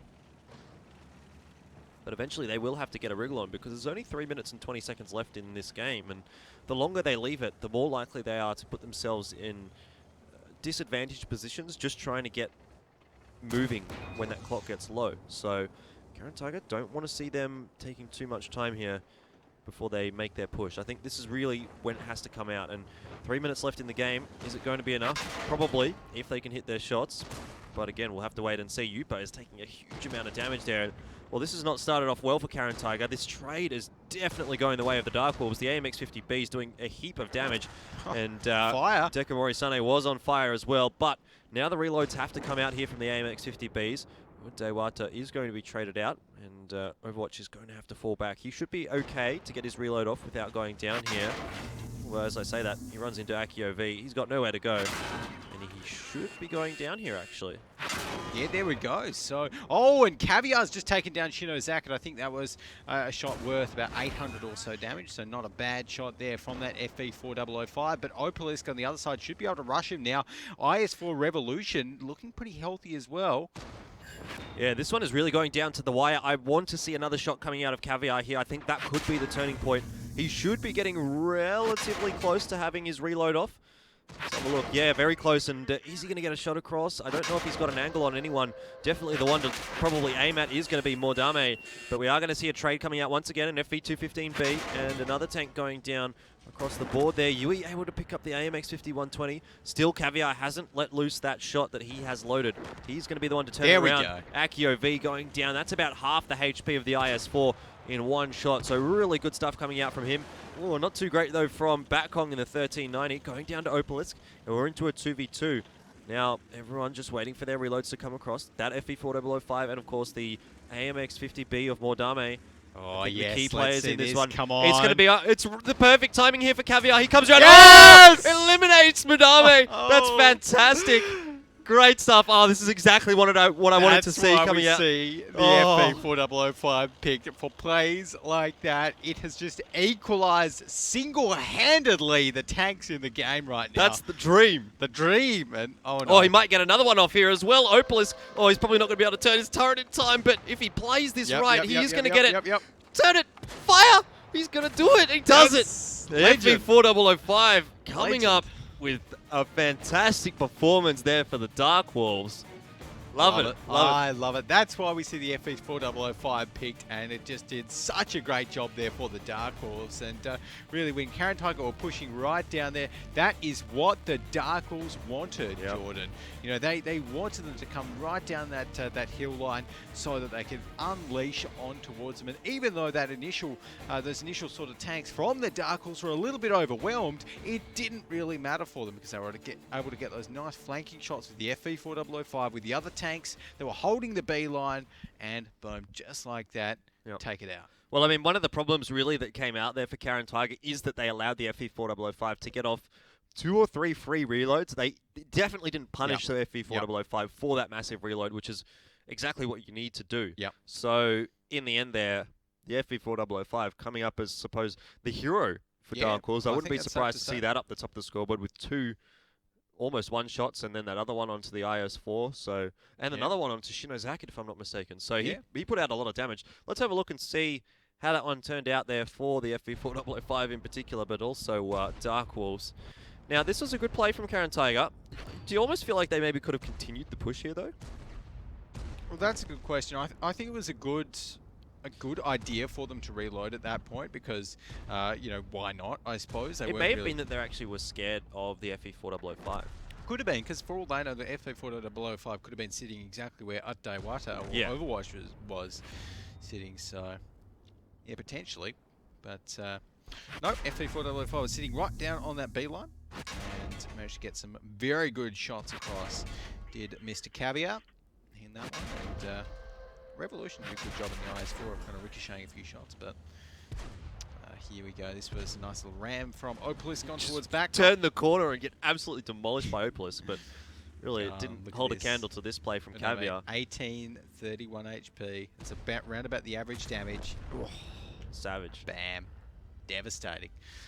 Devastating for Mr. Caviar there, and you know that's why it works when you've got when you're playing against a team like that, right? So in that game, if Karen Tiger had picked like some even T57 heavies, honestly, or E100s instead of those AMXs, I mean, obviously there's no way to know because it's blind pick, but then that FV4005 would have been a lot less effective. Yeah. So it is still a bit of a roll of the dice when these teams pick the FV4005 because they can't see the enemy team's picks. But in that case, you had the right tanks to play against it. Worked out really well. I want you to take a guess here as to how much damage the FV4005 did. 3.2k. All right, well, let's have the damage numbers up here and see if you're right. I think it might be a little bit higher than that, but let's have a look. 4.5. Whoa. Wow. Okay. 4 shots. 4 shots. 4 shots, 4.5k. Easy game, easy life. Easy game, easy life for Mr. Caviar in that one, and I think 2 of his shots probably dealt 3.2. Yeah. 1800 on the AMX 50B, and then the final one on the Bat Chat would have been probably just over 1,000 as well. So Yep. Big plays there by Mr. Caviar, and hopefully we'll see that coming out more. Obviously, I'd love to see more of that. Yep. Yeah. Certainly more effective than the T110E3s that we've been seeing here on Oh, Hillsdorf. please, no more T110E3s. Like, yeah, seriously. That's a real tank destroyer. Yeah. None of this like a kind of slow train that can't even turn stuff. It's like, pick an FV4005, Well, guys. you say that, Come but on. the FV4005 is kind of slow and it can't turn very well. Well, not compared to the T110E3. But yes, Let's be honest. I get your point, and also it's a little bit more explosive and fun. Yes, that's what we like. And then, it could have happened where it just like fired one shot and then got rushed and killed in 20 seconds. So. Still, that's what we like to see, but I don't know if it's going to be enough here for Dark Wolves. Sure, they pick up that one victory there on Himmelsdorf, going 1-1, back to 3-1 in the favour of Karen Tiger. But we're going to be heading over to Steps here now, which is a really good map for Karen Tiger. It's their second best map. So still a little bit worried here for Dark Wolves. They're going to have to lift off the back of that match and come into this one kicking. Yeah, so taking a look at the tank picks, nothing is really given away by either teams with these ones. They're both going with fairly medium, fairly fast, mobile lineups. Of course, at 113 on both sides. A Chinese tier 10 heavy that plays a lot like a medium tank. But nothing too crazy. I do like to see that RU251 on Karen Tiger's side. Means they're probably going to be looking on the defense. Probably going to be starting off there, but we'll wait to find out, I guess. And Dark Wolves, again, you said that Steps was... It's an okay map for Dark Wolves, but very good map for Karen Tiger. Yeah. So... I can't remember really any notable performances of the Dark Wolves on Steps, so... yeah, I feel as though Karen Tiger, it is a map that suits them. Yeah. But now, the interesting thing between the two teams is that Dark Wolves is pretty good on their attacking side on Steps. Karen Tiger, on the other hand, very good on their defending side. So it's sort of a bit of a clash of play styles coming out here. Karen Tiger, I'd still favour to pick up the defensive side, and I think they'll have enough on their attacking side to get through the very weak defensive Dark Wolves. So I would be looking towards a 2-0 here on Steps for the Karen Tiger. 2-0? Yeah. No, I can see that. I can see that happening. I think. I reckon. I'm just thinking whether am I going to go 2-0 or it could potentially be a 1-1. I wouldn't be surprised because Steps. I feel as though it's a map which really when both of the teams are fairly close, it's quite easy to pick up a win on the attack sometimes. But I'll go 2-0 to Karen Tiger as well. Why not? Let's stick with it. They're looking pretty good, and the FV4005 is not showing its ugly head on Steps so far. So it would be a little bit out of place here on Steps. Just a little bit, yeah. Honestly, the travel time of the Hess shell is the main issue with it. On Steps, you'd have to use it with AP, which honestly isn't the end of the world. Like, I think we could actually see more teams pick it up with AP as well because it's decent. But anyways. Alrighty, well, let's have a look and see what Dark Wolves opt to do on their attacking side. This is their favoured side on Steps. They have a 60% win rate on it throughout the first few weeks of play. So if they were going to pick up a win, I'd say it is going to be on this attacking side. They'll definitely want to be doing that. Not let themselves get to a 4-1 deficit. So an important match coming out now for the Dark Wolves. And they're going aggressively forward, but they're sacrificing a lot of HP in doing so. Batkong is already well below half HP. And Akio V might be able to finish him off if he lands a couple of good shots. In fact, Akio V deciding to change his fire over to Caviar there, who's now also down below half HP. Every time the Dark Wolves try to go aggressive, they really sacrifice such a huge amount of HP. Yeah. They don't seem to be too used to being aggressive right there, but the issue for Karen Tiger is that Shino Zakati still actually got his ammo rack damaged a little bit, and that could be quite dangerous for him. Akio V. Yeah. Just getting caught out.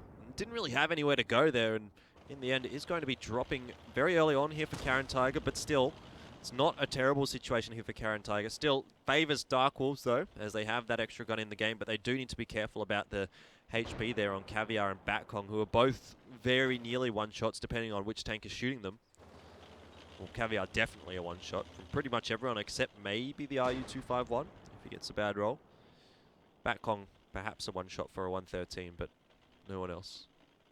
Yeah, there we go. So right now we are going to be seeing Dark Wolves just retreating a little bit. And Karen Tiger got to be pretty happy with their defense, apart from the fact that they lost Aki OV there. They did trade kind of effectively. But the issue is now for them that Shinozaka in his bat chat, like realistically speaking, he's probably only going to have one full reload left. I wonder if Shinozaka has already used his well, he repair must. kit, Well, because actually, yeah, maybe he hasn't. Yeah, no, he has. Yeah. Yeah. So normally you would see the ammo rack being repaired there, but in this case, Shinozaka doesn't have that available to him. So look at the reload time. He's still reloading from that last battle. That is. It barely painful. looks like yeah, it's it doesn't moving. look like it's moving. It looks like the exactly. mod's broken, but no, he's actually reloading. Yep. That is not. How long very is the nice. reload when you've got a damaged ammo rack? It's It's over like- a minute. Yeah. Definitely over a minute. It is a painful reload, Well, but he gets it at least. So it's some you good will news. have to make these 5 shots count, really, because I don't see him Yeah. getting another reload off if another big battle comes out. Definitely not. He's got to put every single one of them into the Dark Wolves. So right now the Dark Wolves, though, we're going to be seeing Revolution spotted. And, Mubesi. should be a good shot. Yeah, Yeah, 2 Mubesi. shots. Oh, That's not good for Karen Tiger there. not looking good at all. But I do like how CT are kind of moving to try and get the flank at the moment. But some of their tanks have actually been spotted out, so Polly's going to take some damage. Yeah, certainly takes more like a lot of damage, and he is going to be going down there as well. Spitz picking up that kill, taking out his Batchat counterpart. Now the focus over onto Yupa, who's trying to make his way forward in the Object 140, but, well, it's not really working out too well for him. He's being absolutely peppered from all sides. Opalisk is able to take down Batkong, but there's the trade. Overwatch picking up Yupa, and it does seem like Karen Tiger are really starting to fall apart now after losing that second round rather on Himmelsdorf, the first victory round for Dark Wolves. Seems to put a bit of a second wind in their sails, so maybe we're going to be seeing something come of this series. Maybe, hopefully. It would be great to see Dark Wolves equalise this up, and it's looking like that is exactly what they're going to be doing here on Steps, but with so many of their members so low, they still have to be a little bit careful. Shinozaka's still alive. I don't know how. How many shots has he got Oh, left? no, Mubesi missed. You can't miss those. No, you definitely can't. Wata able to take him down quite easily. Opalisk trying to do what he can in the RU-251. But really what he can do is probably not a whole lot, being that tier 8 tank. It's a pretty good gun for a tier 8 tank, but can't really stand up to the Batchats. Overwatch should get himself an easy kill here if he doesn't stop turning his turret in the wrong direction. Yep, that helped. Helped just a little bit. But look how low all of the members on the Dark Wolves are. Spitz is one shot, Yui's one shot, Caviar's one shot, then it's a 3v2. But well, it's at the not a moment, 3v2, so at the moment, Shinozaka, it's almost irrelevant because he's probably got another 40 seconds or so on his reload. Oh, oh, that's right, of course. He's been sitting back there for like the last minute. And his gunner's dead as well. He's pretty much useless. Yeah, he's a couple of tracks on wheels, and the gun's just, I don't know what I would even make an equivalent of it. It's a wet 10 noodle. seconds left. Yeah, wet noodle, exactly. And I don't think he's going to be able to get there in time to reset the cap. So Dark Horse just going to be going with the safe bet and getting the cap happening. 4 minutes left on the clock. So there we go. Now 3 and 2 here for the Dark Wolves. Starting to climb this small little hill that Karen Tiger had been building, but doing well for it. So looking good here is the Dark Wolves on this small little resurgence, but Karen Tiger, whether or not they can return the favour on their own attacking side, I'd say they could, but we'll have to wait and see. Well, obviously, like you said, you know, attacking side on Steps, that's where I'm favouring Karen Tiger to definitely pick it up. But that was a very impressive showing by Dark Wolves, and, you know, not really, Karen Tiger didn't really come close in that, particularly with the early aggression the Dark Wolves showed that really paid off well. Yeah, look, I did feel like that round there for Dark Wolves was almost a must-win on Steps because I'm not so sure about their defense on Steps. I don't think it's very good. But again, we'll have to wait and see. But first, we'll have a look back here. I initially thought this wasn't a great sort of a start here for Dark Horse, and probably wasn't, all things considered, until this point where they pick up Akio V. And really, Akio V just got himself caught out and didn't have any backup from his teammates. So some mispositioning, maybe some miscommunication there from Karen Tiger. Yeah, like often that little mound that Akio V was sitting in, it is very hard to hit shots on. So I think another slight element of it there for Akio V was just got a little bit unlucky. Yeah. You know, in having some of those shots actually hit him, because you know, yeah, Batchat's got a fairly accurate gun, but not accurate enough to hit that shot 100% of the time by a far stretch. So yeah, I mean, I guess that's just the run of the game. Yeah, well, speaking of run of the game, let's have a look and see who was doing the damage. I dare say we're not going to be seeing much coming out from some members of this position, but Shinozaki up there, even though he had that really long reload time, able to do the most damage on Karen Tiger, so that's quite a performance. Yeah, pretty impressive performance actually for having a tank that was essentially crippled for most of the game. Yeah. And Madame there with 1876 damage in that Batchat, but overall, I think it was just a solid average amount of damage by each Dark Wolves player. No kind of standout performances from them as such. And well, Opalisk in the RU251 did a little bit of work, 1.2k damage. Can't complain about that. Yep. But yeah, 3-2 at the moment. So I feel as though Karen Tiger at the moment, the momentum shifted away from them. It has. Right? So Dark Wolves right now, they are going to be feeling a little bit more confident coming in towards the defensive side of steps, which they aren't quite as confident. Exactly, on. exactly. You know, I think they've been using these fairly standard-ish setups, using what they're comfortable with, and playing a little bit more of what they're comfortable with. If they keep on doing that, then I wouldn't be surprised to see them pick up even this defensive side. All right, well, let's see what's going to happen here for these two teams, because I think it's about time to get underway. Dark Wolves going for a pretty standard setup. Similarly, Karen Tiger also with a fairly standard setup. And do you think Dark Wolves are going to be able to do this, bring it back to a 3-3? I'm going to be backing Karen Tiger in this one. Well, yes, standard. I'm not sure if standard always includes two object 430s, and well, I mean, it's not out of left field, really. No, I agree. You know, it's again similar to the object 140 in quite a few ways. You know, just medium tank. Can't get them too different, I suppose, particularly on the Soviet line. No. But overall, the Object 130 with the 100mm cannon, you know, it does deal a lot of damage, but it hasn't had so much success so far in our season. You know, 30-something% win rate, I think, with the Object, and with two of them on the attack, Karen Tiger are really going to be wanting to kind of get into a brawl, I think, and actually push right on towards Dark Wolves quite early on to make those ones work. And I don't think Dark Wolves will really be expecting that, so I think that's their best bet for taking this one out. Okay. Dark Wolves, yeah, I'm not so confident about them, though, here on the defensive side. Currently, they've played defensive side on steps 5 times. They've only been able to pick up a victory on it once. So it's not an incredible statistic when you're looking down a potentially 4-2 deficit if they lose this one. So, again, still trying times here for Dark Wolves. I'm not quite confident, even though we've seen a couple of good rounds coming out for them. I still think Karen Tiger have it in them. Yeah, you reckon? Yep. Okay. Well, I said 2-0 to Karen Tiger, so I can't go back now, but Dark Wolves are definitely looking quite strong. So let's head out with the guys from Karen Tiger, see if they do go for any rushes early on. It's looking like the answer to that is a no, because they're splitting up a little bit. Instead, Polly and Akio V heading towards the top, with the rest of Karen Tiger heading towards the 2 flag down the bottom of the valley. So Dark Wolves going more towards that 1 cap sort of a defense, which is somewhat atypical here on steps.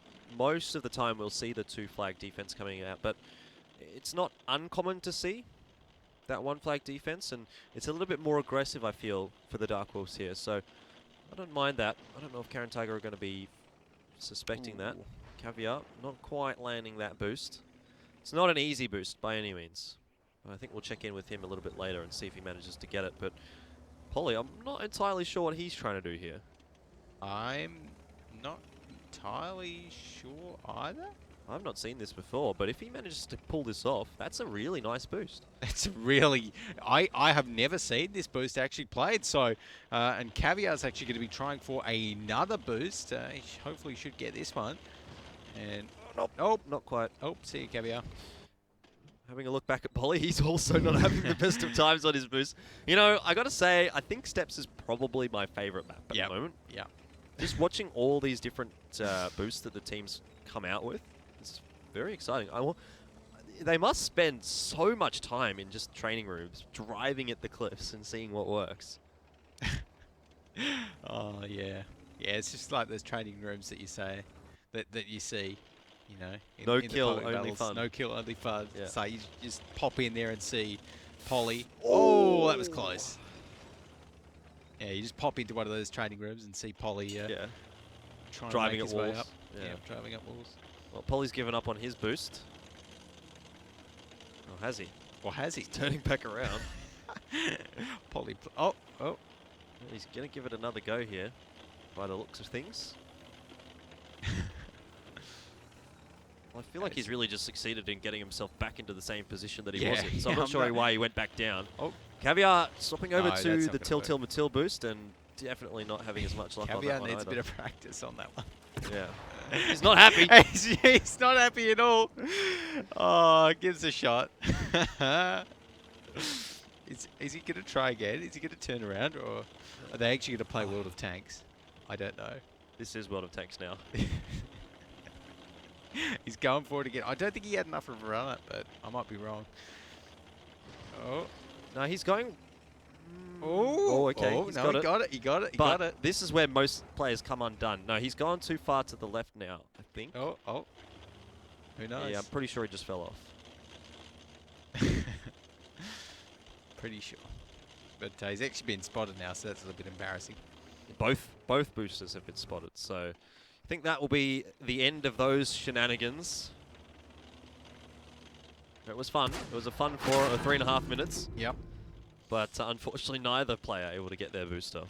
Okay, so boosts aside, we've actually got Karen Tiger moving on towards the 2 flag right here. They're putting their object 430s right on towards the flag, so I actually don't really mind that. The object 430 has pretty strong turret armor, 248 at the front, 185 on the side, so you know, it's not the worst in hold down positions. As Caviar shoots one towards Opalisk. But 20 seconds left, so Dark Horse are actually pressured to get in here. I think the issue for Karen Tiger is that they don't have Polly in the fight. Yeah, they certainly don't. He needs to rotate all the way across through the south end of the map.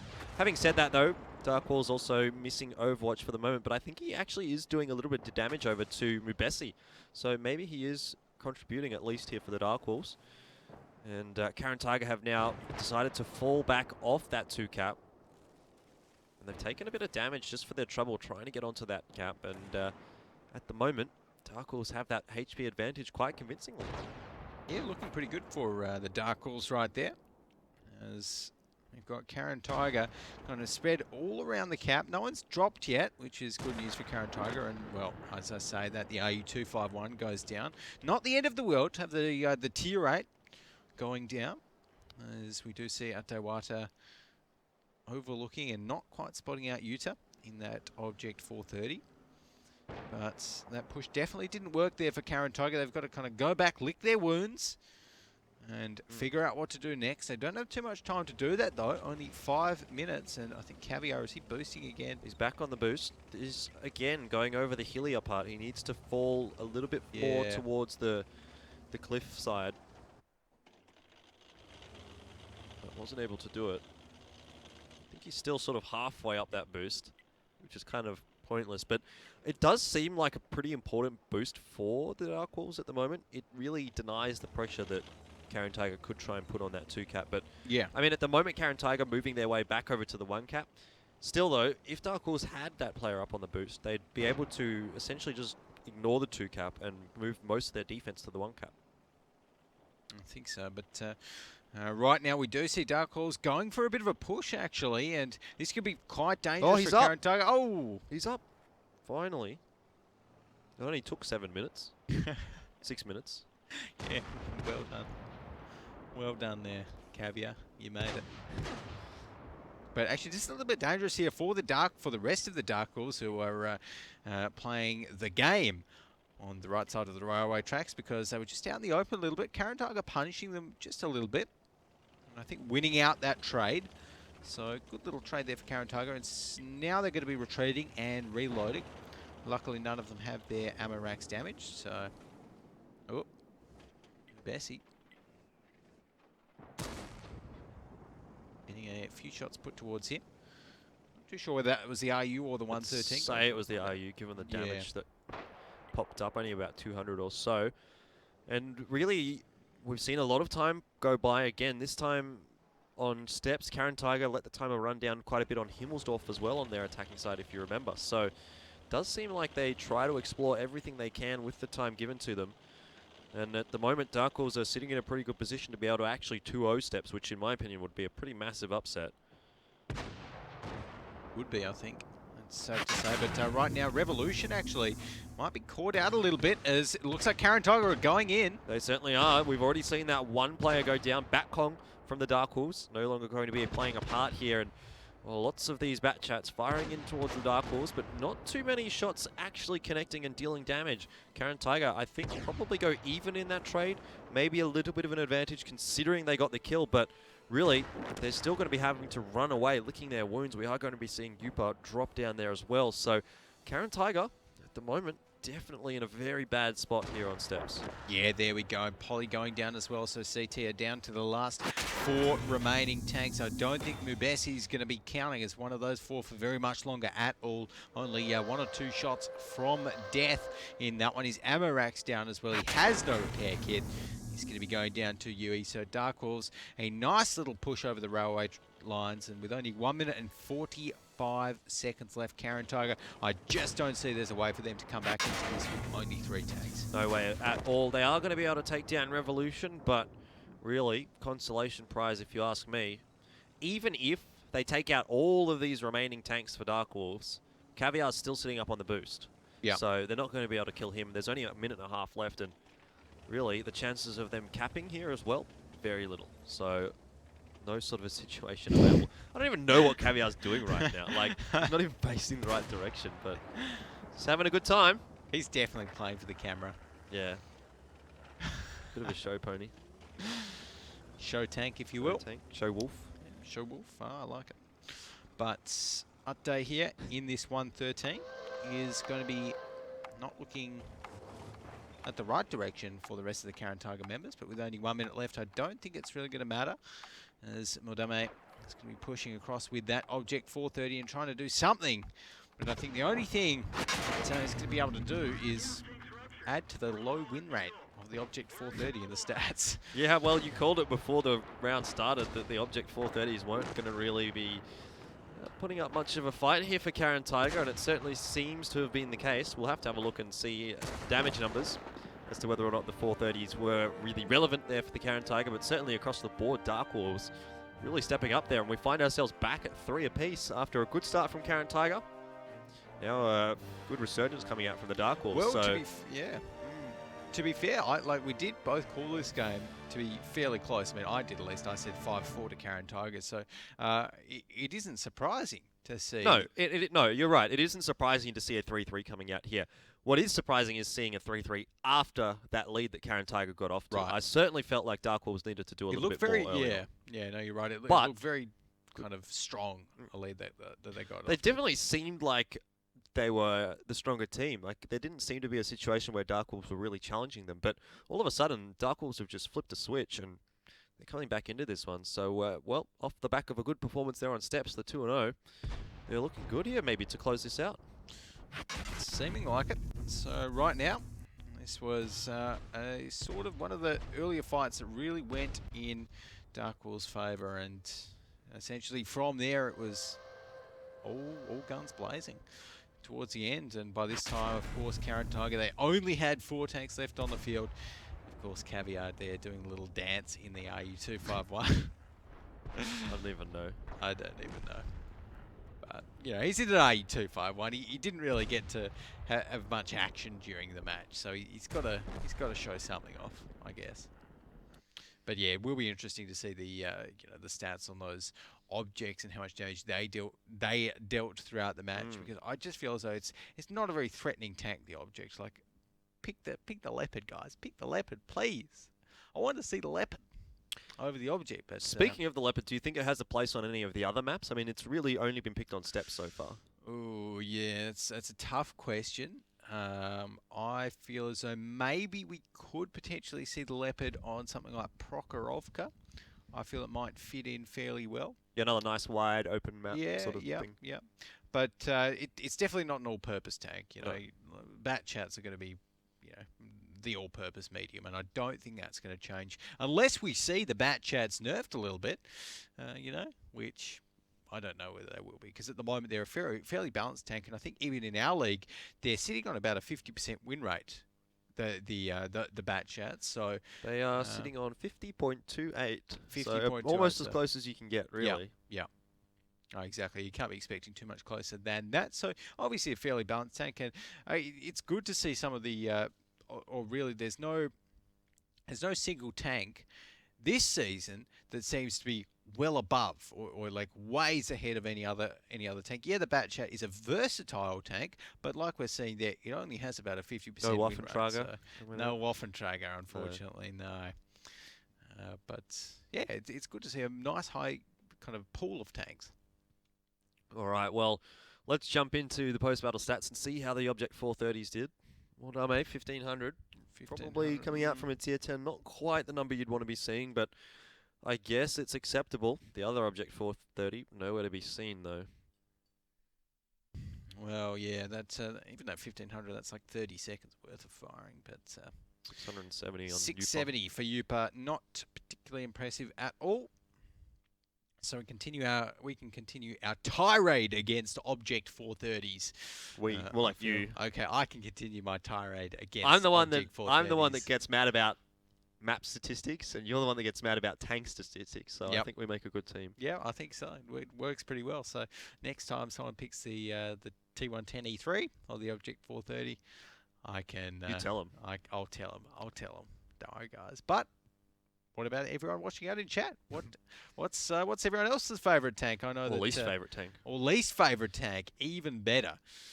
Out of any tier 8, 9, or 10 tank. Why don't you tell us? Head on over to hashtag WGL APAC, or you can even tag us on Twitter at WGL APAC. Give us a follow while you're at it, and let us know your least favourite tank and why. And in fact, that's a good little segue, Jordan, to remind everyone that today we will be giving away 200,000 silver credits and 3 days worth of premium, and that can be our contest today. All you have to do is tell us either via Twitter or message us here on Twitch with your least favourite tank in the game and why. Make sure to include your World of Tanks Asia username, though, otherwise we can't give you the prize.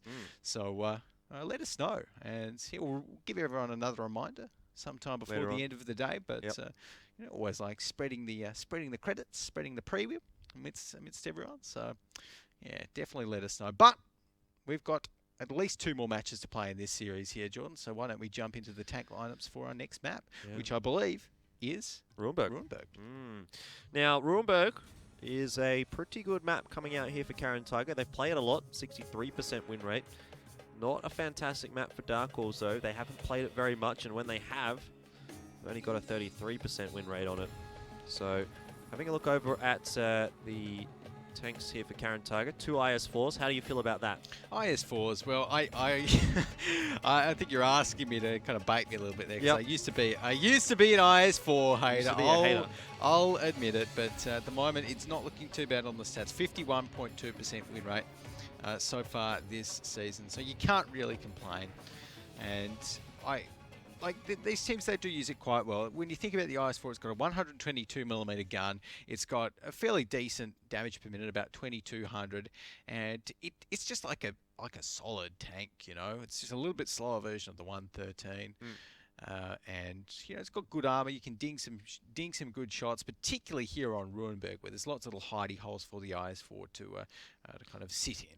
Yeah, look, again, it's sort of in place there, I suppose, of the IS7s, which we also tend to see a fair bit on Ruinberg here. So we'll see how it turns out. Now, having a look at both of those lineups, and considering also the statistics of the the two teams on this map, how do you feel this one might turn out here? I think I'm probably going to be favouring Karen Tiger again, but I said the same thing about Steps, and that went 2-0 to Dark Wolves. So, well, CT have an average win rate of 63% on Ruinberg, 75% on their attack, 50% on their defense. So they're certainly not bad at it. But in terms of the tank picks at the moment, I'm probably favouring CT as well, because they're on the defensive side here. And they've got a good mix. They've got the 2 Bat Chat tier 9s. So yeah, I'm going to be going CT, but it is Ruinberg, so it's so hard to call a 2-0 in Ruinberg. I think I'm going to be going one apiece. alrighty, well, let's see how it turns out. Dark Wolves at the moment on the attacking side. They're going to be moving down to the south of the map, and funnily enough, Karen Tiger haven't actually put a tank down in that KO line. They're much more focused over towards the 1-cap side of the map as opposed to the 2-cap. Really, Opalisk is the only player here for Karen Tiger that's going to be relevant on this half of the map. Having said that, though, he's done a nice job of spotting out 3 of those enemy tanks, maybe even 4, just 3, I think. But regardless, he has been spotted out himself and takes a little bit of damage for his trouble there, but I think the information that he gathers is probably worth this bit of damage that he's taken. Now the Karen Tiger know what's on the cards here from Dark Wolves. I'm surprised not to see a bit more of a rotation coming out here from Karen Tiger, though. Interesting, actually. Karen Tiger looking like Yupa actually might be heading towards the kind of fray, if you will, in his IS-4. And we've got Mudame sitting on that 1 flag in that tier 9 batch. Shinozak's holding back as well. So Karen Tiger aren't committing to this 2-flag defense just yet, but they are going to need to soon, because all of the Dark Wolves are heading right up there, apart from a couple in that K0 area that are holding back, and they're going to start to get themselves on towards a flag. They've sat Caviar up in that little hidey hole up there in that IS-7. Good little spot for that. Going to be hard for Karen Tiger to break him out. And they're going to start the cap. Yeah, they certainly are. I'm not sure about this here for the Karen Tiger. I feel like they've given up too much positioning to the Dark Wolves just for free, almost. But let's see how it turns out. Only 40 seconds left on this base timer here. So Karen Tiger will have to make their move very shortly. Mordame down towards the town. I'm sure he'll rotate through there. So he could be a player of importance here for Karen Tiger, but they are going to need to get the reset. He won't be there in time for that. Really, Yupa, he's taken a couple of free shots as he's moved up towards this position that he finds himself in. And there is going to be a reset coming across. Good Day Wata gets tagged up just a little bit, but certainly Karen Tiger really not having the greatest of times here as they continually taking damage, particularly Yupa. I don't like this position from him or Shinozaki. Yeah, exactly. It's not great. I don't think Yupa is just available for Caviar to fire at again and again. With 20 seconds left on the clock, it's looking like Dark Wolves are going to be pushing up towards the town, and I'm just not liking Karen Tiger's positions right here. They don't have Opalisk, they don't have Madame, they don't have those 2 tanks up in the field ready to commit towards this town defense. Yeah, this is not looking too good at all here for Karen Tiger. Polly getting absolutely smashed. Akio V as well, going to be going down relatively shortly. There he goes. The AMX-50B of Dekamori Sane manages to get 1 clip off, but he is going to be taken out here as well by the Dark Wolves. That was just a perfectly timed push coming out from the attacking side. They've fallen off that cap, but they don't mind about, I guess, removing that pressure. They have put enough pressure on in terms of the tank department. They have taken out so many enemy tanks. Karen Tiger left reeling after that, and really it came down to the fact that Opalisk and Modame were almost irrelevant in that entire battle, and Karen Tiger had already had a bit of a disadvantage in terms of the HP pulls before that begun. So there was really no other situation than what we see playing out here. Dark Wolves was always going to win that fight, and a very good performance coming out from them here on the attacking side of Ruinberg. Well, call me a turncoat, but I'm feeling a Dark Wolves win might be on the cards. Yeah, well, I don't know. I think you might not be wrong here. It's going to be tricky for, again, Dark Wolves to win out the defensive side here on Ruinberg, but they should have this attack pretty much in the bag. Only Opalisk left, 736 HP. Tier 9 Batchat is not going to be able to do what he needs to do to win this one, so... Oh, there we go. Bit of a little ram coming in there from Mr. Batcon on towards Opalisk, but there we go, 4-3 to Dark Wolves. yeah, clutch it back. And Karen Tiger, they're on a bit of a slide downhill at the moment. You know, I figured when I was making my 5-4 prediction in this series that it was going to be kind of like one apiece, one apiece, you know, sort of, and step up like that. But, you know, it's like Karen Tiger 3 and then Dark Horse 4. Like, so they really need to get something under their belts. They need to get this next win, obviously, to stay in the series. But it's going to be hard for them because all of the momentum, they have none of it at the moment. It's definitely not played out the way we expected to see it coming out here for Karen Tiger. Definitely hasn't played out the way they wanted it to either. But this performance on Rurenberg, particularly here from the Dark Horse, was very convincing. Yeah, so the Dark Horse right now, just going to be, yeah, getting the early shots off on towards Opalisk. And that was pretty crucial for them. They dealt about half damage towards Opalisk early on. And then this push in towards the town, so they could see that Karen Tiger didn't have all of their tanks in the town. The two IS-4s were out in the field. They had Opalisk and Mudame not in the town as well, so they just committed to the town. They brawled it out. They simply had more tanks, more guns in the fight than Karen. And that was it. Yep, it was really clinical performance coming out from the Dark Horse there. Everything they did in that particular matchup was just well thought out, and it was the perfect timing across the board. They were just perfect on Rurenberg there. So now they'll move over to their defensive side, which is their side that they've won their only map on Rurenberg, apart from that one that we just saw. So again, it's not a big sample pool, but they do have a track record of wins on Rurenberg defense. On the other hand, Karen Tiger have a track record of wins on Rurenberg attack. So, again, a difference in play style coming out between the two teams. But we'll see how it matches up. Before we get into that, though, let's have a look and see who did the damage.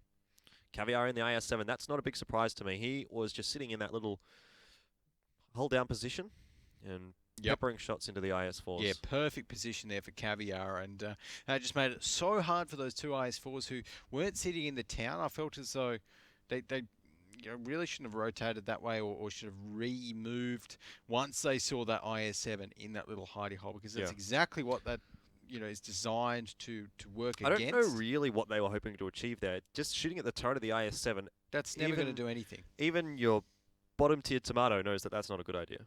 Even your bottom tier tomato, I like it.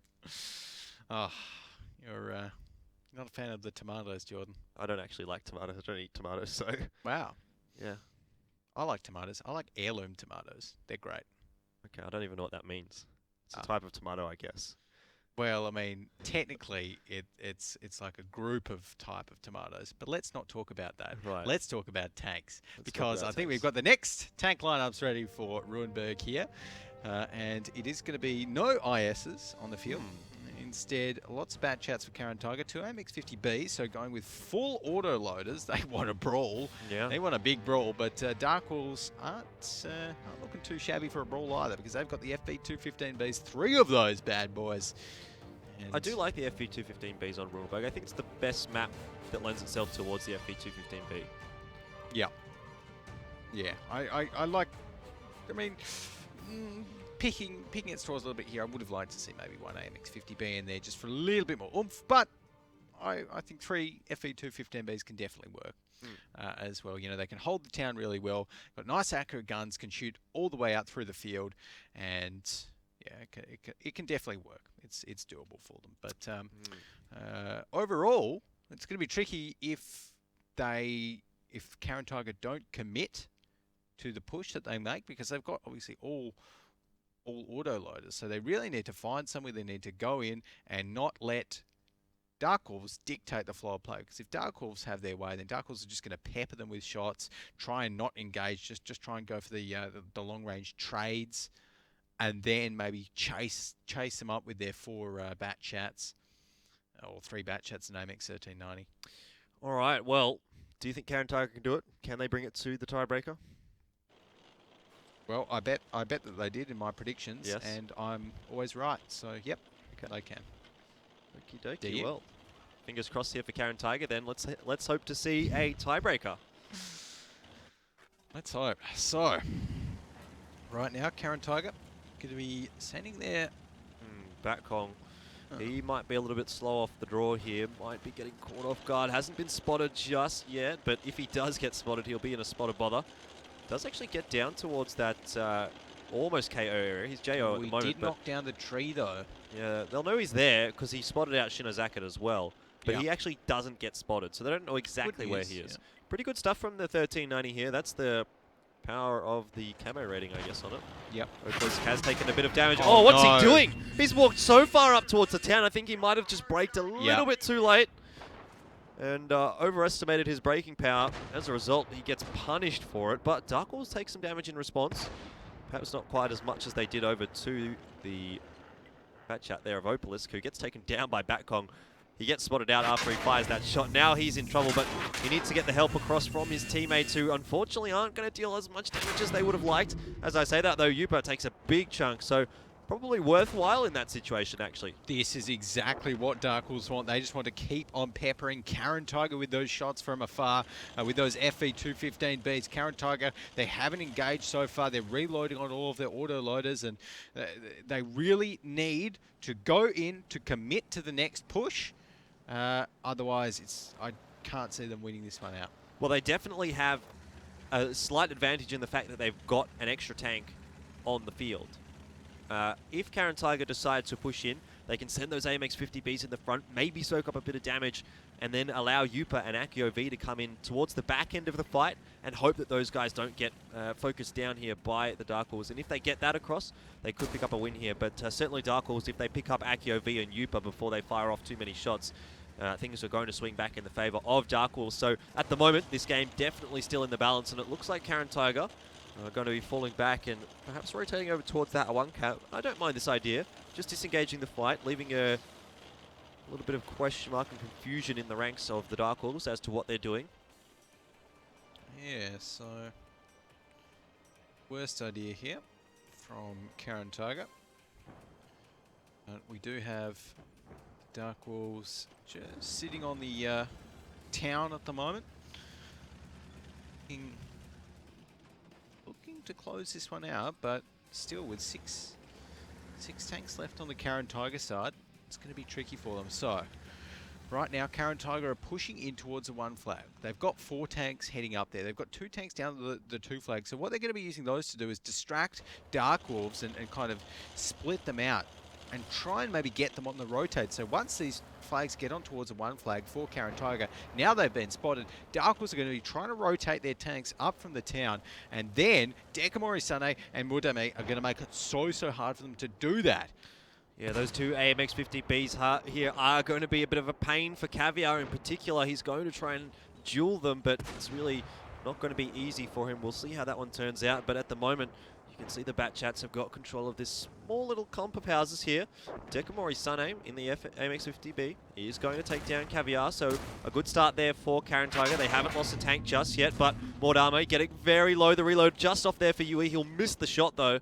Mordame gets into safety, but for how long is he going to be safe here? Because really, as soon as he peeks out from that position, he'll be spotted and should be taken out. 21 seconds left on the clock here, but look at how low all these players from Karen Tiger are. This could still go either way at the moment, Alex, because Polly down to 1 shot, Mudame down to 1 shot, Akio V 1 shot, Yupa only 2 shots, and there's only 9 seconds left on the cap timer here, so Dark Horse have to make their move. It's Overwatch. He has to get the reset here. He spotted out Yupa, but is he going to get it? He takes down Akio V. Massive reset. He does sacrifice his life there, but gets the 1-for-1 trade, and more importantly, the reset. Now it's down to both the FV215Bs here from the Dark Wolves to really clean things up here, but they're in a 2v4 situation, and despite the fact that they have such a big HP advantage, or had such a big HP advantage, the guns in the game that they have may not have enough damage to actually deal across to the Karen Tiger before they go down. So back down to a bit of a slower situation now. Utewara is going to pop a shot there into Dekamori Sane, and Yui going down. I think that's the death sentence here for the Dark Wolves.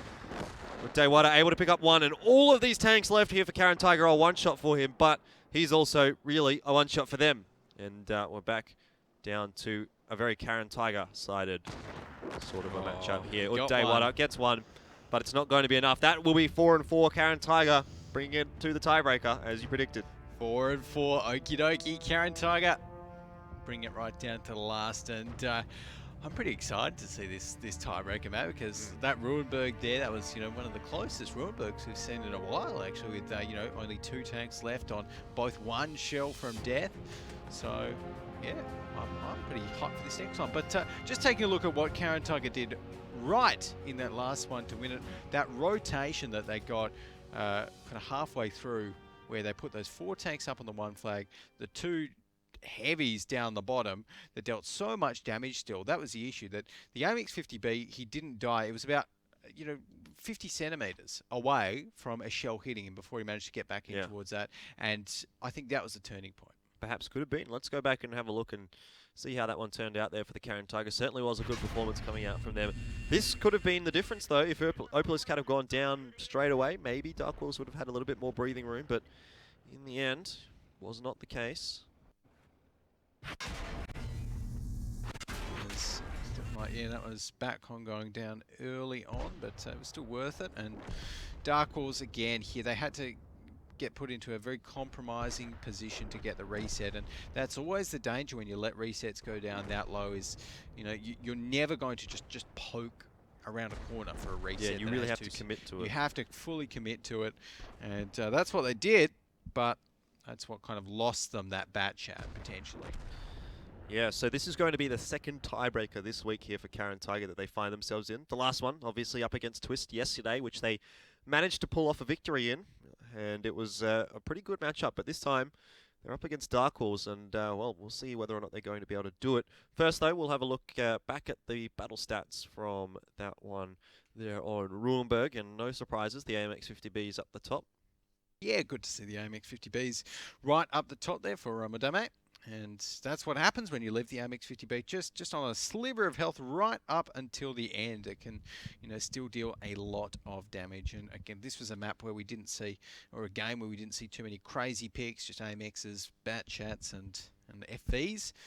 But really, it was, the story was told by the excellent rotation of Karen Tiger. And, the early push didn't really look like it was going to work out so well for Karen Tiger. Once that AMX 1390 got a few spots on towards them, once the Dark Wolves got some good shells, good shots, good trades on towards them from the city, and kind of beat them out in terms of HP. But obviously, like you said, guns in the game. Got to remember that. Certainly was a turning point there for Karen Tiger, but let's put all that behind us now. We're here in 4-4. We're going over to our tiebreaker map, which is going to be Mines. Now, the way the tiebreaker works, the team that had the fastest winning round gets to pick their side. And in this case, that was Karen Tiger. They've chosen defense here on Mines. And we saw Mines earlier on in this series. Went to a 2-0 to Karen Tiger. However, historically speaking, Dark Wolves have had better stats on Mines. So I don't think this is all over just yet. I do. I think Karen Tiger are going to win it. You don't? Yeah, no, I do think it's all over. I think Karen Tiger are going to win it. Oh, but you do? Okay. Yeah. Right. I mean, I might be getting a little bit ahead of myself, but like you said, it was 2-0 to Karen Tiger. It was. At the start of and this quite series. convincingly so as well. Exactly, and quite convincingly so, particularly on their defense. So really, that's why I'm going to be going for Karen Tiger here. But in saying that, Dark Wolves will have learnt quite a bit. That was the point I was going to make. From their 2 losses there to Karen Tiger. And again, the momentum's sort of shifted a little bit, and Karen Tiger probably didn't want this one to go to a tiebreaker when they started off 3-0. No. But yeah, I still think Karen Tiger should be able to take this one out. They're confident on Mines. They've 2-0'd it so far. I'm going to go CT with my original prediction. That would also mean that's true as well, which was 5-4. Well, fingers crossed for you. I would be leaning towards a Karen Tiger victory here as well. I think that 2-0 that they picked up on Mines initially is it looked good enough for me to put them through here, but I think really it's going to come down to how much Dark Wolves have learned and adapted off those 2 losses that happened here on Mines, and whether or not they can come back and really bring that learning into this one, because they've essentially got a second chance here on Mines, and well, they're going to have to make the best of it if they want to pick up a victory here. But Karen Tiger, if they pick this up, it's 2 tiebreaker wins out of 2 this week. Yeah, well, that would make sense for them to do so, I think. And I suppose I wonder if we will be seeing something like the T49 again coming out of Karen Tiger this time. But yep, I think the answer is yes, we will. On the defense, I like it. So Pretty standard lineups coming out here. No T49 this time for Dark Wolves, which we saw them pick up on Mines at least once. But just having a look at those tank lineups, it's hard to call, really. The only real difference is an extra MX50 on Karen Tiger and the IE251 versus the T49. I don't mind Karen Tiger here, though. I think the extra MX50B going to give them just that little bit of extra damage in the brawls. And the T49, if he can get a good shot off, there's a few squishy targets there available for him. So not too bad for Karen Tiger here, but similarly, it's not a bad lineup coming out for Dark Wolves either. It's really just going to come down to how they play in the game. Yep, I think so. So we'll have to wait and find out, I guess, how they do end up playing it. But looking at Karen Tiger's lineup, looking at what they did in the earlier games in this series, there's nothing to suggest to me that it won't be just a stock standard hill push coming out of Karen Tiger. Yeah, they are on the defense, but really wouldn't be surprised just to see them heading straight. Well, we did see them go for that on their defense the first time they played Mines today. They definitely went for that Mines push, and that's where we saw that big brawl came out. That was actually the very first round of this series. So it ends where it begins, Alex. Yep. Dark Wolves on the attack on Mines, Karen Tiger on the defense. Okie dokie, let's head into it. So, CT going to be heading up the hill. And Dark Wolves not heading up the hill. This is exactly what we saw Dark Wolves doing, though, in their first matchup here on Mines. They pushed in towards the 2-cap, and they weren't too keen on it. They fell back, made their way up to the hill, and as a result, that brawl came out between the two teams. And Dark Wolves right now actually going to be taking some shots on the side. I think that T49 just missed that big shot, which is unfortunate, but Dark Wolves not actually losing too much health. Only Overwatch was actually hit there on the cross. And you really could have done a lot worse than that, because if that T49 shot had hit, for example, then he could have been downed. Certainly could have. Opalisk trying to make his way over towards the southern end of the map here. He's going to be the one to try and hold off that area of the map, while the rest of his team probably focus on getting the reset here. Opalisk has been spotted out, but we do know actually this position here for Opalisk, not a bad one for resetting the cap either.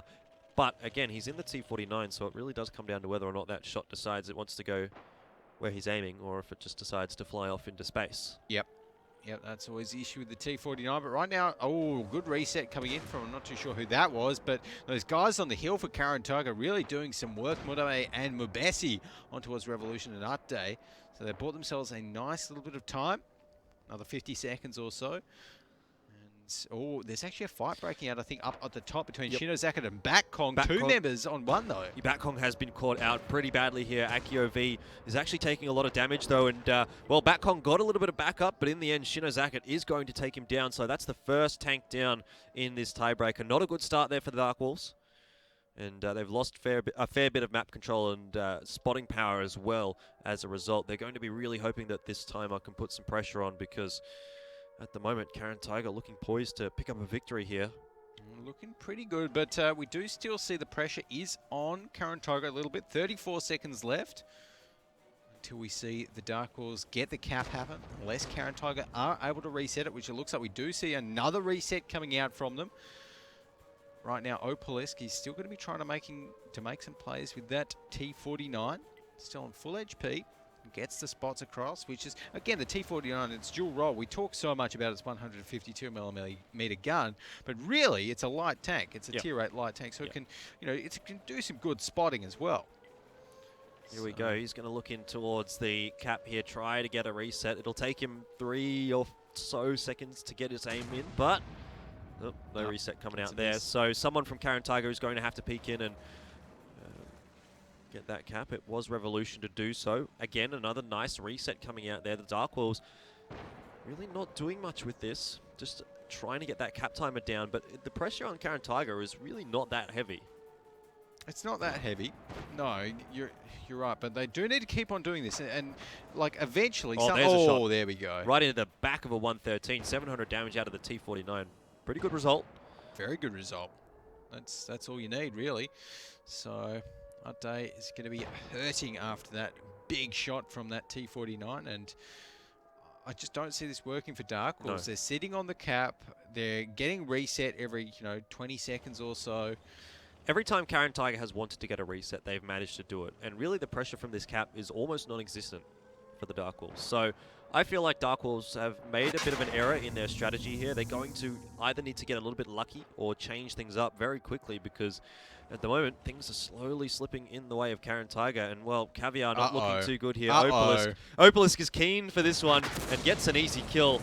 Does take a bit of damage for his trouble, but really not a big deal at all, as he's going to survive here. 20 seconds left on the cap here for Dark Wolves, but how many times we've seen this get reset? And there you go. The double reset coming out. We're back to square one here for the Dark Wolves, and they find themselves with only 4 tanks up against 7.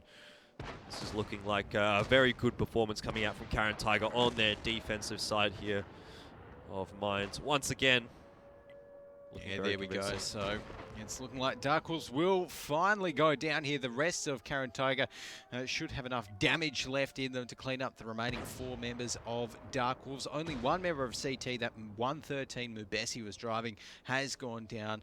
And Dark Wolves really looking quite unhealthy. We do have those 3 guys from Dark Wolves over on the coast, so they've got a little bit of cover around there, but really, once this 113's down, there's nothing stopping the rest of Karen Tiger from pushing right on towards them to finish them off. And maybe they'll wait for the reloads on the back chat and the TVP to do it, but I think either way, it should be a pretty clean victory here for Karen Tiger in this series. Yep, there's another tank going down there for the Dark Wolves, and well, I want to see the T49 get one. Yeah, get a 1,000 damage shot on towards Spitz.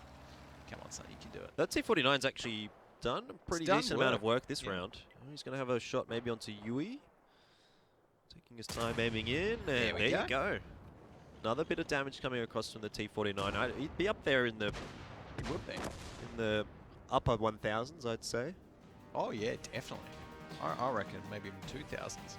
Well, regardless of that result, the result for the entire series, 5-4 in the favour of Karen Tiger there. Once again, picking up the victory in the tiebreaker. I would say even though they won twice this week, I think they'd probably be a little bit disappointed with how this week has turned out. It sort of felt like before the week started, they should have been able to get 2 relatively easy wins. I mean, this one over Dark Horse could have gone either way, but again, it probably should have been a Karen Tiger victory, especially considering the start they got off to. I suppose they could look at it like that, but the other way they could look at it is that they've actually had a lot more practice this week by going to 2 tiebreakers. So, yeah. Yeah, they certainly did get a bit of practice in. Played 18 maps, 18 rounds even, this week. So a lot of tanks. Yeah. But here we go. This is just Dark Wolves getting the cap reset there after I think the T49 got a big shot on towards them. And our Opalisk finishing off Mr. Caviar there. Not a huge shot, but enough to make it work. And Shinozaka there finishing off Arte.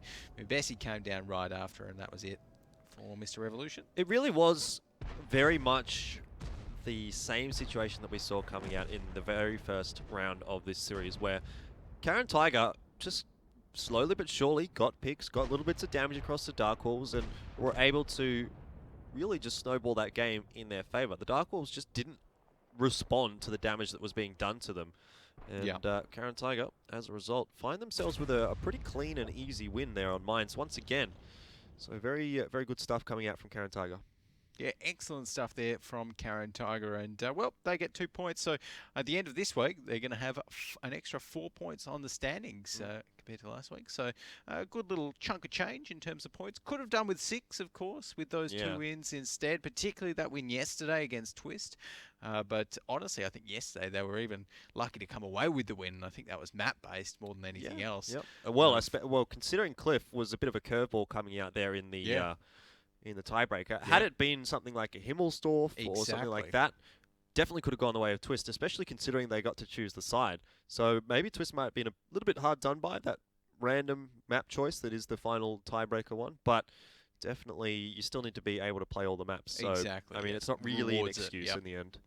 No, exactly. So, well, I think today, after today, even Karen Tiger will be looking pretty good heading in towards next week and just securing their spot. Feel they can, let out a big breath because they're probably not going to be heading towards eliminations in a couple of weeks. I think they were going to be pretty safe anyway, but you definitely don't want to be giving away any free points or anything like that. So they'll be reasonably happy with how this one turned out. It's probably the second best sort of a situation they could have found themselves in, as opposed to getting 2 perfect wins. They get at least 2 wins, so they get some points on the board, and well, they're not looking too bad. But again, I think this week was just a little bit shaky compared to some of their previous weeks. Yep, no, I'd agree with you there, and I feel as though this week, you know, they'll be building from it. You know, they'll be using it as a base for practice. They did get a lot of good games in. They did practice a lot of tanks, if nothing else. So it's never bad to have more games, even if they're, you know, even if they're losses in the end. I think you learn more from these sorts of, you know, long series than you might from a 5-0. Well, I mean, we've spoken about Karen Tiger getting 4 points this week. Dark Horse, on the other hand, are also going to be getting 4 points because they picked up 1 clean win over Gold Bass, 5-0. Yeah, there we 5-0, go. and they also get that tiebreaker loss, so they get 1 point out of that. So both these teams going to be moving up together, essentially. I don't know where they're going to stand at the end of the week in the grand scheme of things, but I'm sure we'll have a look after the entire season, or the entire week here is done. That's obviously coming up a little bit later, but for now, we'll have a look and see how that T49 did. Well, 13-40. 13-40, you were right. There we go. But the TVP, to no one's surprise, up the top there, what mate? And that one with 14 shots and just about 4k damage. Batchat 2.7k, AMX 50B 2.4k. Overall, some pretty good damage numbers coming out there from Karen Tiger. Unfortunately for the Dark Wolves, though, they didn't manage to take many tanks down. They didn't manage to deal much damage. Oh. So I suppose that's what happens when you try the exact same strategy on the exact same map with the exact same tanks. It didn't work. So, yeah. I guess, yeah, just a little disappointing there for Dark Horse to go down 5-4. I'm not disappointed. I called it. Yeah, I know you called it, but they, I think, would be a little bit disappointed after Just such remind me, a Jordan, what did you call? 5-2. What's that? I got Karen. No, sorry, correct. I didn't hear. 5-2, did you say? 5-2. Hey, Oh, nobody's perfect, Alex, but I'm This pretty guy. close. Anyway, you're about 2 games away from perfect, mate. So yeah. you've got quite a while to go. Dark Horse, though, I mean, they had that good resurgence coming out there, and 4 in a row, unable to close it out in the end. Yeah, So no. a little disappointing for them in the end, but that's how it turned out for them. So that's going to be it for that particular matchup. Karen Tiger winning 5-4 over the Dark Horse, but we've still got one more game coming up here tonight. It's our last game of today, last game of today, Yeah. and the week. And the week, And the week. exactly. So it's definitely one you don't want to miss. It's going to be Horseman and Team Efficiency. But first, we'll go to a quick break. Stay tuned, though. In about 10 minutes, we'll have our final match coming up.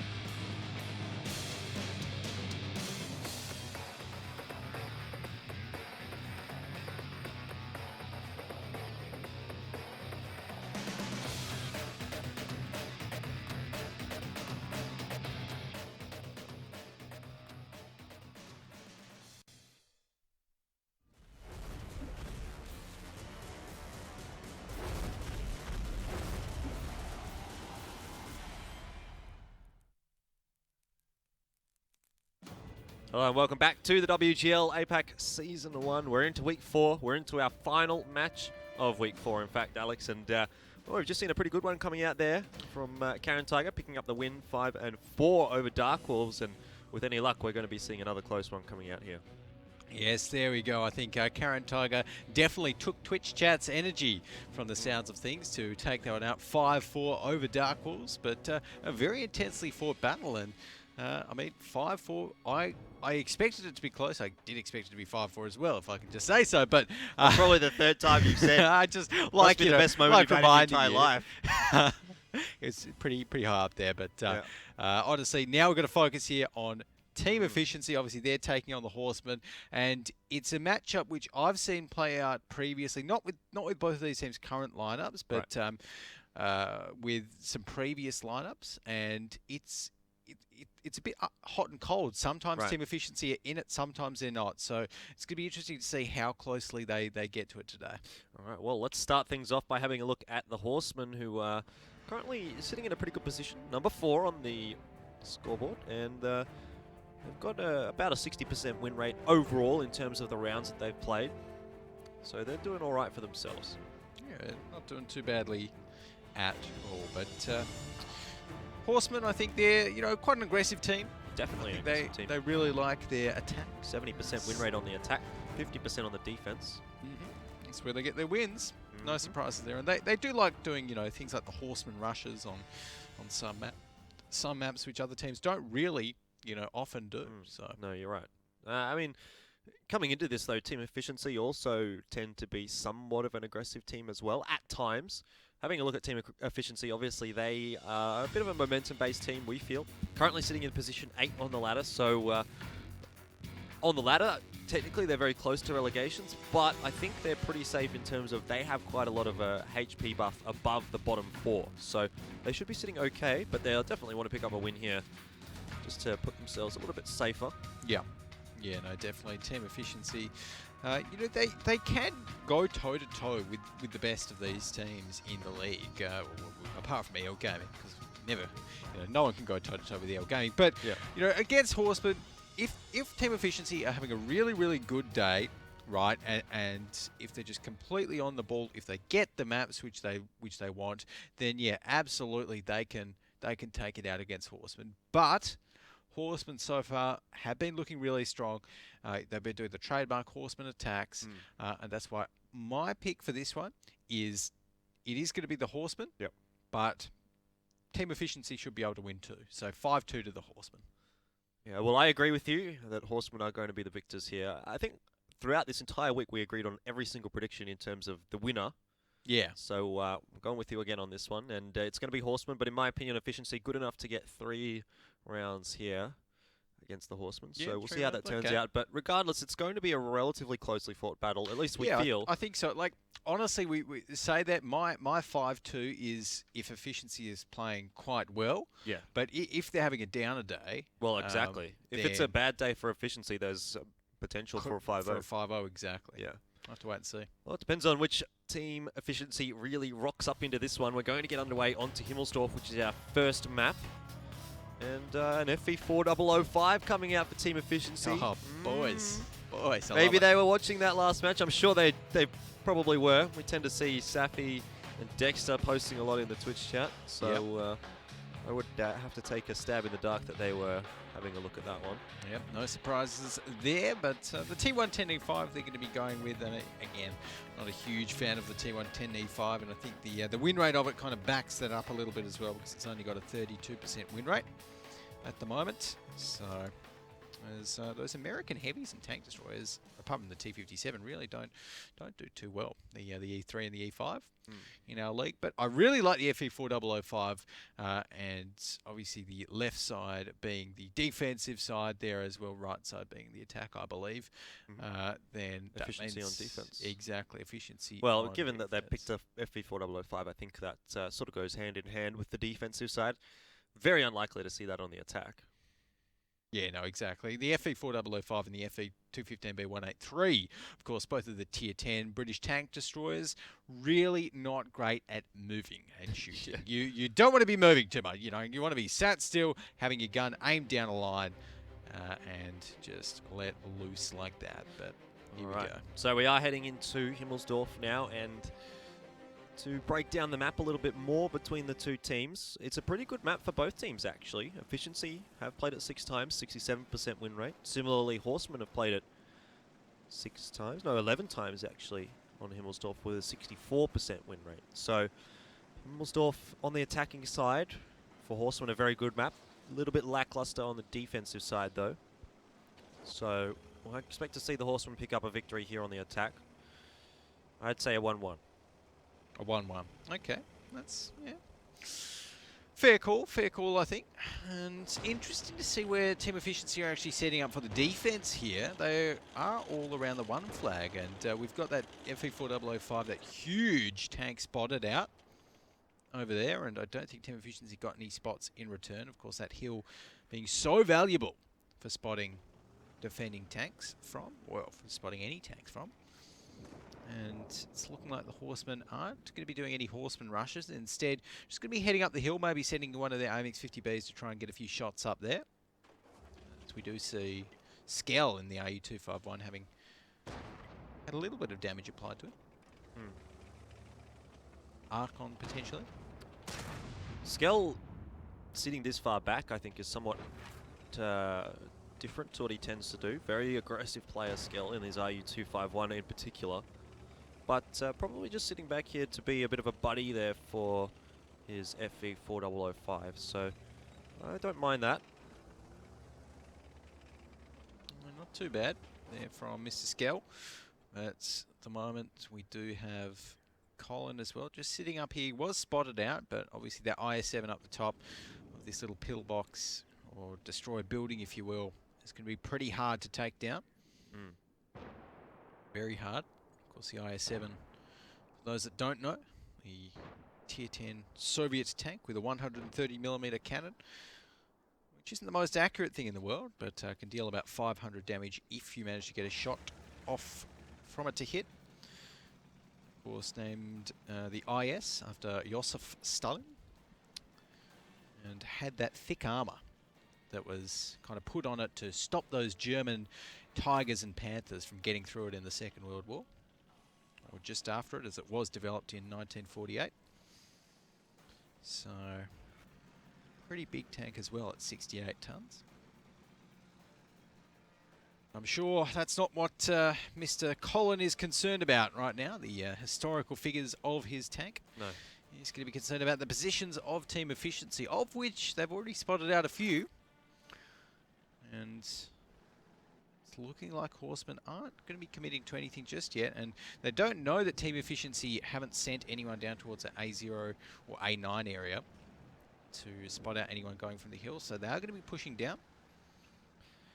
Something to note about the two teams is that they've both won their first match here in week number 4.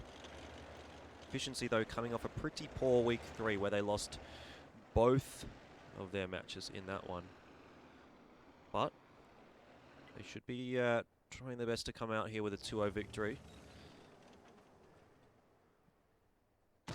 Right now, we do see Team Efficiency not really, like, they're not really around the 2 flag at all, so I'm just starting to get a little bit concerned about them, because they haven't really spotted out anyone, well, the main Horseman force yet, even though Horsemen are only sending 2 to 3 tanks up the hill, and they've got the rest of the tanks ready to push down the banana. But again, we see Team Efficiency here with that T110E5. This is one of the only spots where I actually like seeing the T110E5 all the way up there in that A5 area, so it can get some really nice resets if you're sitting on that A7 cap. But instead, Spencer is going to be sitting here in B7, getting the cap happening in that AMX 1390. Obviously a tank that's very hard to kind of reset and can nestle right around the corner there. So without any damage dealt to any of these tier 10s yet, I think Team Efficiency are going to rotate, and Savvy's got to be careful. Yeah, for the moment he's okay, but if he continues to push it, yeah, he'll have to be a little bit careful. Really just waiting to see whether or not that FE4005 is going to have an impact on this battle, because Horseman at the moment, you can see over towards that 2-cap with the player there, but I think they're just trying to draw the rotate here from the Team Efficiency. This is a bit of a bait play, and, well, it's worked in the sense that they've drawn the rotate, but similarly it hasn't worked in the sense that Colin gets caught out by the 2 rotators. Yeah, so Efficiency starting off well, getting rid of that tier 10 tank of Horseman. Yeah, that's an IS-7 down, just like that. So, not a great start from the Horseman.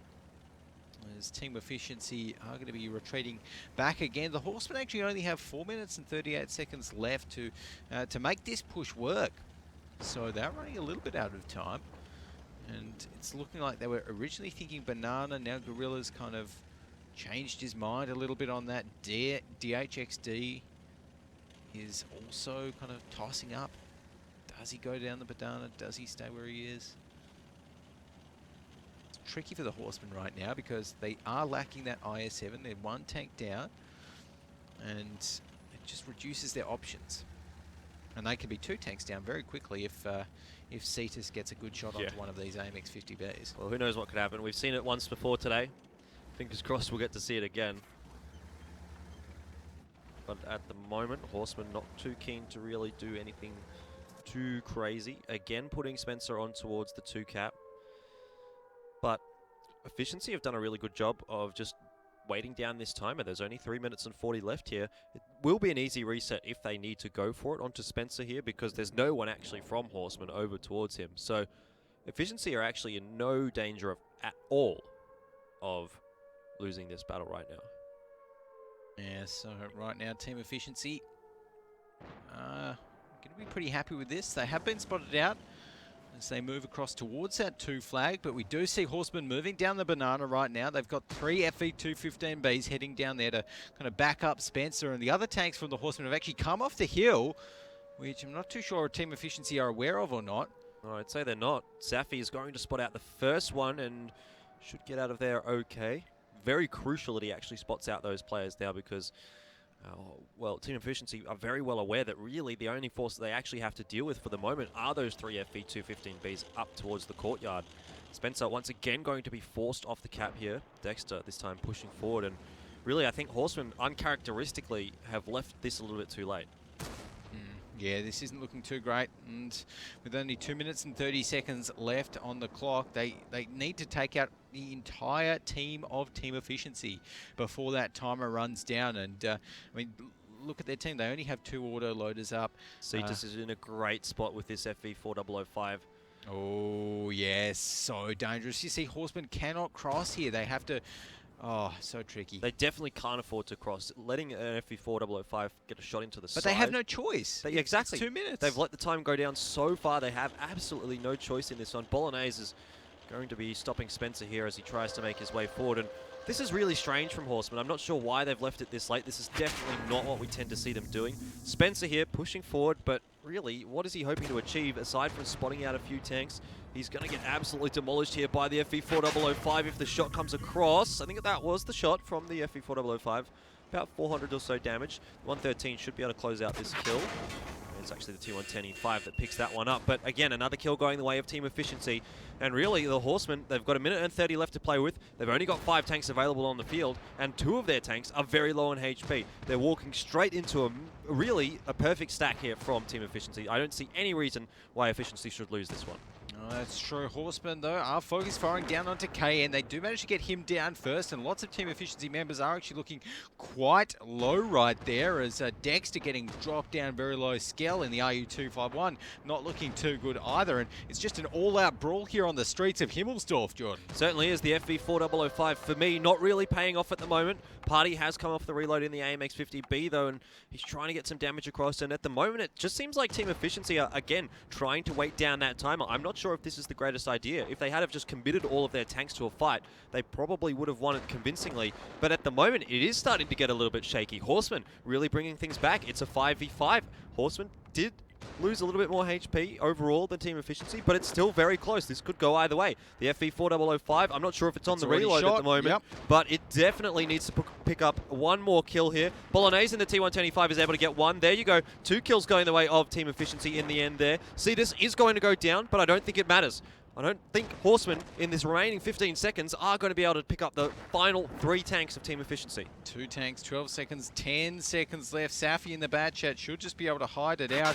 And Bolognese here is in no danger really from Nandesu. 2 seconds left, 1 and 0. So again, Horsemen just leaving it too late there on Himmelsdorf.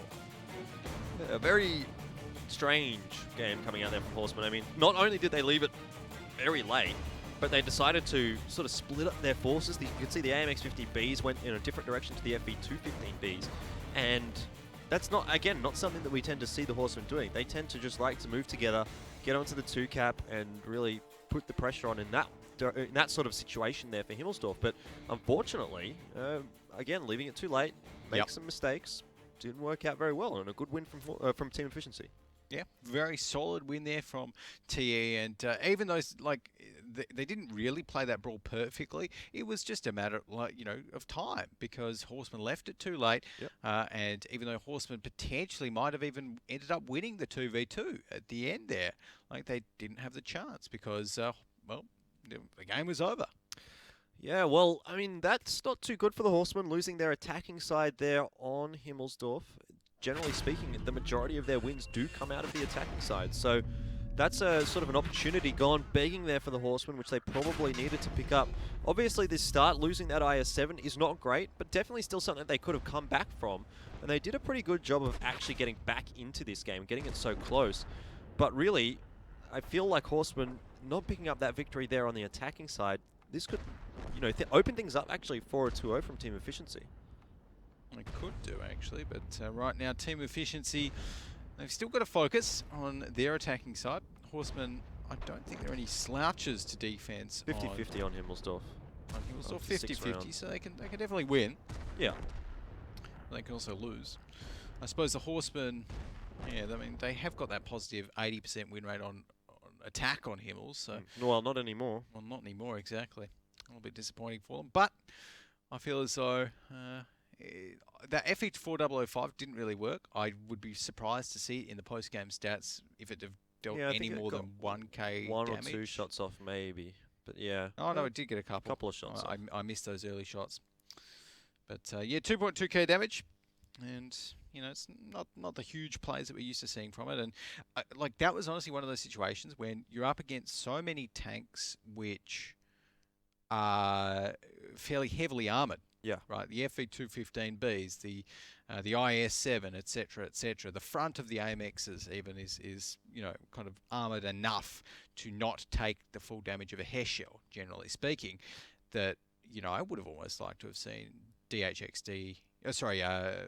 Our FE4005 friend on team efficiency there load some armor piercing instead of the premium rounds, because the armor piercing, yes, it has slightly lower penetration, but you should still be able to get through an FE215B's front and an AMX's front, etc. And that just means you get a guaranteed 1,000 damage rather than a probable, I think I saw one shot for 400, one shot for 700, It's a bit of a toss-up in terms of that mixed bag, I suppose. But they won, so... Yep, they did win indeed. Despite the FE4005 not having as exciting of a performance as the last time we saw it, I think it certainly did a reasonable job. Getting that 2k damage out was pretty good. But we'll head over to our second half of Himmelsdorf here and see what team efficiency have decided they want to take on the attack. Interestingly enough, they've gone for the FE4005 once again. On the attack. That's going to be interesting. And the Horsemen going with the T110E3. Again, not a huge fan of the T110E3. And just taking a look through both of the lineups, team efficiency are really set up for brawling, apart from the FE4005. Yeah. I wonder whether they'll maybe push up to the hill. Yeah, well, you'd have to push the hill, really, wouldn't you, with this sort of a lineup from efficiency. Yeah. The only other option might be going for a rail sort of a cap, but again, I don't Yeah, actually, a think rail cap might work for team efficiency, just taking a look at their lineup. It could, but I don't think it's as strong as sort of that hill push.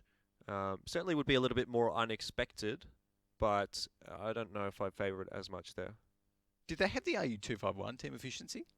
I'm just trying to remember. It's just gone out of my head. But either way, you know, whether they have the AMX 1390, then that does make the rail cap slightly easier because you can just hit the AMX 1390 right behind the little just kind of poke it there, and it makes it very hard to actually reset, get the cap reset. You have to push right up, and then they could actually put their FV4005 onto the very left side of the rails and try and get some flanking shots like that. Yeah, which could work, but. Definitely not a strategy that we would have seen coming out before. Certainly might catch Horsemen off guard, but whether or not Team Efficiency decide to go for that, it's that or go for a hill push, if you ask me. But we've been wrong before. So they do have the AMX 1390, so it's possible. But at the moment, instead, we do see Cetus going for what looks to be the hill, and that makes sense. Oh no, okay. So he's just sitting here, sitting in that J9 area. Got Gorilla doing what he does best in the T110 E3 and just looking right down the rail yard. And it looks like Spence has to be a little bit careful. Does look like that. Spencer hasn't taken any damage just yet, but he's got a huge amount of enemy tanks surrounding him. Skell might be able to get a shot off. It does seem that's going to be the case. Spencer takes a little bit of damage, but in the end, gets out of there okay. Spencer there, should be fine. Got Colin as well, and his 113 poking around the place. Wasn't spotted, I don't think. But Cetus is ready and waiting to get those shells off. Oh, misses. And that's danger with the FE4005. It's still not a particularly accurate gun on that one. 183mm cannon. Slightly easier to handle than the 183, but really not the most versatile of guns. So it looks like Cetus is maybe going to be moving there, or maybe not. Actually, just taking a look at the mini-map, it looks like he is just going to be staying there. And, oh no, heading up the hill. Maybe. Or not. Yeah, he seems a little undecided as to where he wants to go, but at the moment, Team Efficiency just playing back a little bit. I expect they're probably just looking for a pick to come out here from Cetus. Maybe if he can get a big damaging shot across, that's going to be enough. That's going to be what they're looking for. But really, not making any committed movements anywhere just yet. So, right now we do have Team Efficiency with Skell poking out a little bit. And that AMX 1390. See if he can get any spots happening. I think the answer to that is no, he cannot. The Horseman there pretty steadfast in holding that one line, that one cap even, and the one line, the rail yard. So yeah, it is going to be very hard for Team Efficiency to push up there. So they may in fact need to go for a two-flag push just out of necessity, because they've been spotting a few tanks out there. Ooh, tracked. Yeah, he has a repair kit, but he's only just now opting to use it, and that might be just too little too late. He's already taken 2/3 of his HP and damage there for Fulu, so... And, well, that's not a great result for the Horsemen starting off there. Not a great use of that repair kit at all. Just used it slightly too late, so he took another few shells worth of damage there. If he'd kept on rolling, then maybe he would have been slightly safer and taken less. But Faluso, not going to be too happy about that. As we've got the rest of Team Efficiency rotating a little bit. Cetus is still there on his little hill spot. That FV4005. And it's looking like Team Efficiency may be going for a hill push. Yeah, well, we did sort of expect that might be the case. Although this is a little bit later than I would have said they probably were going to go for it. Still, better late than never. Exactly. So if they go for the hill push right now, then maybe push a few tanks up the banana to hold back and go for any late rotators from the Horsemen, then that might work pretty well. I really like the idea of having that FV4005 down in that A or B line and getting a guy on the cap, on the 2 cap, and just letting the FV4005 rain damage down upon anyone that tries to reset that cap from Horsemen. That's how I would envision this sort of a team composition working out. Yeah, I think so. I think really the key part for that, though, would be that Team Efficiency would have to control sort of the D line as well, so that Horsemen can't use that avenue as an easy reset because that wouldn't be covered by the FE4005. You definitely want to be funneling the enemy tanks right into the FE4005's angle. So there's a little bit to work with here for team efficiency. They haven't really been contested for this area either, so they'll get control of it quite easily. I see this working out pretty well for the attacking side here. Yeah, potentially. Right now, though, the Horsemen are going to be pushing up and actually spotted out by Colin in that 113. As, team efficiency take one shot on towards KN in his own 113. They're going to be taking a few shots, maybe even from Spencer as they cross this D line up here. That AMX 1390, but I think the word is go for team efficiency. They're going to be moving on towards the 2 flag, and now it's up to Horsemen to rotate to try and defend it. So putting their AMX 1390 in there, it's a good move from team efficiency. It's a very low profile. It makes it hard for any of the Horsemen to actually get the reset on towards it. DHXD and that FE215B cannot shoot the AMX 1390 from there, so they actually need to get around the corner to get the shot on him. The FE4005 at the moment has been spotted, but it's going to be unspotted there. Only 40 seconds left here, so there's actually 2 players that need to get reset here for Horsemen, and they're actually in different positions as well, so it's going to make it a little difficult here trying to reset these guys. I suspect the Horsemen are going to have some difficulties here. And they're going to have a lot of difficulties here because Archon and Colin, they're again leaving it too late. Archon's not there, Colin's not there, Faluso's not there. They've only got 16 seconds left. They need to engage this, and team efficiency are ready. Team efficiency have their entire lineup sitting around this 2 flag right here, ready for a brawl. Horsemen are nowhere to be seen. Yep, Team Efficiency have got pretty much the perfect setup here. I don't even know if Horsemen are going to get in there and reset this in time. There's only 1 second left. They have left it way too late. They're not going to get the reset. They haven't got the reset. That's it. Wow. Oh my goodness. Horsemen again, for the 2nd time in a row, they lose out to time on Himmelsdorf. Really, I mean, do you need a bigger wake-up call than that? Are they asleep on a Sunday night? You know, they have a big Saturday or something? I don't know, but... they need a good couple of shots of coffee after that. That was, again, very uncharacteristic coming out from the Horsemen. Yeah, exactly. It's not a team to leave things too late.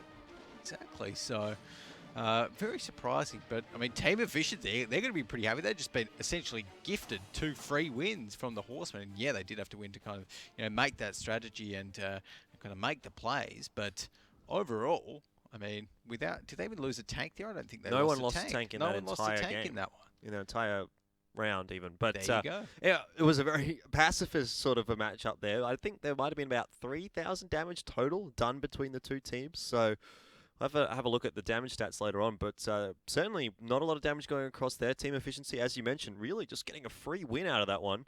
So 2-0, and can't complain there for team efficiency at all. No, exactly. Team efficiency.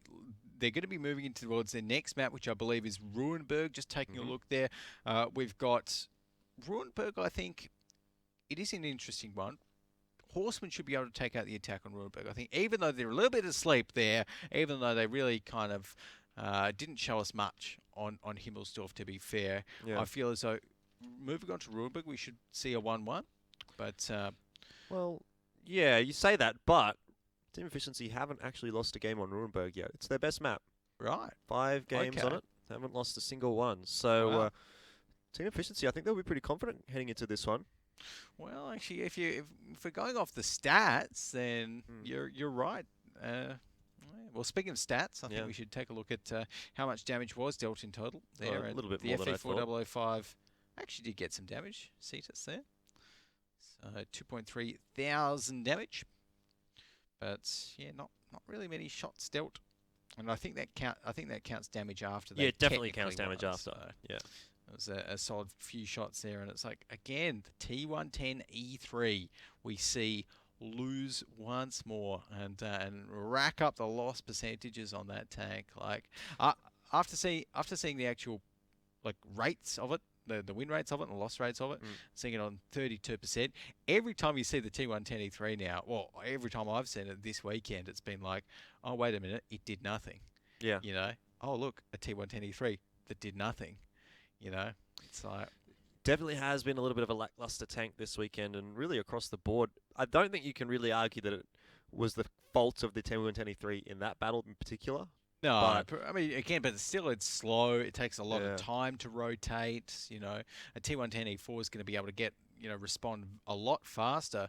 And I would actually really like to see a T110E4 picked for the kind of A5 hold. I think they're on Himmelsdorf with a little that behind little the little side mound. box.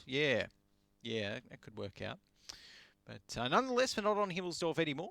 So Nope. we are on Ruinberg, and I think we're interested to see if Team Efficiency have any crazy tanks to show us today. Another FE4005 maybe on Ruinberg. Maybe. Wouldn't I'd be like the to worst see of it. picks. Not But going to be no. starting off here though. Nothing too crazy here on Himmelsdorf. Instead, we are going to be seeing IS7s on both sides. Team Efficiency going to be going with two of those ones. The Soviet Tier 10 heavy tank, developed in 1948, that never reached production. Did you know, Jordan? I did not. Now I do though. Yeah. As with quite a few tanks in World of Tanks, but Yeah. Team Efficiency lucky that there's no bridges on Ruinberg, because the IS-7 really struggled to drive over them because it was 68 tons. Well, it wasn't the heaviest tank going around, especially considering some of the crazy things the Germans had coming out. But regardless, still a good tank coming out here, especially on Ruinberg. We've seen the IS-7 used to perfection on the defense. On the offense, though, here for Team Efficiency. Yeah, it's going to be interesting to see how they use it. Obviously, it's got a high alpha damage, about 500 average damage per shot. The rest of the tanks were looking fairly kind of stock standard, I think it's safe to say. And I suppose we do have an IS-7 on the other side as well. But the issue for the IS-7 is that you really don't want it to be flanked. So yeah, on the defense, when you can kind of control it, it's okay. But if it gets flanked, then it's only got 2.15 thousand HP. So it doesn't have much of an HP buffer for a heavy tank. No, definitely not. But we'll see how Team Efficiency are going to utilize it here.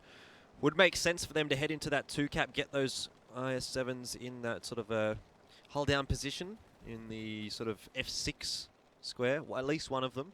Maybe put the other one over towards the 2-cap. Wouldn't be the worst of options.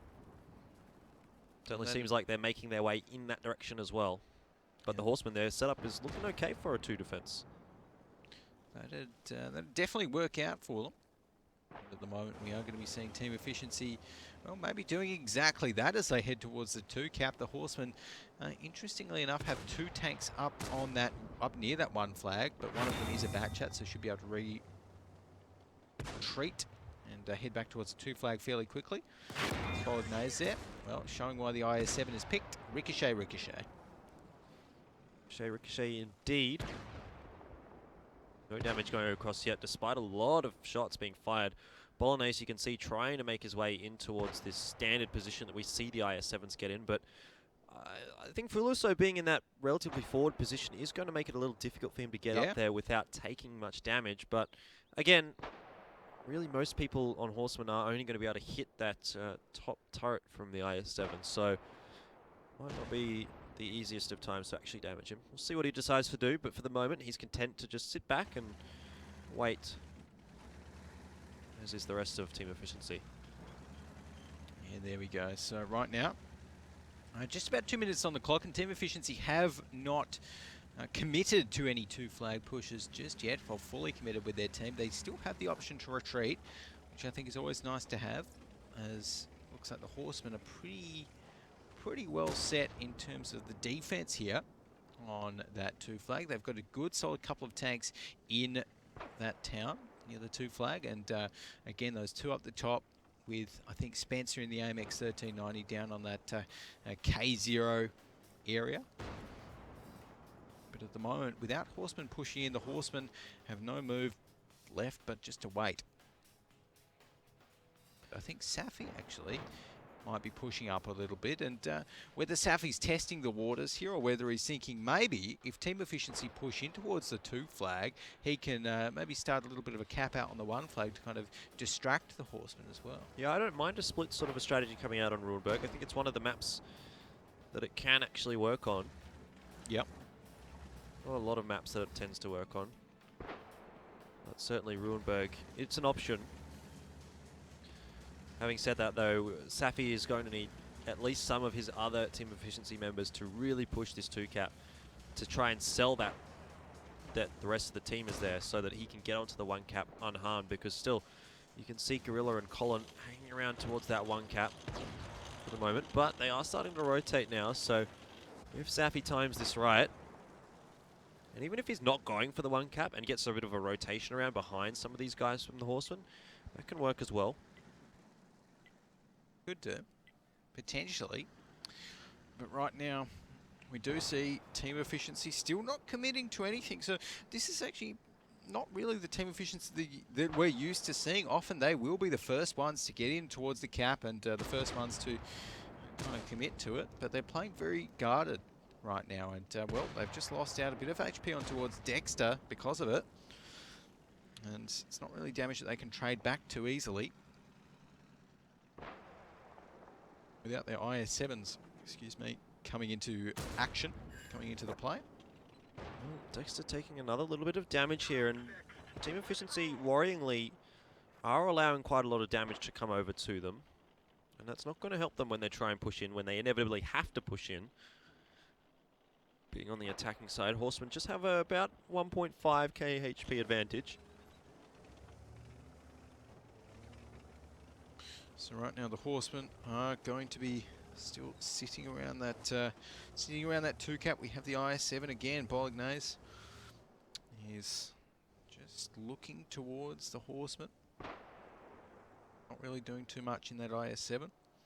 Another fun fact, while team efficiency are rotating towards the 1-cap, an IS-7 can actually withstand its own gun. The frontal armor of it was so thick. So that big 130mm cannon. And the engine on the IS-7 as well was actually taken from a Soviet bomber aircraft. They needed something that big to propel it. So could the IS-7 fly then? So I think what that's getting at is that when we see World of Warplanes come out again, the IS-7 is going to be a plane. I'd love to see that. You know, carbon fibre it up. Imagine that, a plane with a 130mm like tank gun on it. It'd be amazing. That could lead to some interesting situations, I'm sure. A turreted plane. A turreted plane. That would be kind of cool.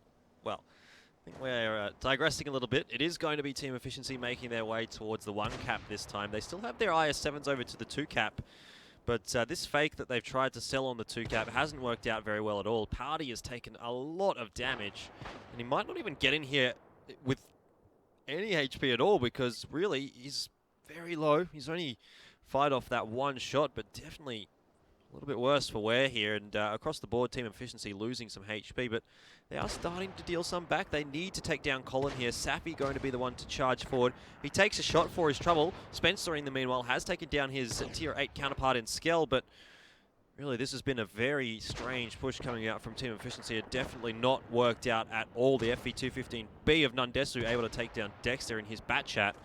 And really, they're still having trouble getting rid of Colin. Yeah, well, they kind of retreated a little bit. Kane finally able to finish him off, but that's always the danger with that IS-7. You need to make sure it's finished off, because otherwise it'll, you know, knowingly ricochet as many shots as possible with that nice, thick frontal armor. But at the moment, we do have Faluso in the Object 140 rotating back. Cetus actually is right out in the open. That's not a good spot for him to be. Nope, definitely not. Plenty of easy shots going into the hull there of the IS-7, and now Bolognese finding himself with only a few tanks backing him up. Really, the HP pool as well tells the story of this one. Horsemen going to be running away with a pretty easy victory, in theory. In theory. Unless they leave this cap reset too late, like they did last time. Yeah, well, exactly, and that may be the case, but no, with Bolognese going down, Kane, Safi, and Party, we are going to be seeing... Oh, see ya. See you later. Yeah, no, I don't think this is going to be happening for team efficiency right now. Horsemen should be able to come back and take this one out, even though lots of the Horsemen are actually quite low. We are going to be seeing Spencer finishing off a couple of them, and the other two members of team efficiency should be falling quite soon after. Well, just one tank remaining here for team efficiency, and gets a kill onto Nundesu, but again, just a bit of a wooden spoon prize coming out there. Horsemen Picking up the defensive side, a little bit unexpected here on Rurenberg. I would have expected them to pick up the attack, if anything, but not too bad in there. We go. Oh, well, a nice, solid win there to Team Horseman, I think, and up against Team Efficiency there.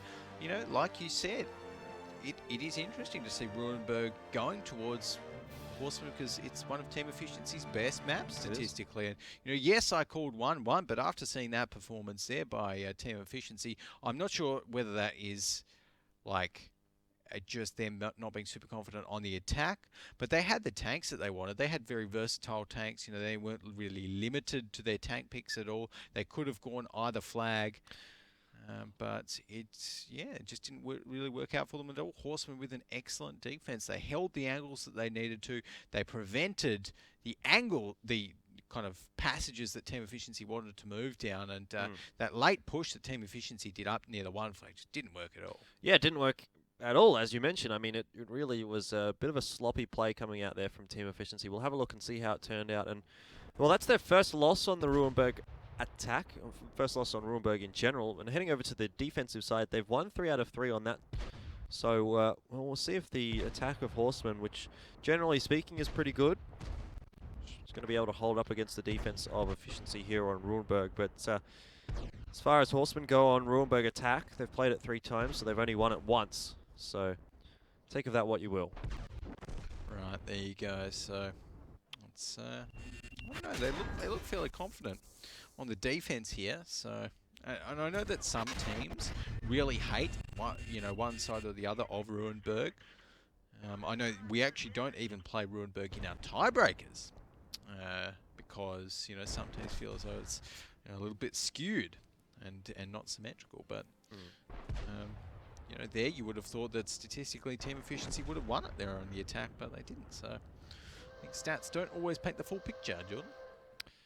Yeah, well, at the moment, still 2-1 up in the favour of Team Efficiency, so they're doing okay for themselves, but I think if they go down 2-0 here on Rurenberg, they'll be a little bit disappointed. Horsemen definitely wanting to get that 2-0 back, and before we get too far ahead of ourselves, let's have a look back at that first half of Rurenberg, see how it turned out.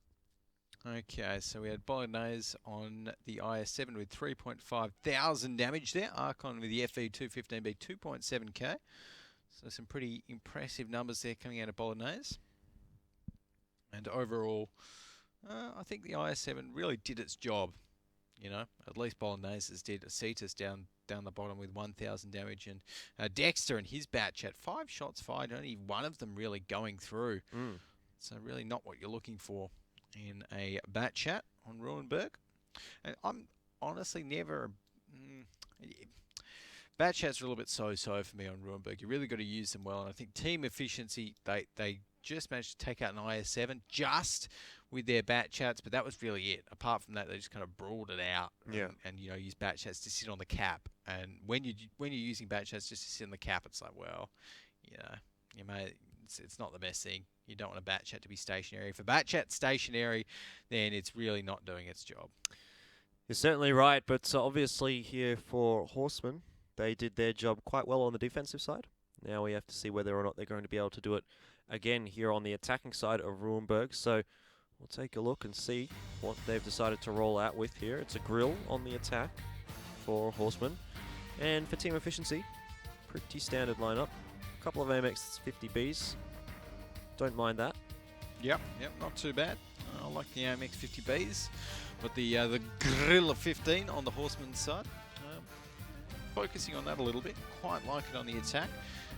Obviously very strong for pushing out towards the 1 flag, and even honestly if you push it out towards the 2 flag, then you can sit it right at the back when you're pushing out and really use that to kind of snipe anyone in the tower, which is probably where most of Team Efficiency's tanks are going to be. I'd say Team Efficiency with this lineup probably going to be leaving maybe one FE215B up towards a 1 cap. Maybe an AMX 50B instead, but apart from that, they'll probably just be defending out the 2 flag. We'll be seeing a nice standard defensive setup there from Team Efficiency. But the question is, of course, always in Rurenberg where the attackers push to. Yeah, that's certainly right. But on a completely irrelevant point, I really like that piece of music. That's my favourite piece of music that comes out of World of Tanks. There you go. Yeah.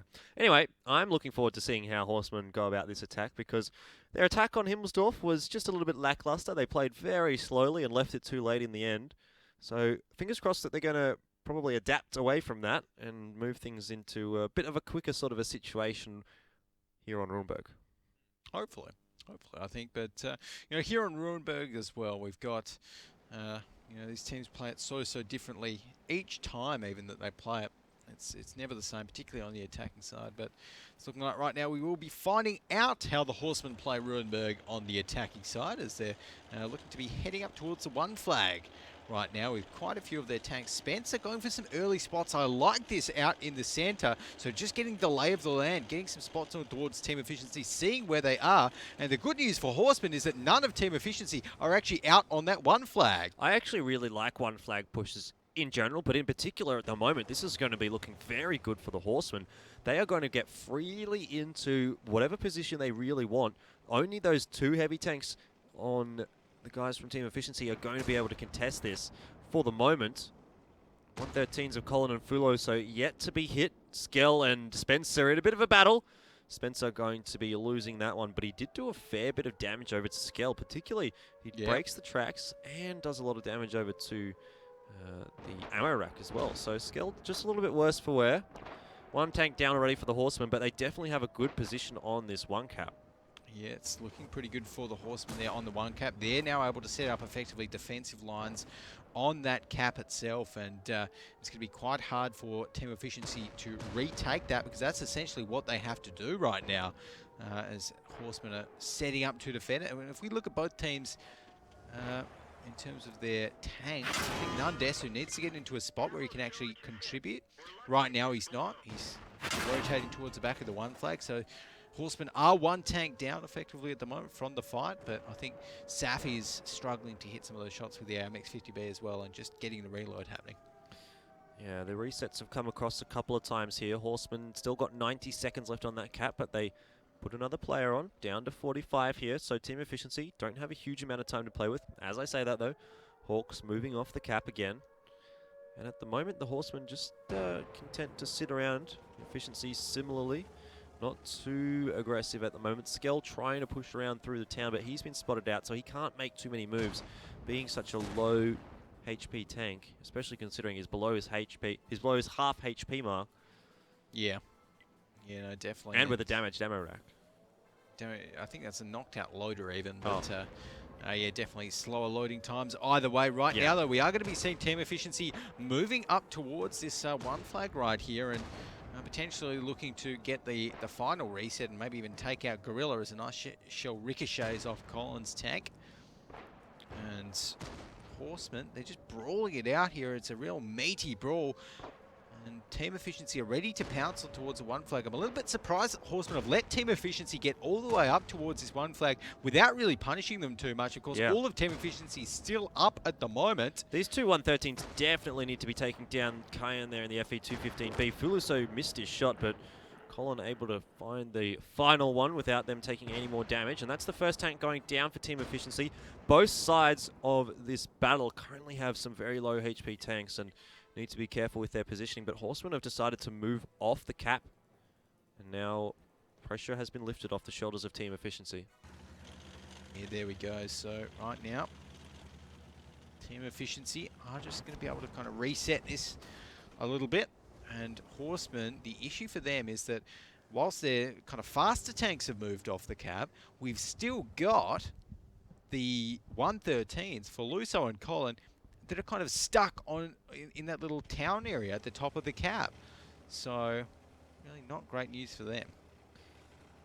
Yeah, it seems like the Horsemen are a little indecisive as to whether or not they want to rotate across to the 2 cap or stay over towards that 1 cap. And this is okay for Team Efficiency. This has allowed them to get the reloads on their AMX-50Bs that they needed to. Safi actually still only 3 shots there, but he's decided not to reload. Regardless though, did see Party in the other AMX-50B able to get his full reload off, and well, the slow play definitely favouring the guys on Team Efficiency here once again, because just playing down that timer always will favour the defensive side. Yeah, there we go. So Team Efficiency doing that quite nicely at the moment. And the Horsemen still not really in a good position to push on towards this flag. I feel as though they need to get some more kills on the board, and that's exactly what they're doing here with Gorilla taking down Cetus, as they're starting to take some of these guns off out of the game. Bolognese is right in the middle of the open right there. I don't like that positioning from him. Yeah, but no one really from Horseman can actually hit him with sort of the depression, the lay of the land that was coming out there. He gets a shot into Fuluso, but doesn't manage to actually connect that, and that could have been a crucial shot. If he had have taken down Fuluso, that would have been so important, but Fuluso lives on for the moment. As I say that though, Skell in the T54 lightweight, able to pick him up. Party in the AMX 50B, trying to do as much damage as he can over to Archon. He needs to pick up this kill, but he'll miss that shot there. And, well, this is not too good at all. Party is very low on HP. He's going to be going down. The Object 430 of Dexter in all sorts of trouble. And now Skell fighting himself on his own. All of a sudden there for team efficiency. This has turned well on its head. Horseman going to be picking up this one too. So a 2-0 coming out on Ruhenberg here for Horseman. And, well, the teams trade maps essentially. Horseman picked Himmelsdorf. Team picked up a 2-0. Ruhenberg picked by team efficiency. Horseman pick up a 2-0. There we go, and I definitely wasn't expecting a 2-0 here on Ruhenberg at all. I think it's pretty safe to say there, Jordan. So, well, they get it in the end, and they're going to be pretty happy with it, the Horsemen. And again, I think that the danger there for team efficiency is that you know, when they've gone 2-0 on a map like that, they're not going to be too happy, right? Like, we keep on harking on about how team efficiency, they're a momentum-based lineup, and when they go 2-0 down on a map, you know, that I feel as though really will slow them down a little bit, and you know, potentially create a bit of a thorn in their sides. Well, I was going to ask you what went wrong there for team efficiency on that one, but why don't we just have a look instead, see how things turned out. Yeah, so right here, I think this is where, look, I like the idea of the Horsemen pushing up towards the one flag right here. The team efficiency had no one on it, but really I don't know, wasn't too convinced about the 113s pushing all the way up there in towards the town. I don't think it offered too much, and it just put them into some dodgy spots. This was by the time Horsemen had re-rotated off the flag. And again, the Horsemen, they didn't have that grill out in the game for very long at all, doing damage. I would be very interested to see, you know, how much damage that grill got on the scoreboard finally, because I just have a suspicion that it wasn't too much, you know. Well, I'll be honest, I didn't even really realise there was a grill on the map there. Well, exactly. There you go. I don't know. I don't think it had much of an impact either. I certainly wouldn't be surprised to see it looking pretty grim, I suppose, in the scoreboard sense for that grill in particular. Yeah, well, there we go. But the Horsemen, look, they played the push okay early on.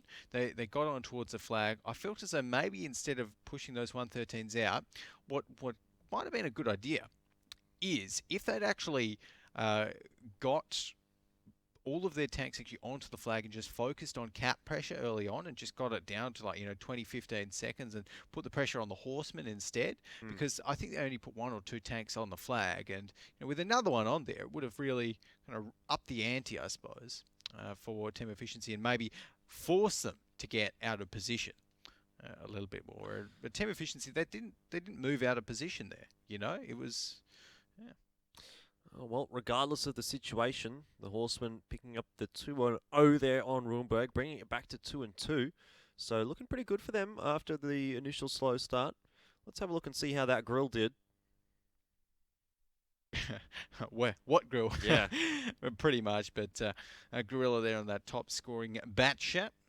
No surprises that, honestly, Horsemen got a lot of damage out with their top 4 damage dealers. But again, the issue was things like that grill, 1640. I mean, Yeah, that's okay. Yeah, okay.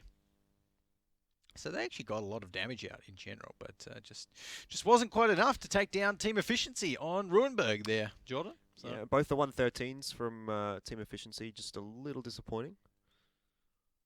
Down at the bottom of the scoreboard there, those 2 T10s, but. Well, team efficiency, not too bad. I mean, they're 2-2, so even though they lose those couple of maps, they still pretty even in this one. We'll be heading over to our next map. It's going to be Steps. Team efficiency's pick coming out in that one. So, how are you feeling about Steps here? steps is going to be pretty interesting because I absolutely love horsemen on steps. Right. In every single time that I've seen them on steps, like they've done some really nice rush or some really controlled, flexible defense with lots of rotations and fast tanks. Horsemen are all about fast tanks. Horsemen are all about kind of moving a lot, and that's why I think, even without looking at our tank lineups, it's going to be Horseman 2-0. All right. Okay, interesting decision. Well, we'll have a look at the tank lineups as well, since we have them available. And nothing too out there coming out. Nothing too crazy. We are seeing that STB1 on the Horseman side, which we do occasionally see, of course. Bat shouts as well, Object 140. But overall, what both of these teams are focusing on is mobility. And that's what you need on steps. Interesting to see no well, actually, no, it's good to see no T110E5 on the defense. Yeah. To be honest, because sometimes we do see these teams picking that T110E5 on the defensive side, but Horseman instead just saying the 113's enough, and the 113 does have strong enough turret armor. It's not a T110E5, but it just offers a lot more all round than the T110E5. So. Yeah. Now, in general, thinking about the map, I'm not so sure what to make of this between the two sides, because I mean, it's not a fantastic map coming out for efficiency. They have about a 40% win rate, pretty even across attack and defense as well. On the other hand, though, Horsemen, they're a very good attacking side here on steps. They haven't lost it once, but every time they've won on the attacking side, they have had to play a defending side, which coincidentally hasn't gone too well for them. They've got 5 games played on the defense. They've only won 1. So I might be looking for a 1-1 here with both teams winning their attack. Yeah, maybe. I'm still sticking to my 2-0 for the Horsemen. Because, well, we saw yesterday. I'm not a big fan of your map stats, Jordan. So I managed to rip up a couple of them. Yep. Well. Oh. Yeah, I was going to say, actually, there's no IU coming out for either of these teams. So no one can actually get this boost without being helped up a little bit by that was pretty. Oh, whoa, yeah, it was pretty good. Pretty good. They didn't lose too much HP. Can't complain. And getting STB1 up there is quite good as well. Yeah. That's a really excellent gun depression on that tank. So he'll be able to peek up and down and keep himself quite safe. Yep. Yeah, of course. Getting up there will give a nice little advantage to the Horsemen, even if Team Efficiency do decide to kind of attack the 1 flag right there, which it's looking like they may very well be doing. Look at how aggressive Skell is being right now. Normally you wouldn't ever see an attacking tank in this position at 1 minute into the game, but Skell likes to be aggressive like that, and well, it works out for him in this case. He gets a huge amount of information as to what's going on here for the Horsemen. Yeah, and Skell there. It's going to be doing his job very well in that AMX 1390. There's a few shots kind of run out around him. Now we're going to be seeing rest of Team Efficiency. Actually, is that a boost that KN is heading on? No, it's probably not actually. It's just going to be heading around the mountain there. There is a boost over there, but yeah, I don't is. think the Object 140 can do it. No, true. Need a bat chat or something. RU251. Yeah. Yeah, no, KN's just going to be sitting down the bottom there, and Skell actually takes a little bit of damage himself. I'm not sure if that was a blind fire shot. Might have been, honestly, because he's not spotted. Colin's spotted, though. So, looks like Faluso there in the Object 140, just getting a few blind fires on towards the cap. Knows that someone's in there. And I actually really like this from Skell. And I think Team Efficiency have done this before on Prokhorovka. They've got the AMX 1390, but they actually put the camo net on it, right? And camo net crew skills means that essentially it's like the sneakiest tier 8 tank that you can get. Yeah. When it's still, you can sit it behind. I think even that little bush on the flag gives a little bit of extra camo. Yep. So I like that by Team Efficiency, and that's, again, we've seen the Horsemen get timed out on Himmelsdorf in our first 2 series today, first 2 maps today, but it's, they could get timed out again if they're not careful. It's a lot easier, I think, to get timed out on steps than it is on Himmelsdorf, because you find yourself in a position where you can't push forward without taking much damage. On Himmelsdorf, it's a lot easier to get into position to reset without putting yourself in too much danger. But it does seem like Horsemen rather, have learned from their mistakes on Himmelsdorf. Yep. And will be starting their reset push a little bit earlier. But we're going to see Safi actually join Skell on the cap here, and that's going to drop it down quite quickly to 16. So maybe things moving a little bit too quickly, but no. Team Efficiency not too keen to keep their players on that cap, which in the end is probably a good decision considering both of them get spotted out, and they've just decided they're going to take the battle. This has worked out very well for them. Gorilla going to go down very early in the piece here, and a lot of damage going across to the Horseman. Team Efficiency, though, not taking a huge amount in return. No, Team Efficiency are actually looking pretty good right now, and they set up it perfectly for that Horseman push in towards them, and Bolognese might be going down soon. Apart from that, they're looking very, very nice with Faluso. His drive is going to be going down, and Horsemen are kind of pulled back from this push a little bit. With they know now that Team Efficiency are in such a good spot, they can't try and contest it. The Bat Chats are going to be reloading. Yeah, well, Horsemen definitely losing out on that trade. They get a 2-for-1 in Efficiency's favour, and Horsemen definitely lost a lot more HP than Team Efficiency did. So really nice play coming out there from Efficiency, getting that pressure exerted from the cap and just utilising that from the Horsemen. And unfortunately, Nundesu up in that STB1 on the boost hasn't really been as effective as I would have liked. Yeah, no, that's the danger about having that tank up in the boost. Yeah, the STB1, it doesn't have the best accuracy, 0.36 meters per 100 meters on that cannon. Apart from that, it's got fairly good gun stats, like you said, about 10 degrees of gun depression at the front. But it's not really too useful when you're firing at something that's all the way far away on that one cap, and you can't hit it. So Team Efficiency right now looking pretty good as we see a ricochet again, a miraculous ricochet on the turret of Bat Chat. But more is going to be the focus from some of the Horsemen. And again, Horsemen, they're under a lot of pressure because 25 seconds. Team Efficiency will get that cap happening. And I think the Horsemen, they need to actually react pretty soon. They've only got 2 members up near the cap. Colin is in the 113, and I don't know if he's fast enough. They're trying to get it by just firing shells in towards it. Safi's finally spotted, but he's going to stay on the cap. Yeah, there's only 6 seconds there. There's a reset, though, down to 22 seconds, but Safi exiting the cap now. He's going to set it back to 44. Still, Horsemen definitely not in a great position here. They've still got that cap timer pressuring them. They've still got much less tanks in the game and much less HP available to them as well. So definitely this is looking like Team Efficiency should be able to pick this one up. Party joining Skell on the cap there. Safi as well has rejoined the cap, and there's only 4 seconds left here. No one from Horsemen going to be in a position to reset this one, barring some sort of lucky blind fire. But there you go. That's an easy win coming out there for Team Efficiency on the attacking side of Steps. Yeah, well, I certainly wouldn't have really expected that to Team Efficiency, and the Horsemen, again, just getting caught out on time. You would have thought that they'd have, really learned their lesson from Himmelsdorf, but they obviously haven't, letting it go right down to the wire. And yes, they were at a tank disadvantage. Yes, it wasn't a favourable push to make, but again, I find it very hard when these teams just don't make the push to get the reset, because there's a 100% chance that you'll lose if you let the timer go down to 0 seconds and let the other team win.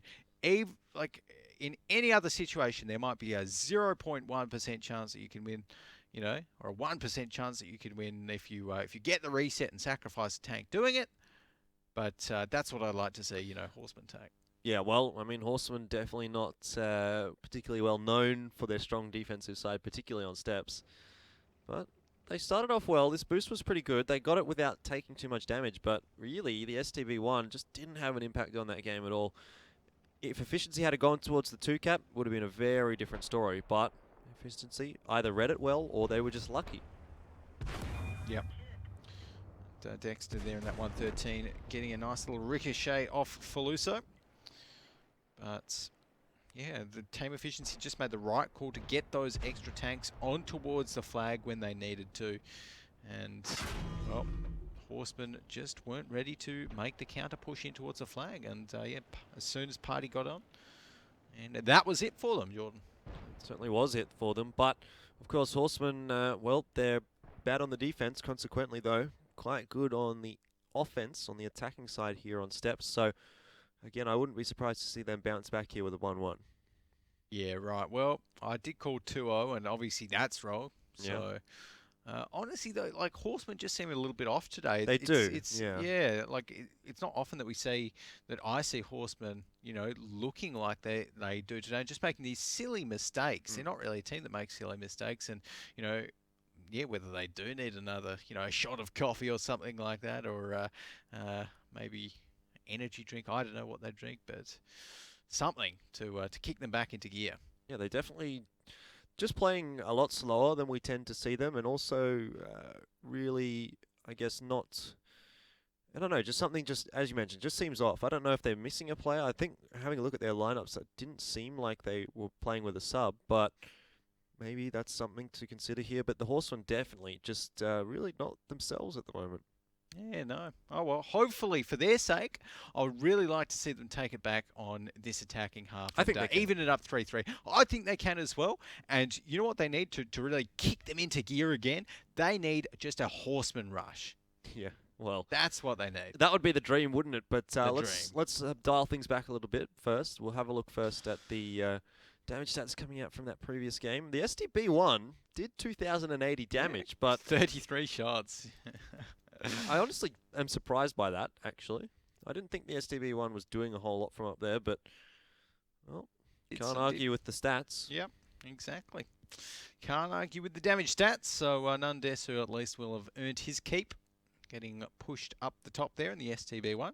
And again, unfortunately, still no Leopards. I wonder if these teams will pick Leopards for this next half here on Steps. Probably not, to be honest, but, yeah, a man can dream. I don't think either of these teams were the ones to pick the Leopard. A little bit disappointing there, but yeah, no, and just talking about tank picks, it just reminded me on our earlier match with the Coalition Zoo. I was just having a chat to Madhouse, and he was saying that when the Coalition Zoo used their 6E100s, they actually screwed up a little bit, and Joke died too early before he could get into the right position. Right. So for those of you that might have been wondering why, in that earlier match they did pick those 6E100s, it would have worked apparently. Well, according to Madhouse. I mean, easy he's to always say. going to say that. Easy to say, yeah. Easy to say that. Easier said than done, I think, pulling off that strategy. I don't know. I think it's a bit cheesy. I don't really think it has much of a conversion rate from what I've seen. But we digress. We'll head into our second half here on Steps. And this time, very much a must-win for Horsemen. They don't want to be going down 4-2 here. Okay, and the Horsemen are going to be going with the Grill 15 here to try and make this one a 3-3, and the STB one, of course, the Japanese tier 10 medium tank. In the meantime, we've got on the team efficiency side 2 Object 140s, 3 Bat Chats, a 113 and an RU251. So again, the focus, as always on Steps, is on mobility, and I like that Horsemen's probably going to be going for a 2-flag push with that lineup, sending the Grill down towards that little valley on the right and getting it kind of right at the back. The Grill does work down there quite well, actually. Maybe even going for a delayed push instead of a Horseman rush. Well, it certainly seems like that's the way they've been playing throughout today, doesn't it? I mean, they've played very slow to start off, so a Grill would be fitting into that, but not fitting into their general style of play. Yeah, no, it's going to be interesting. I don't think you do rush with a Grill, but no. Who knows? Maybe if you're Horsemen, you do. We've seen crazier things come out from them, and I remember the first time that I kind of heard about the Horsemen was actually when I saw a photo of them, and they all had their horse masks on. Yeah. And it was like, wow, who are these guys? And they play exactly how they dressed in that photo. Usually, which is pretty aggressive, pretty crazy. Out there. But we're not seeing too much of it tonight, which is a little bit disappointing. But hopefully, we see it in the next couple of matches. But to be fair, they've won 2 so far, so definitely keeping in there with team efficiency.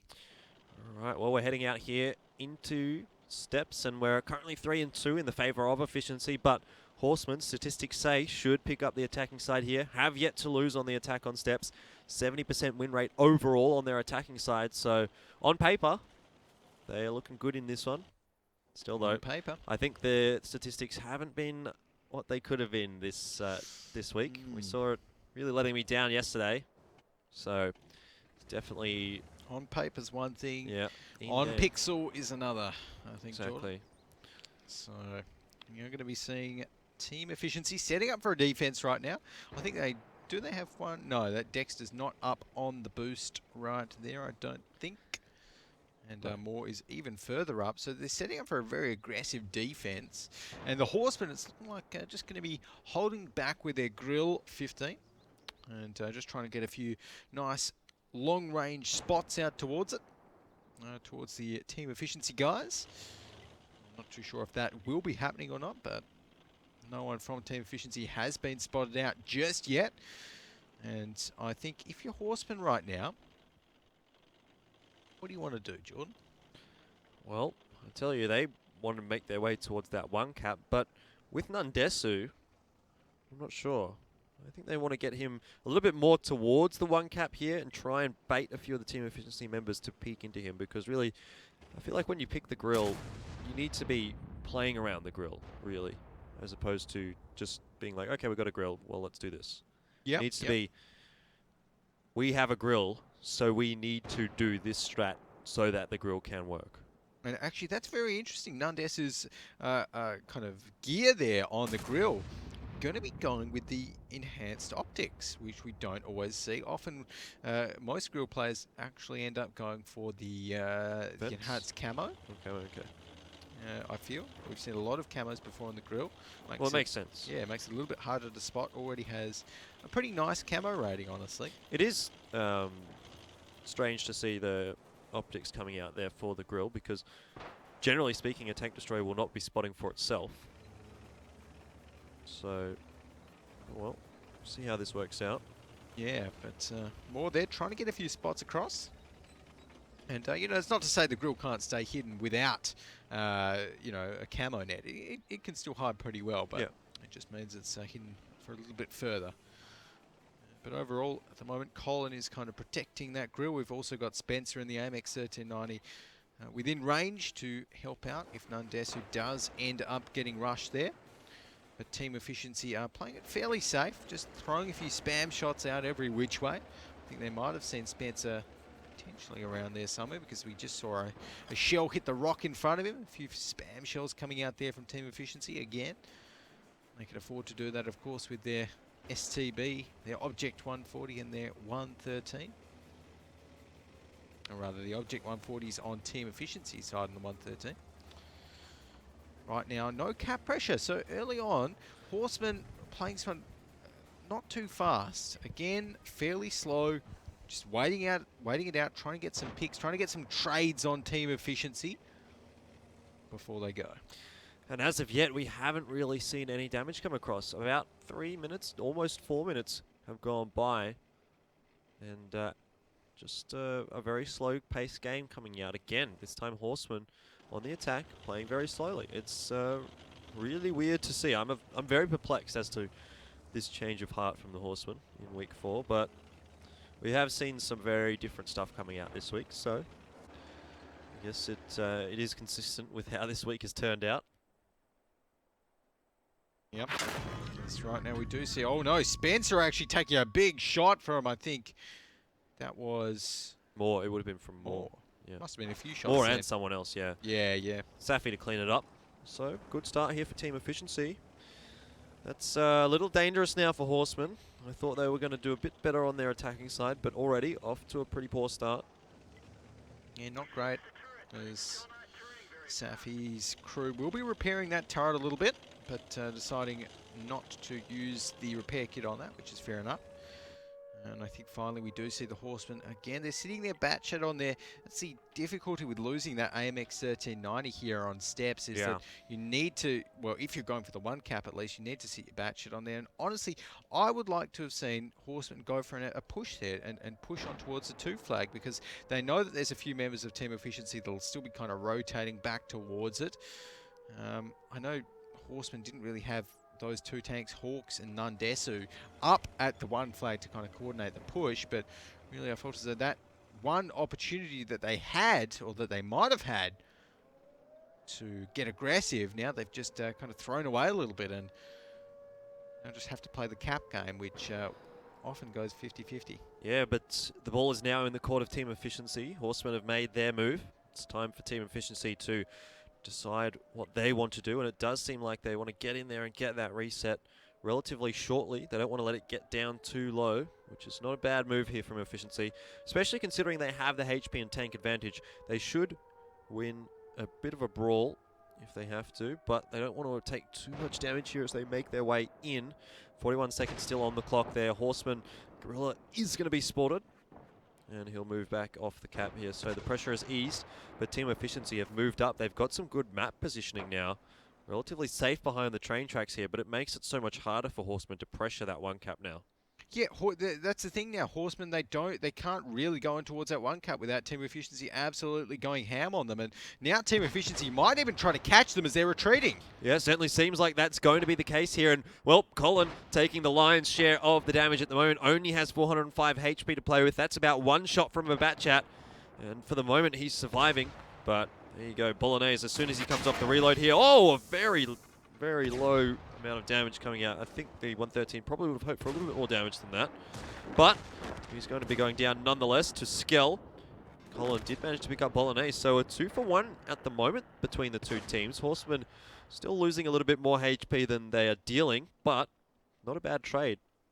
Yeah, not the worst there for the Horsemen. Unfortunately, Hawks in that Batchat, his loader has been damaged a little bit, so we'll be slightly slower on the reload. But overall, like you said, not a bad trade. They've still got the same amount of guns on the field, and well, that is, of course, the main thing. I think Nundesu in the grill, I wonder if he got many big shots off there. Could have done. Now, the difficulty again here for Horsemen is that the timer has run down quite a lot. There's only 2.5 minutes left, and at this point in time, 2.5 minutes left, it's almost like a cap is off the cards here for Horsemen. They basically need to take out everyone from Team Efficiency, because with just this little amount of time left, Team Efficiency are not going to be letting Horsemen get an easy cap off. No, you're right. And Team Efficiency right now, if they know where the rest of the Horsemen are, they might go in towards Faluso and try and kind of close him off. But with Horsemen sending 2 tanks down towards that 2 cap, Safi might be in a little bit of trouble soon in his Batchat. Less than 2 minutes to go, but like you said, you know, the time is ticking down for the Horsemen. They can't really go for the cap because it would definitely be reset. But Safi caught out. Yeah, he certainly has been caught out, but he'll get behind that very small ridge. He survives for now. Still got 3 shots left in the clip here, so a Batchat with 3 shots left is still dangerous despite only being on 32 HP. Needs to be careful of his positioning though, because he's very close to being caught out here by the Horseman. His track eats a shot, but it's not going to help him in the end. STB1 of Archon coming over the little ridge there is going to pick up the kill. Don't know if that'll be enough though here. Team Efficiency have lost the advantage in HP and tanks, but timer playing definitely in their favor. Yeah, 1 minute and 15 seconds, so is a lot of time. So it might just be enough for Horsemen to try and make something work. Of course, we do need to get Team Efficiency still alive to reset the cap. Archon going down fairly low, and Dexter is not in the fight here for Team Efficiency, so they're a man down. Yeah, he's had to rotate all the way through the south because he was up in a bit of a duel against Nundesu and couldn't really push up towards the north. That's exactly where Nundesu was holding. But having said that, he's now actually in a very safe position here. And really the timer has gotten way too low for a cap to be on the cards here for Horsemen. It's just basically down to either Team Efficiency, a lot of them surviving, or even if these two over towards the 2 cap go down, Dexter is able to sit around and survive for long enough to close out this game. So I don't think Horsemen are going to have enough time here to play with. Yeah, no, I completely agree with you. I think this should be a pretty clean win here for Team Efficiency. All they have to do now is survive. And, I mean, Party, it's looking like maybe he'll go down. And, yeah, Dexter's 1 shot. No one's killing Dexter in 12 seconds. No. Not a chance. Even Party shouldn't be in too much difficulty here. Gorilla actually missing that first shot. But regardless of how that turns out, Dexter miles away from the battle here. And once again, the Horsemen losing to a timeout. There we happened go. on Himmelsdorf. Well, in a sense, happens once again here on Steps. Well, twice again on Steps even. So, there you go. And the Horsemen, oh, really, I'm not too sure what's kind of up with them today. They just have been playing way too passively for their own good. And, you know, 4-2, that's now reflected in the scoreboard. And with Team Efficiency 1 map away from winning this best of 9 series, I mean, I wouldn't have expected this. Like I said, I thought it was going to be a 5-2 to the Horsemen, but with the way that they're playing, I'm not surprised that Team Efficiency are kind of really taking control here. Yeah, team efficiency definitely capitalizing on the poor performances of the Horsemen here, but we'll see it coming out here on the replays again. Team efficiency just playing down that timer. Yep, just like that. And, you know, even here, they didn't need to go that aggressive as they did, but you know, they decided to, and they did get some good shots off on towards the Horsemen, took a few members out. But there they went one apiece, or two apiece even. And with Safi still, oh, that was so unlucky. Well, yeah, but Safi was not going to get out of there alive regardless of how it turned out. In the end, though, team efficiency, they had enough players alive on the field to time that one out there for the Horsemen. And, well, 2-0 going in their favour on steps here. Probably wouldn't have expected that, but it was team efficiency's pick. So, obviously, they were feeling a little bit confident on that one, and certainly worked out well. Now finding themselves 4-2 up with a great opportunity to close this one out over the Horsemen. Yeah, definitely. So I think in that one there, I mean, team efficiency, they did a really nice push once Horsemen moved on towards the one flag. And like just moving back from the push, I felt as though it was almost a mistake right from the get-go for the Horsemen to try and go for that one flag rather than the two flag. I really like it when you've got the grill to just go for the two flag, sit it down the valley, sit it right at the back, and just use it to hammer some big 700, 750 damage shots down that line. But no, weren't able to do it. Yeah, I don't know. Did you think the grill was particularly effective there? I guess we'll have to have a look at the post-battle stats and see.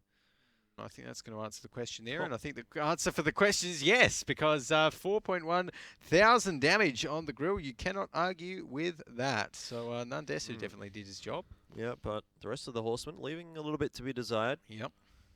Across the board, it's just been a very weird day. Yeah, no, exactly. And I think the other half of the Horsemen there, if we, you know, head down south to the remaining 7 players, and honestly, the Horsemen, they did a fair amount of damage. Yeah, well, I mean, like, only 2 players from efficiency survived. Yeah, exactly. So overall, it wasn't, you know, a bad effort when push came to shove at the Horsemen, but they were just a little bit too conservative with their they with actually their probably would have won if they had been a little bit quicker because they had the advantage. Definitely. Yeah, Dex was one shot from death. Another minute on the clock and they would have won, really. Yep. They would have been able to chase down Party and find Dexter as well. Yep. But and obviously we know it's a 10-minute timer. 2-4. So team efficiency going to be pretty confident heading towards this next one, which I believe is on Prokhorovka. That sounds correct to me. And I like team efficiency on Prokhorovka, honestly. I'm not too sure what their stats are because, again, I ripped up my sheet yesterday. But yeah, well, you're right. I do like them on Prokhorovka as well. They're well, statistically speaking, they're a much better team than Horsemen are. Well, I think hopefully haven't jinxed it there for their sake, Jordan. Yeah. But yeah, Horsemen on Prokhorovka, they sometimes actually from memory I've seen them pick even a artillery piece on Prokhorovka. That might be interesting. Well, I suppose we'll find out. Yeah, we will find out because we do have our tank lineups ready. So let's have a look and see what's going to be coming out here from efficiency. And well, no artillery, lots of STBs from Horsemen. Okay, that's a little bit interesting there. And team efficiency going with their trademark almost. IS-7 here on Prokhorovka, the solo IS-7 that has worked so well for them in the past, and that RU-251. Yeah, but they're on the defense this time, aren't they? Yep. So normally when we see a team efficiency picking the IS-7, they take that on the attack. True. And put it in towards the western flag, but on the defense this time, we'll have to see how it turns out. Yeah, no, I think either way, having one IS-7 can't really hurt you. You know, it can still poke around, and particularly from long ranges like we're used to seeing on Prokhorovka, that IS-7's armor becomes much harder to hit it in its weak spots. You know, and harder to hit it on different angles. So I do like that IS-7 there, picked by team efficiency. The STBs set by the Horsemen, a very versatile tank. I think we've seen it. Wargaming do the STBs before? Did they do the? There was one team that played on Prokhorovka that picked almost entirely STBs. Yeah, I'm pretty sure that was Wargaming. I don't think it was EO. No. I think it was someone else. But regardless, it won, and quite convincingly as well. So Horsemen here have set themselves up okay in terms of the tank picks, but moving over on to Prokhorovka, team efficiency are a little bit better, statistically speaking. Yeah, it's a Horseman rush pick, honestly, with all of those STBs and Object 140. So I really wouldn't be surprised to see them just gun straight for team efficiency and kind of go for the throat, so to speak. Well, I would be, because I mean they haven't been doing that all day. So Yeah, well, exactly. maybe it is time to change things up though, because what they have been doing hasn't been working. So an aggressive sort of push coming out here from Horsemen might just be that little bit of sugar and spice that they need to Make all things nice. Yeah, exactly. It's right now. Horsemen are not going to be going right towards Team Efficiency, which is a little bit disappointing. Team Efficiency, though, looks like they're taking the fight to the Horsemen. Skell's just been spotted out temporarily, but we've got 3 Team Efficiency members heading up towards the hill and taking hill control. This could be dangerous, though, for Team Efficiency, because if Horsemen engage their remaining members on the 1 flag... Spencer just got wrecked. Oh, wow. Must have taken a shot from the IS-7 and probably one of the TVP or STB over there from Team Efficiency. Yeah, and the thing about that shot and why it makes so much of a kind of impact is that now Horsemen know that there's think rather that there's all of Team Efficiency in that they know they're pushing there, you know, and they think that they've got 1 million tanks, you know, set up ready for the 1 flag defense. Whereas in actuality, if the Horsemen had kind of rushed on towards that 1 flag, they would have been able to get the easy kill onto Bolognese. They would have been able to push further and get the kill onto Party. And all before the time that these 3 bat chats from Team Efficiency join the fight. Well, this will be an important passage of play now, because Horsemen have rotated back towards the southern end of the map. They're going to be looking to rotate across the tracks, it seems, over towards the eastern part of the map. But we can see here, of course, Team Efficiency have got 3 bat chats set up in perfect firing positions. Moore will miss his shot there onto Fuluso, but Fuluso's in no man's land. He is going to be taken down here, regardless of how many shots it takes the bat chats. And there you go, the first tank going down there for Horsemen. Not a great start. Remember, they need to win this battle because they're already down 4 rounds. They're going to trade one back. Colin picks up Dexter, but Safi, in the meanwhile, grabs Gorilla. Yeah, there we go. So a few trading back and forth between Team Efficiency and the Horsemen here on Prokhorovka. But Skell in that RU-251 is going to be sitting and trying to get D-spotted in that little bush there. I think Horsemen, now that they've only got 5 tanks left, they have to be very, very careful and try and go for the picks where they can. They need to be aggressive and seize their opportunities because they're not going to have many more, particularly if Hawks goes down. Yep, Hawks has been caught out there up towards the northern end of the map, and he's really on his own, so definitely can't afford even to be spotted, and has to avoid being spotted. But really, the Horsemen are just been left floundering at the moment. Team Efficiency looking fantastic here on Prokhorovka, and well, if this comes up to a Team Efficiency 5-2, that's going to be a little bit of an upset. It's going to be a pretty big upset, I think it's safe to say. But, you know, Team Efficiency, they played really well yesterday. They're continuing that play today.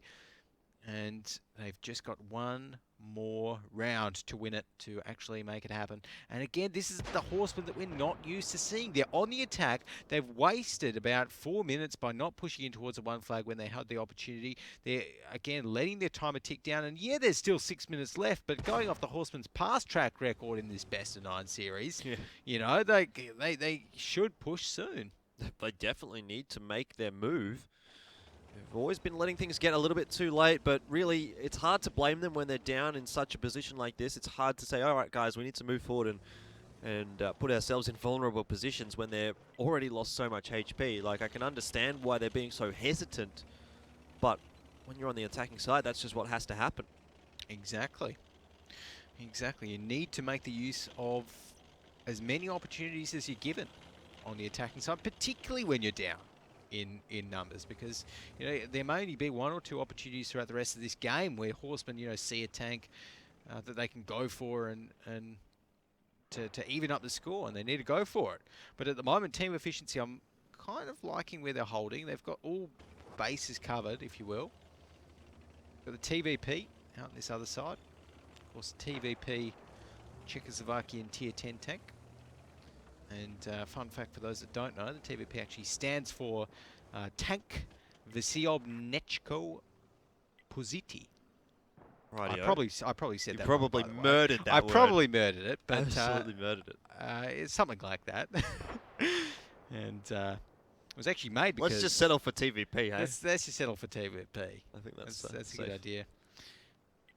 it was actually made because Germany was running into trouble versus Soviet 2 T-34s around the time that they needed a new medium tank. And they asked their good friends in Skoda auto manufacturing to build one. So that's where the TVP came from. And it was actually based off the best sort of elements they could steal from German, British, Russian, and Czech tanks at the time. So a few little fun facts about the TVP, which was also the last truly independent Czech tank to be built around that time. So right now, though, team efficiency aren't going to be too worried about any of that because they're just happy. This is exactly what they need Horsemen to do. Like, just do nothing. Because if they do nothing, then they win. So it's like, oh, awesome. Horsemen are giving us another free win, guys. Yeah, well, that wouldn't be the first time this series. Yeah. Skell's been spotted out here by the Horsemen, but I don't think he's under really any pressure at all. He's got the backup of a couple of his tanks, probably more, and Safi can get shots in towards any of the Horsemen that try to contest this position from Skell. And 3.5 minutes left on the clock here. Horsemen have, once again, it feels like, left things a little bit too late. Potentially. If they don't go right now, then I'm going to get seriously worried for the Horsemen. And so they're trying to get a few shots on towards Skell, but like, that's the thing. The other reason that they need to commit to a side is that it gives team efficiency whenever they want. They can pull the trigger as well, you know. And if they see two, 3 members of Horsemen out of place, out of position, then you know there's nothing stopping team efficiency from going on towards them and really sealing the deal. So another reason that the Horsemen right here really need to kick their engines into high gear.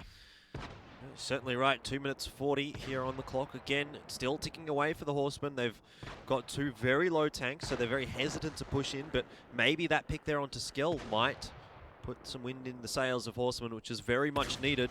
Nundesu trying to do his best to trade with more, but not managing to land the shot. And really, just need to see something from the Horsemen.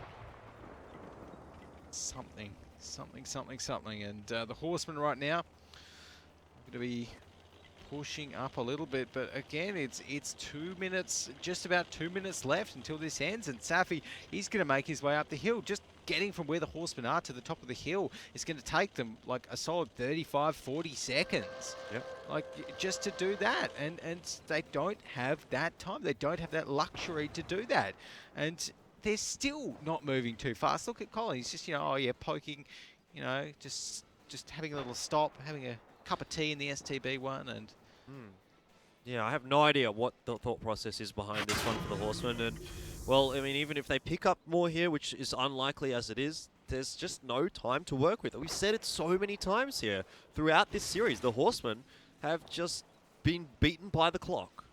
Yep. There's no other way to say it. And with 1 minute and 20 seconds left, they're finally trying to push in. But look, there's obstacles here. The Horsemen can't just trample over them all. You know, there's a town that they need to get through. So Safi putting out so much damage up from his position here. He takes a shot, but really he'll be happy with that trade, and so will team efficiency, as they're going to pick up 2 tanks without loss. Safi now under a little bit of pressure again, but the STB still on the reload. He gets a free shot across, and he should be able to get out of there okay. Doesn't really matter in the end, though, because, well, Spencer's just going to come charging over from the top of the hill, but misses the shot there. Spencer on the reload. Safi as well, but the Ram rather is going to close it out. Still doesn't matter really in the end there for team efficiency whether or not Safi survives, because Colin and Hawks the only remainders, and as I say that, Colin going to be going down here, and it's really just down to Hawks here in the Object 140 with 30 seconds left on the clock.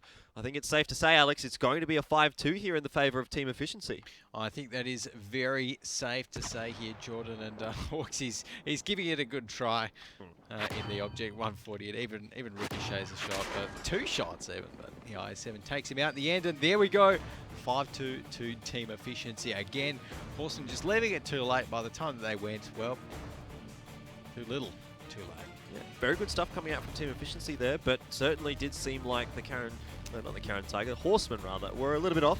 Speaking of Karen Tiger, seemed like they were a little bit off as well, but yeah, just a very weird game in general there coming out from the Horsemen. I mean, team efficiency won't be complaining, but no, I'd really love to know what was going on in the Horsemen camp there.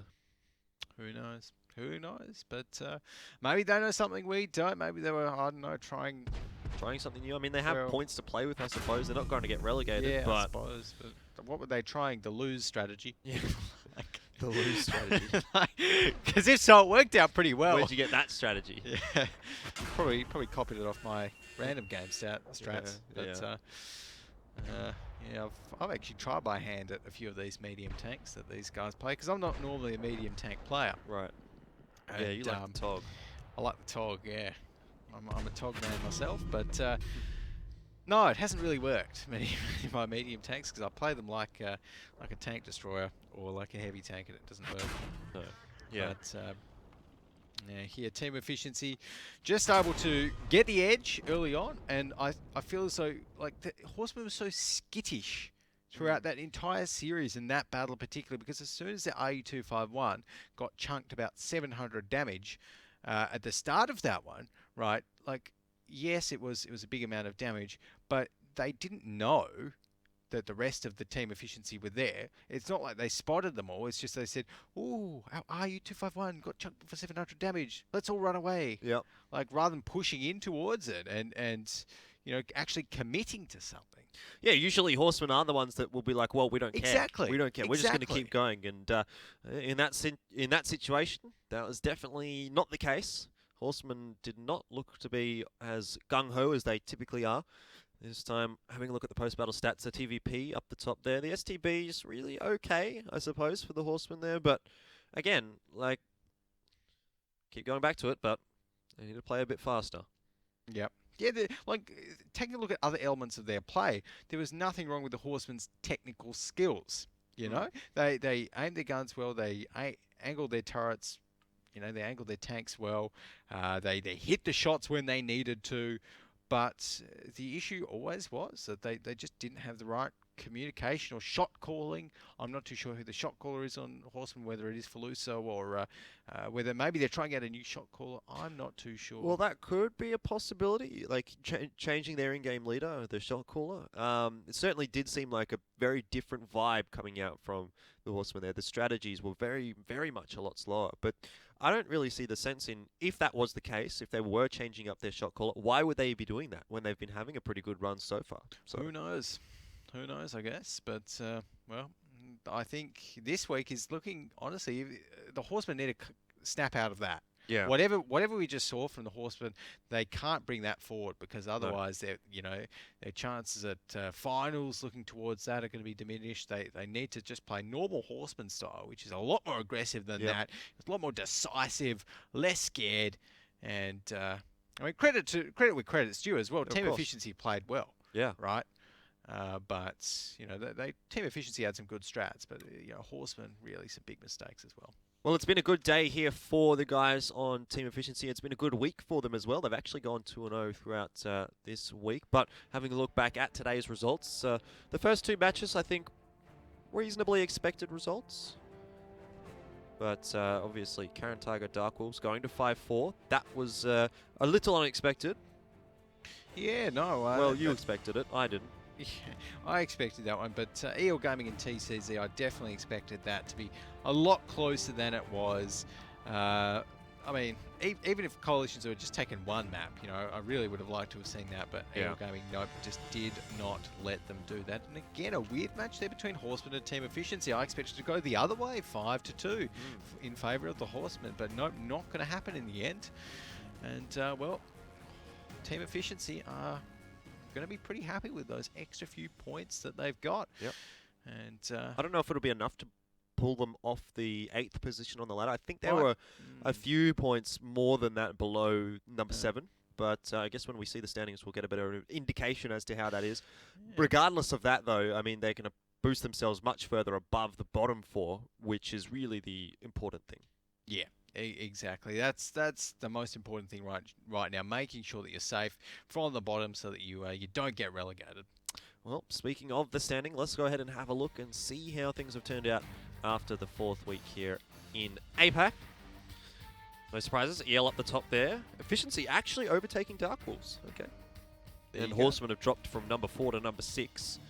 after this week. So we're starting to see Meltdown really secure their position at number 2. B Gaming now challenging that one as well with the loss of Coalition Zoo from EL. So again, still that sort of, well, now really I think it's sort of the 3 to 5 position is the one that's shaking up more so.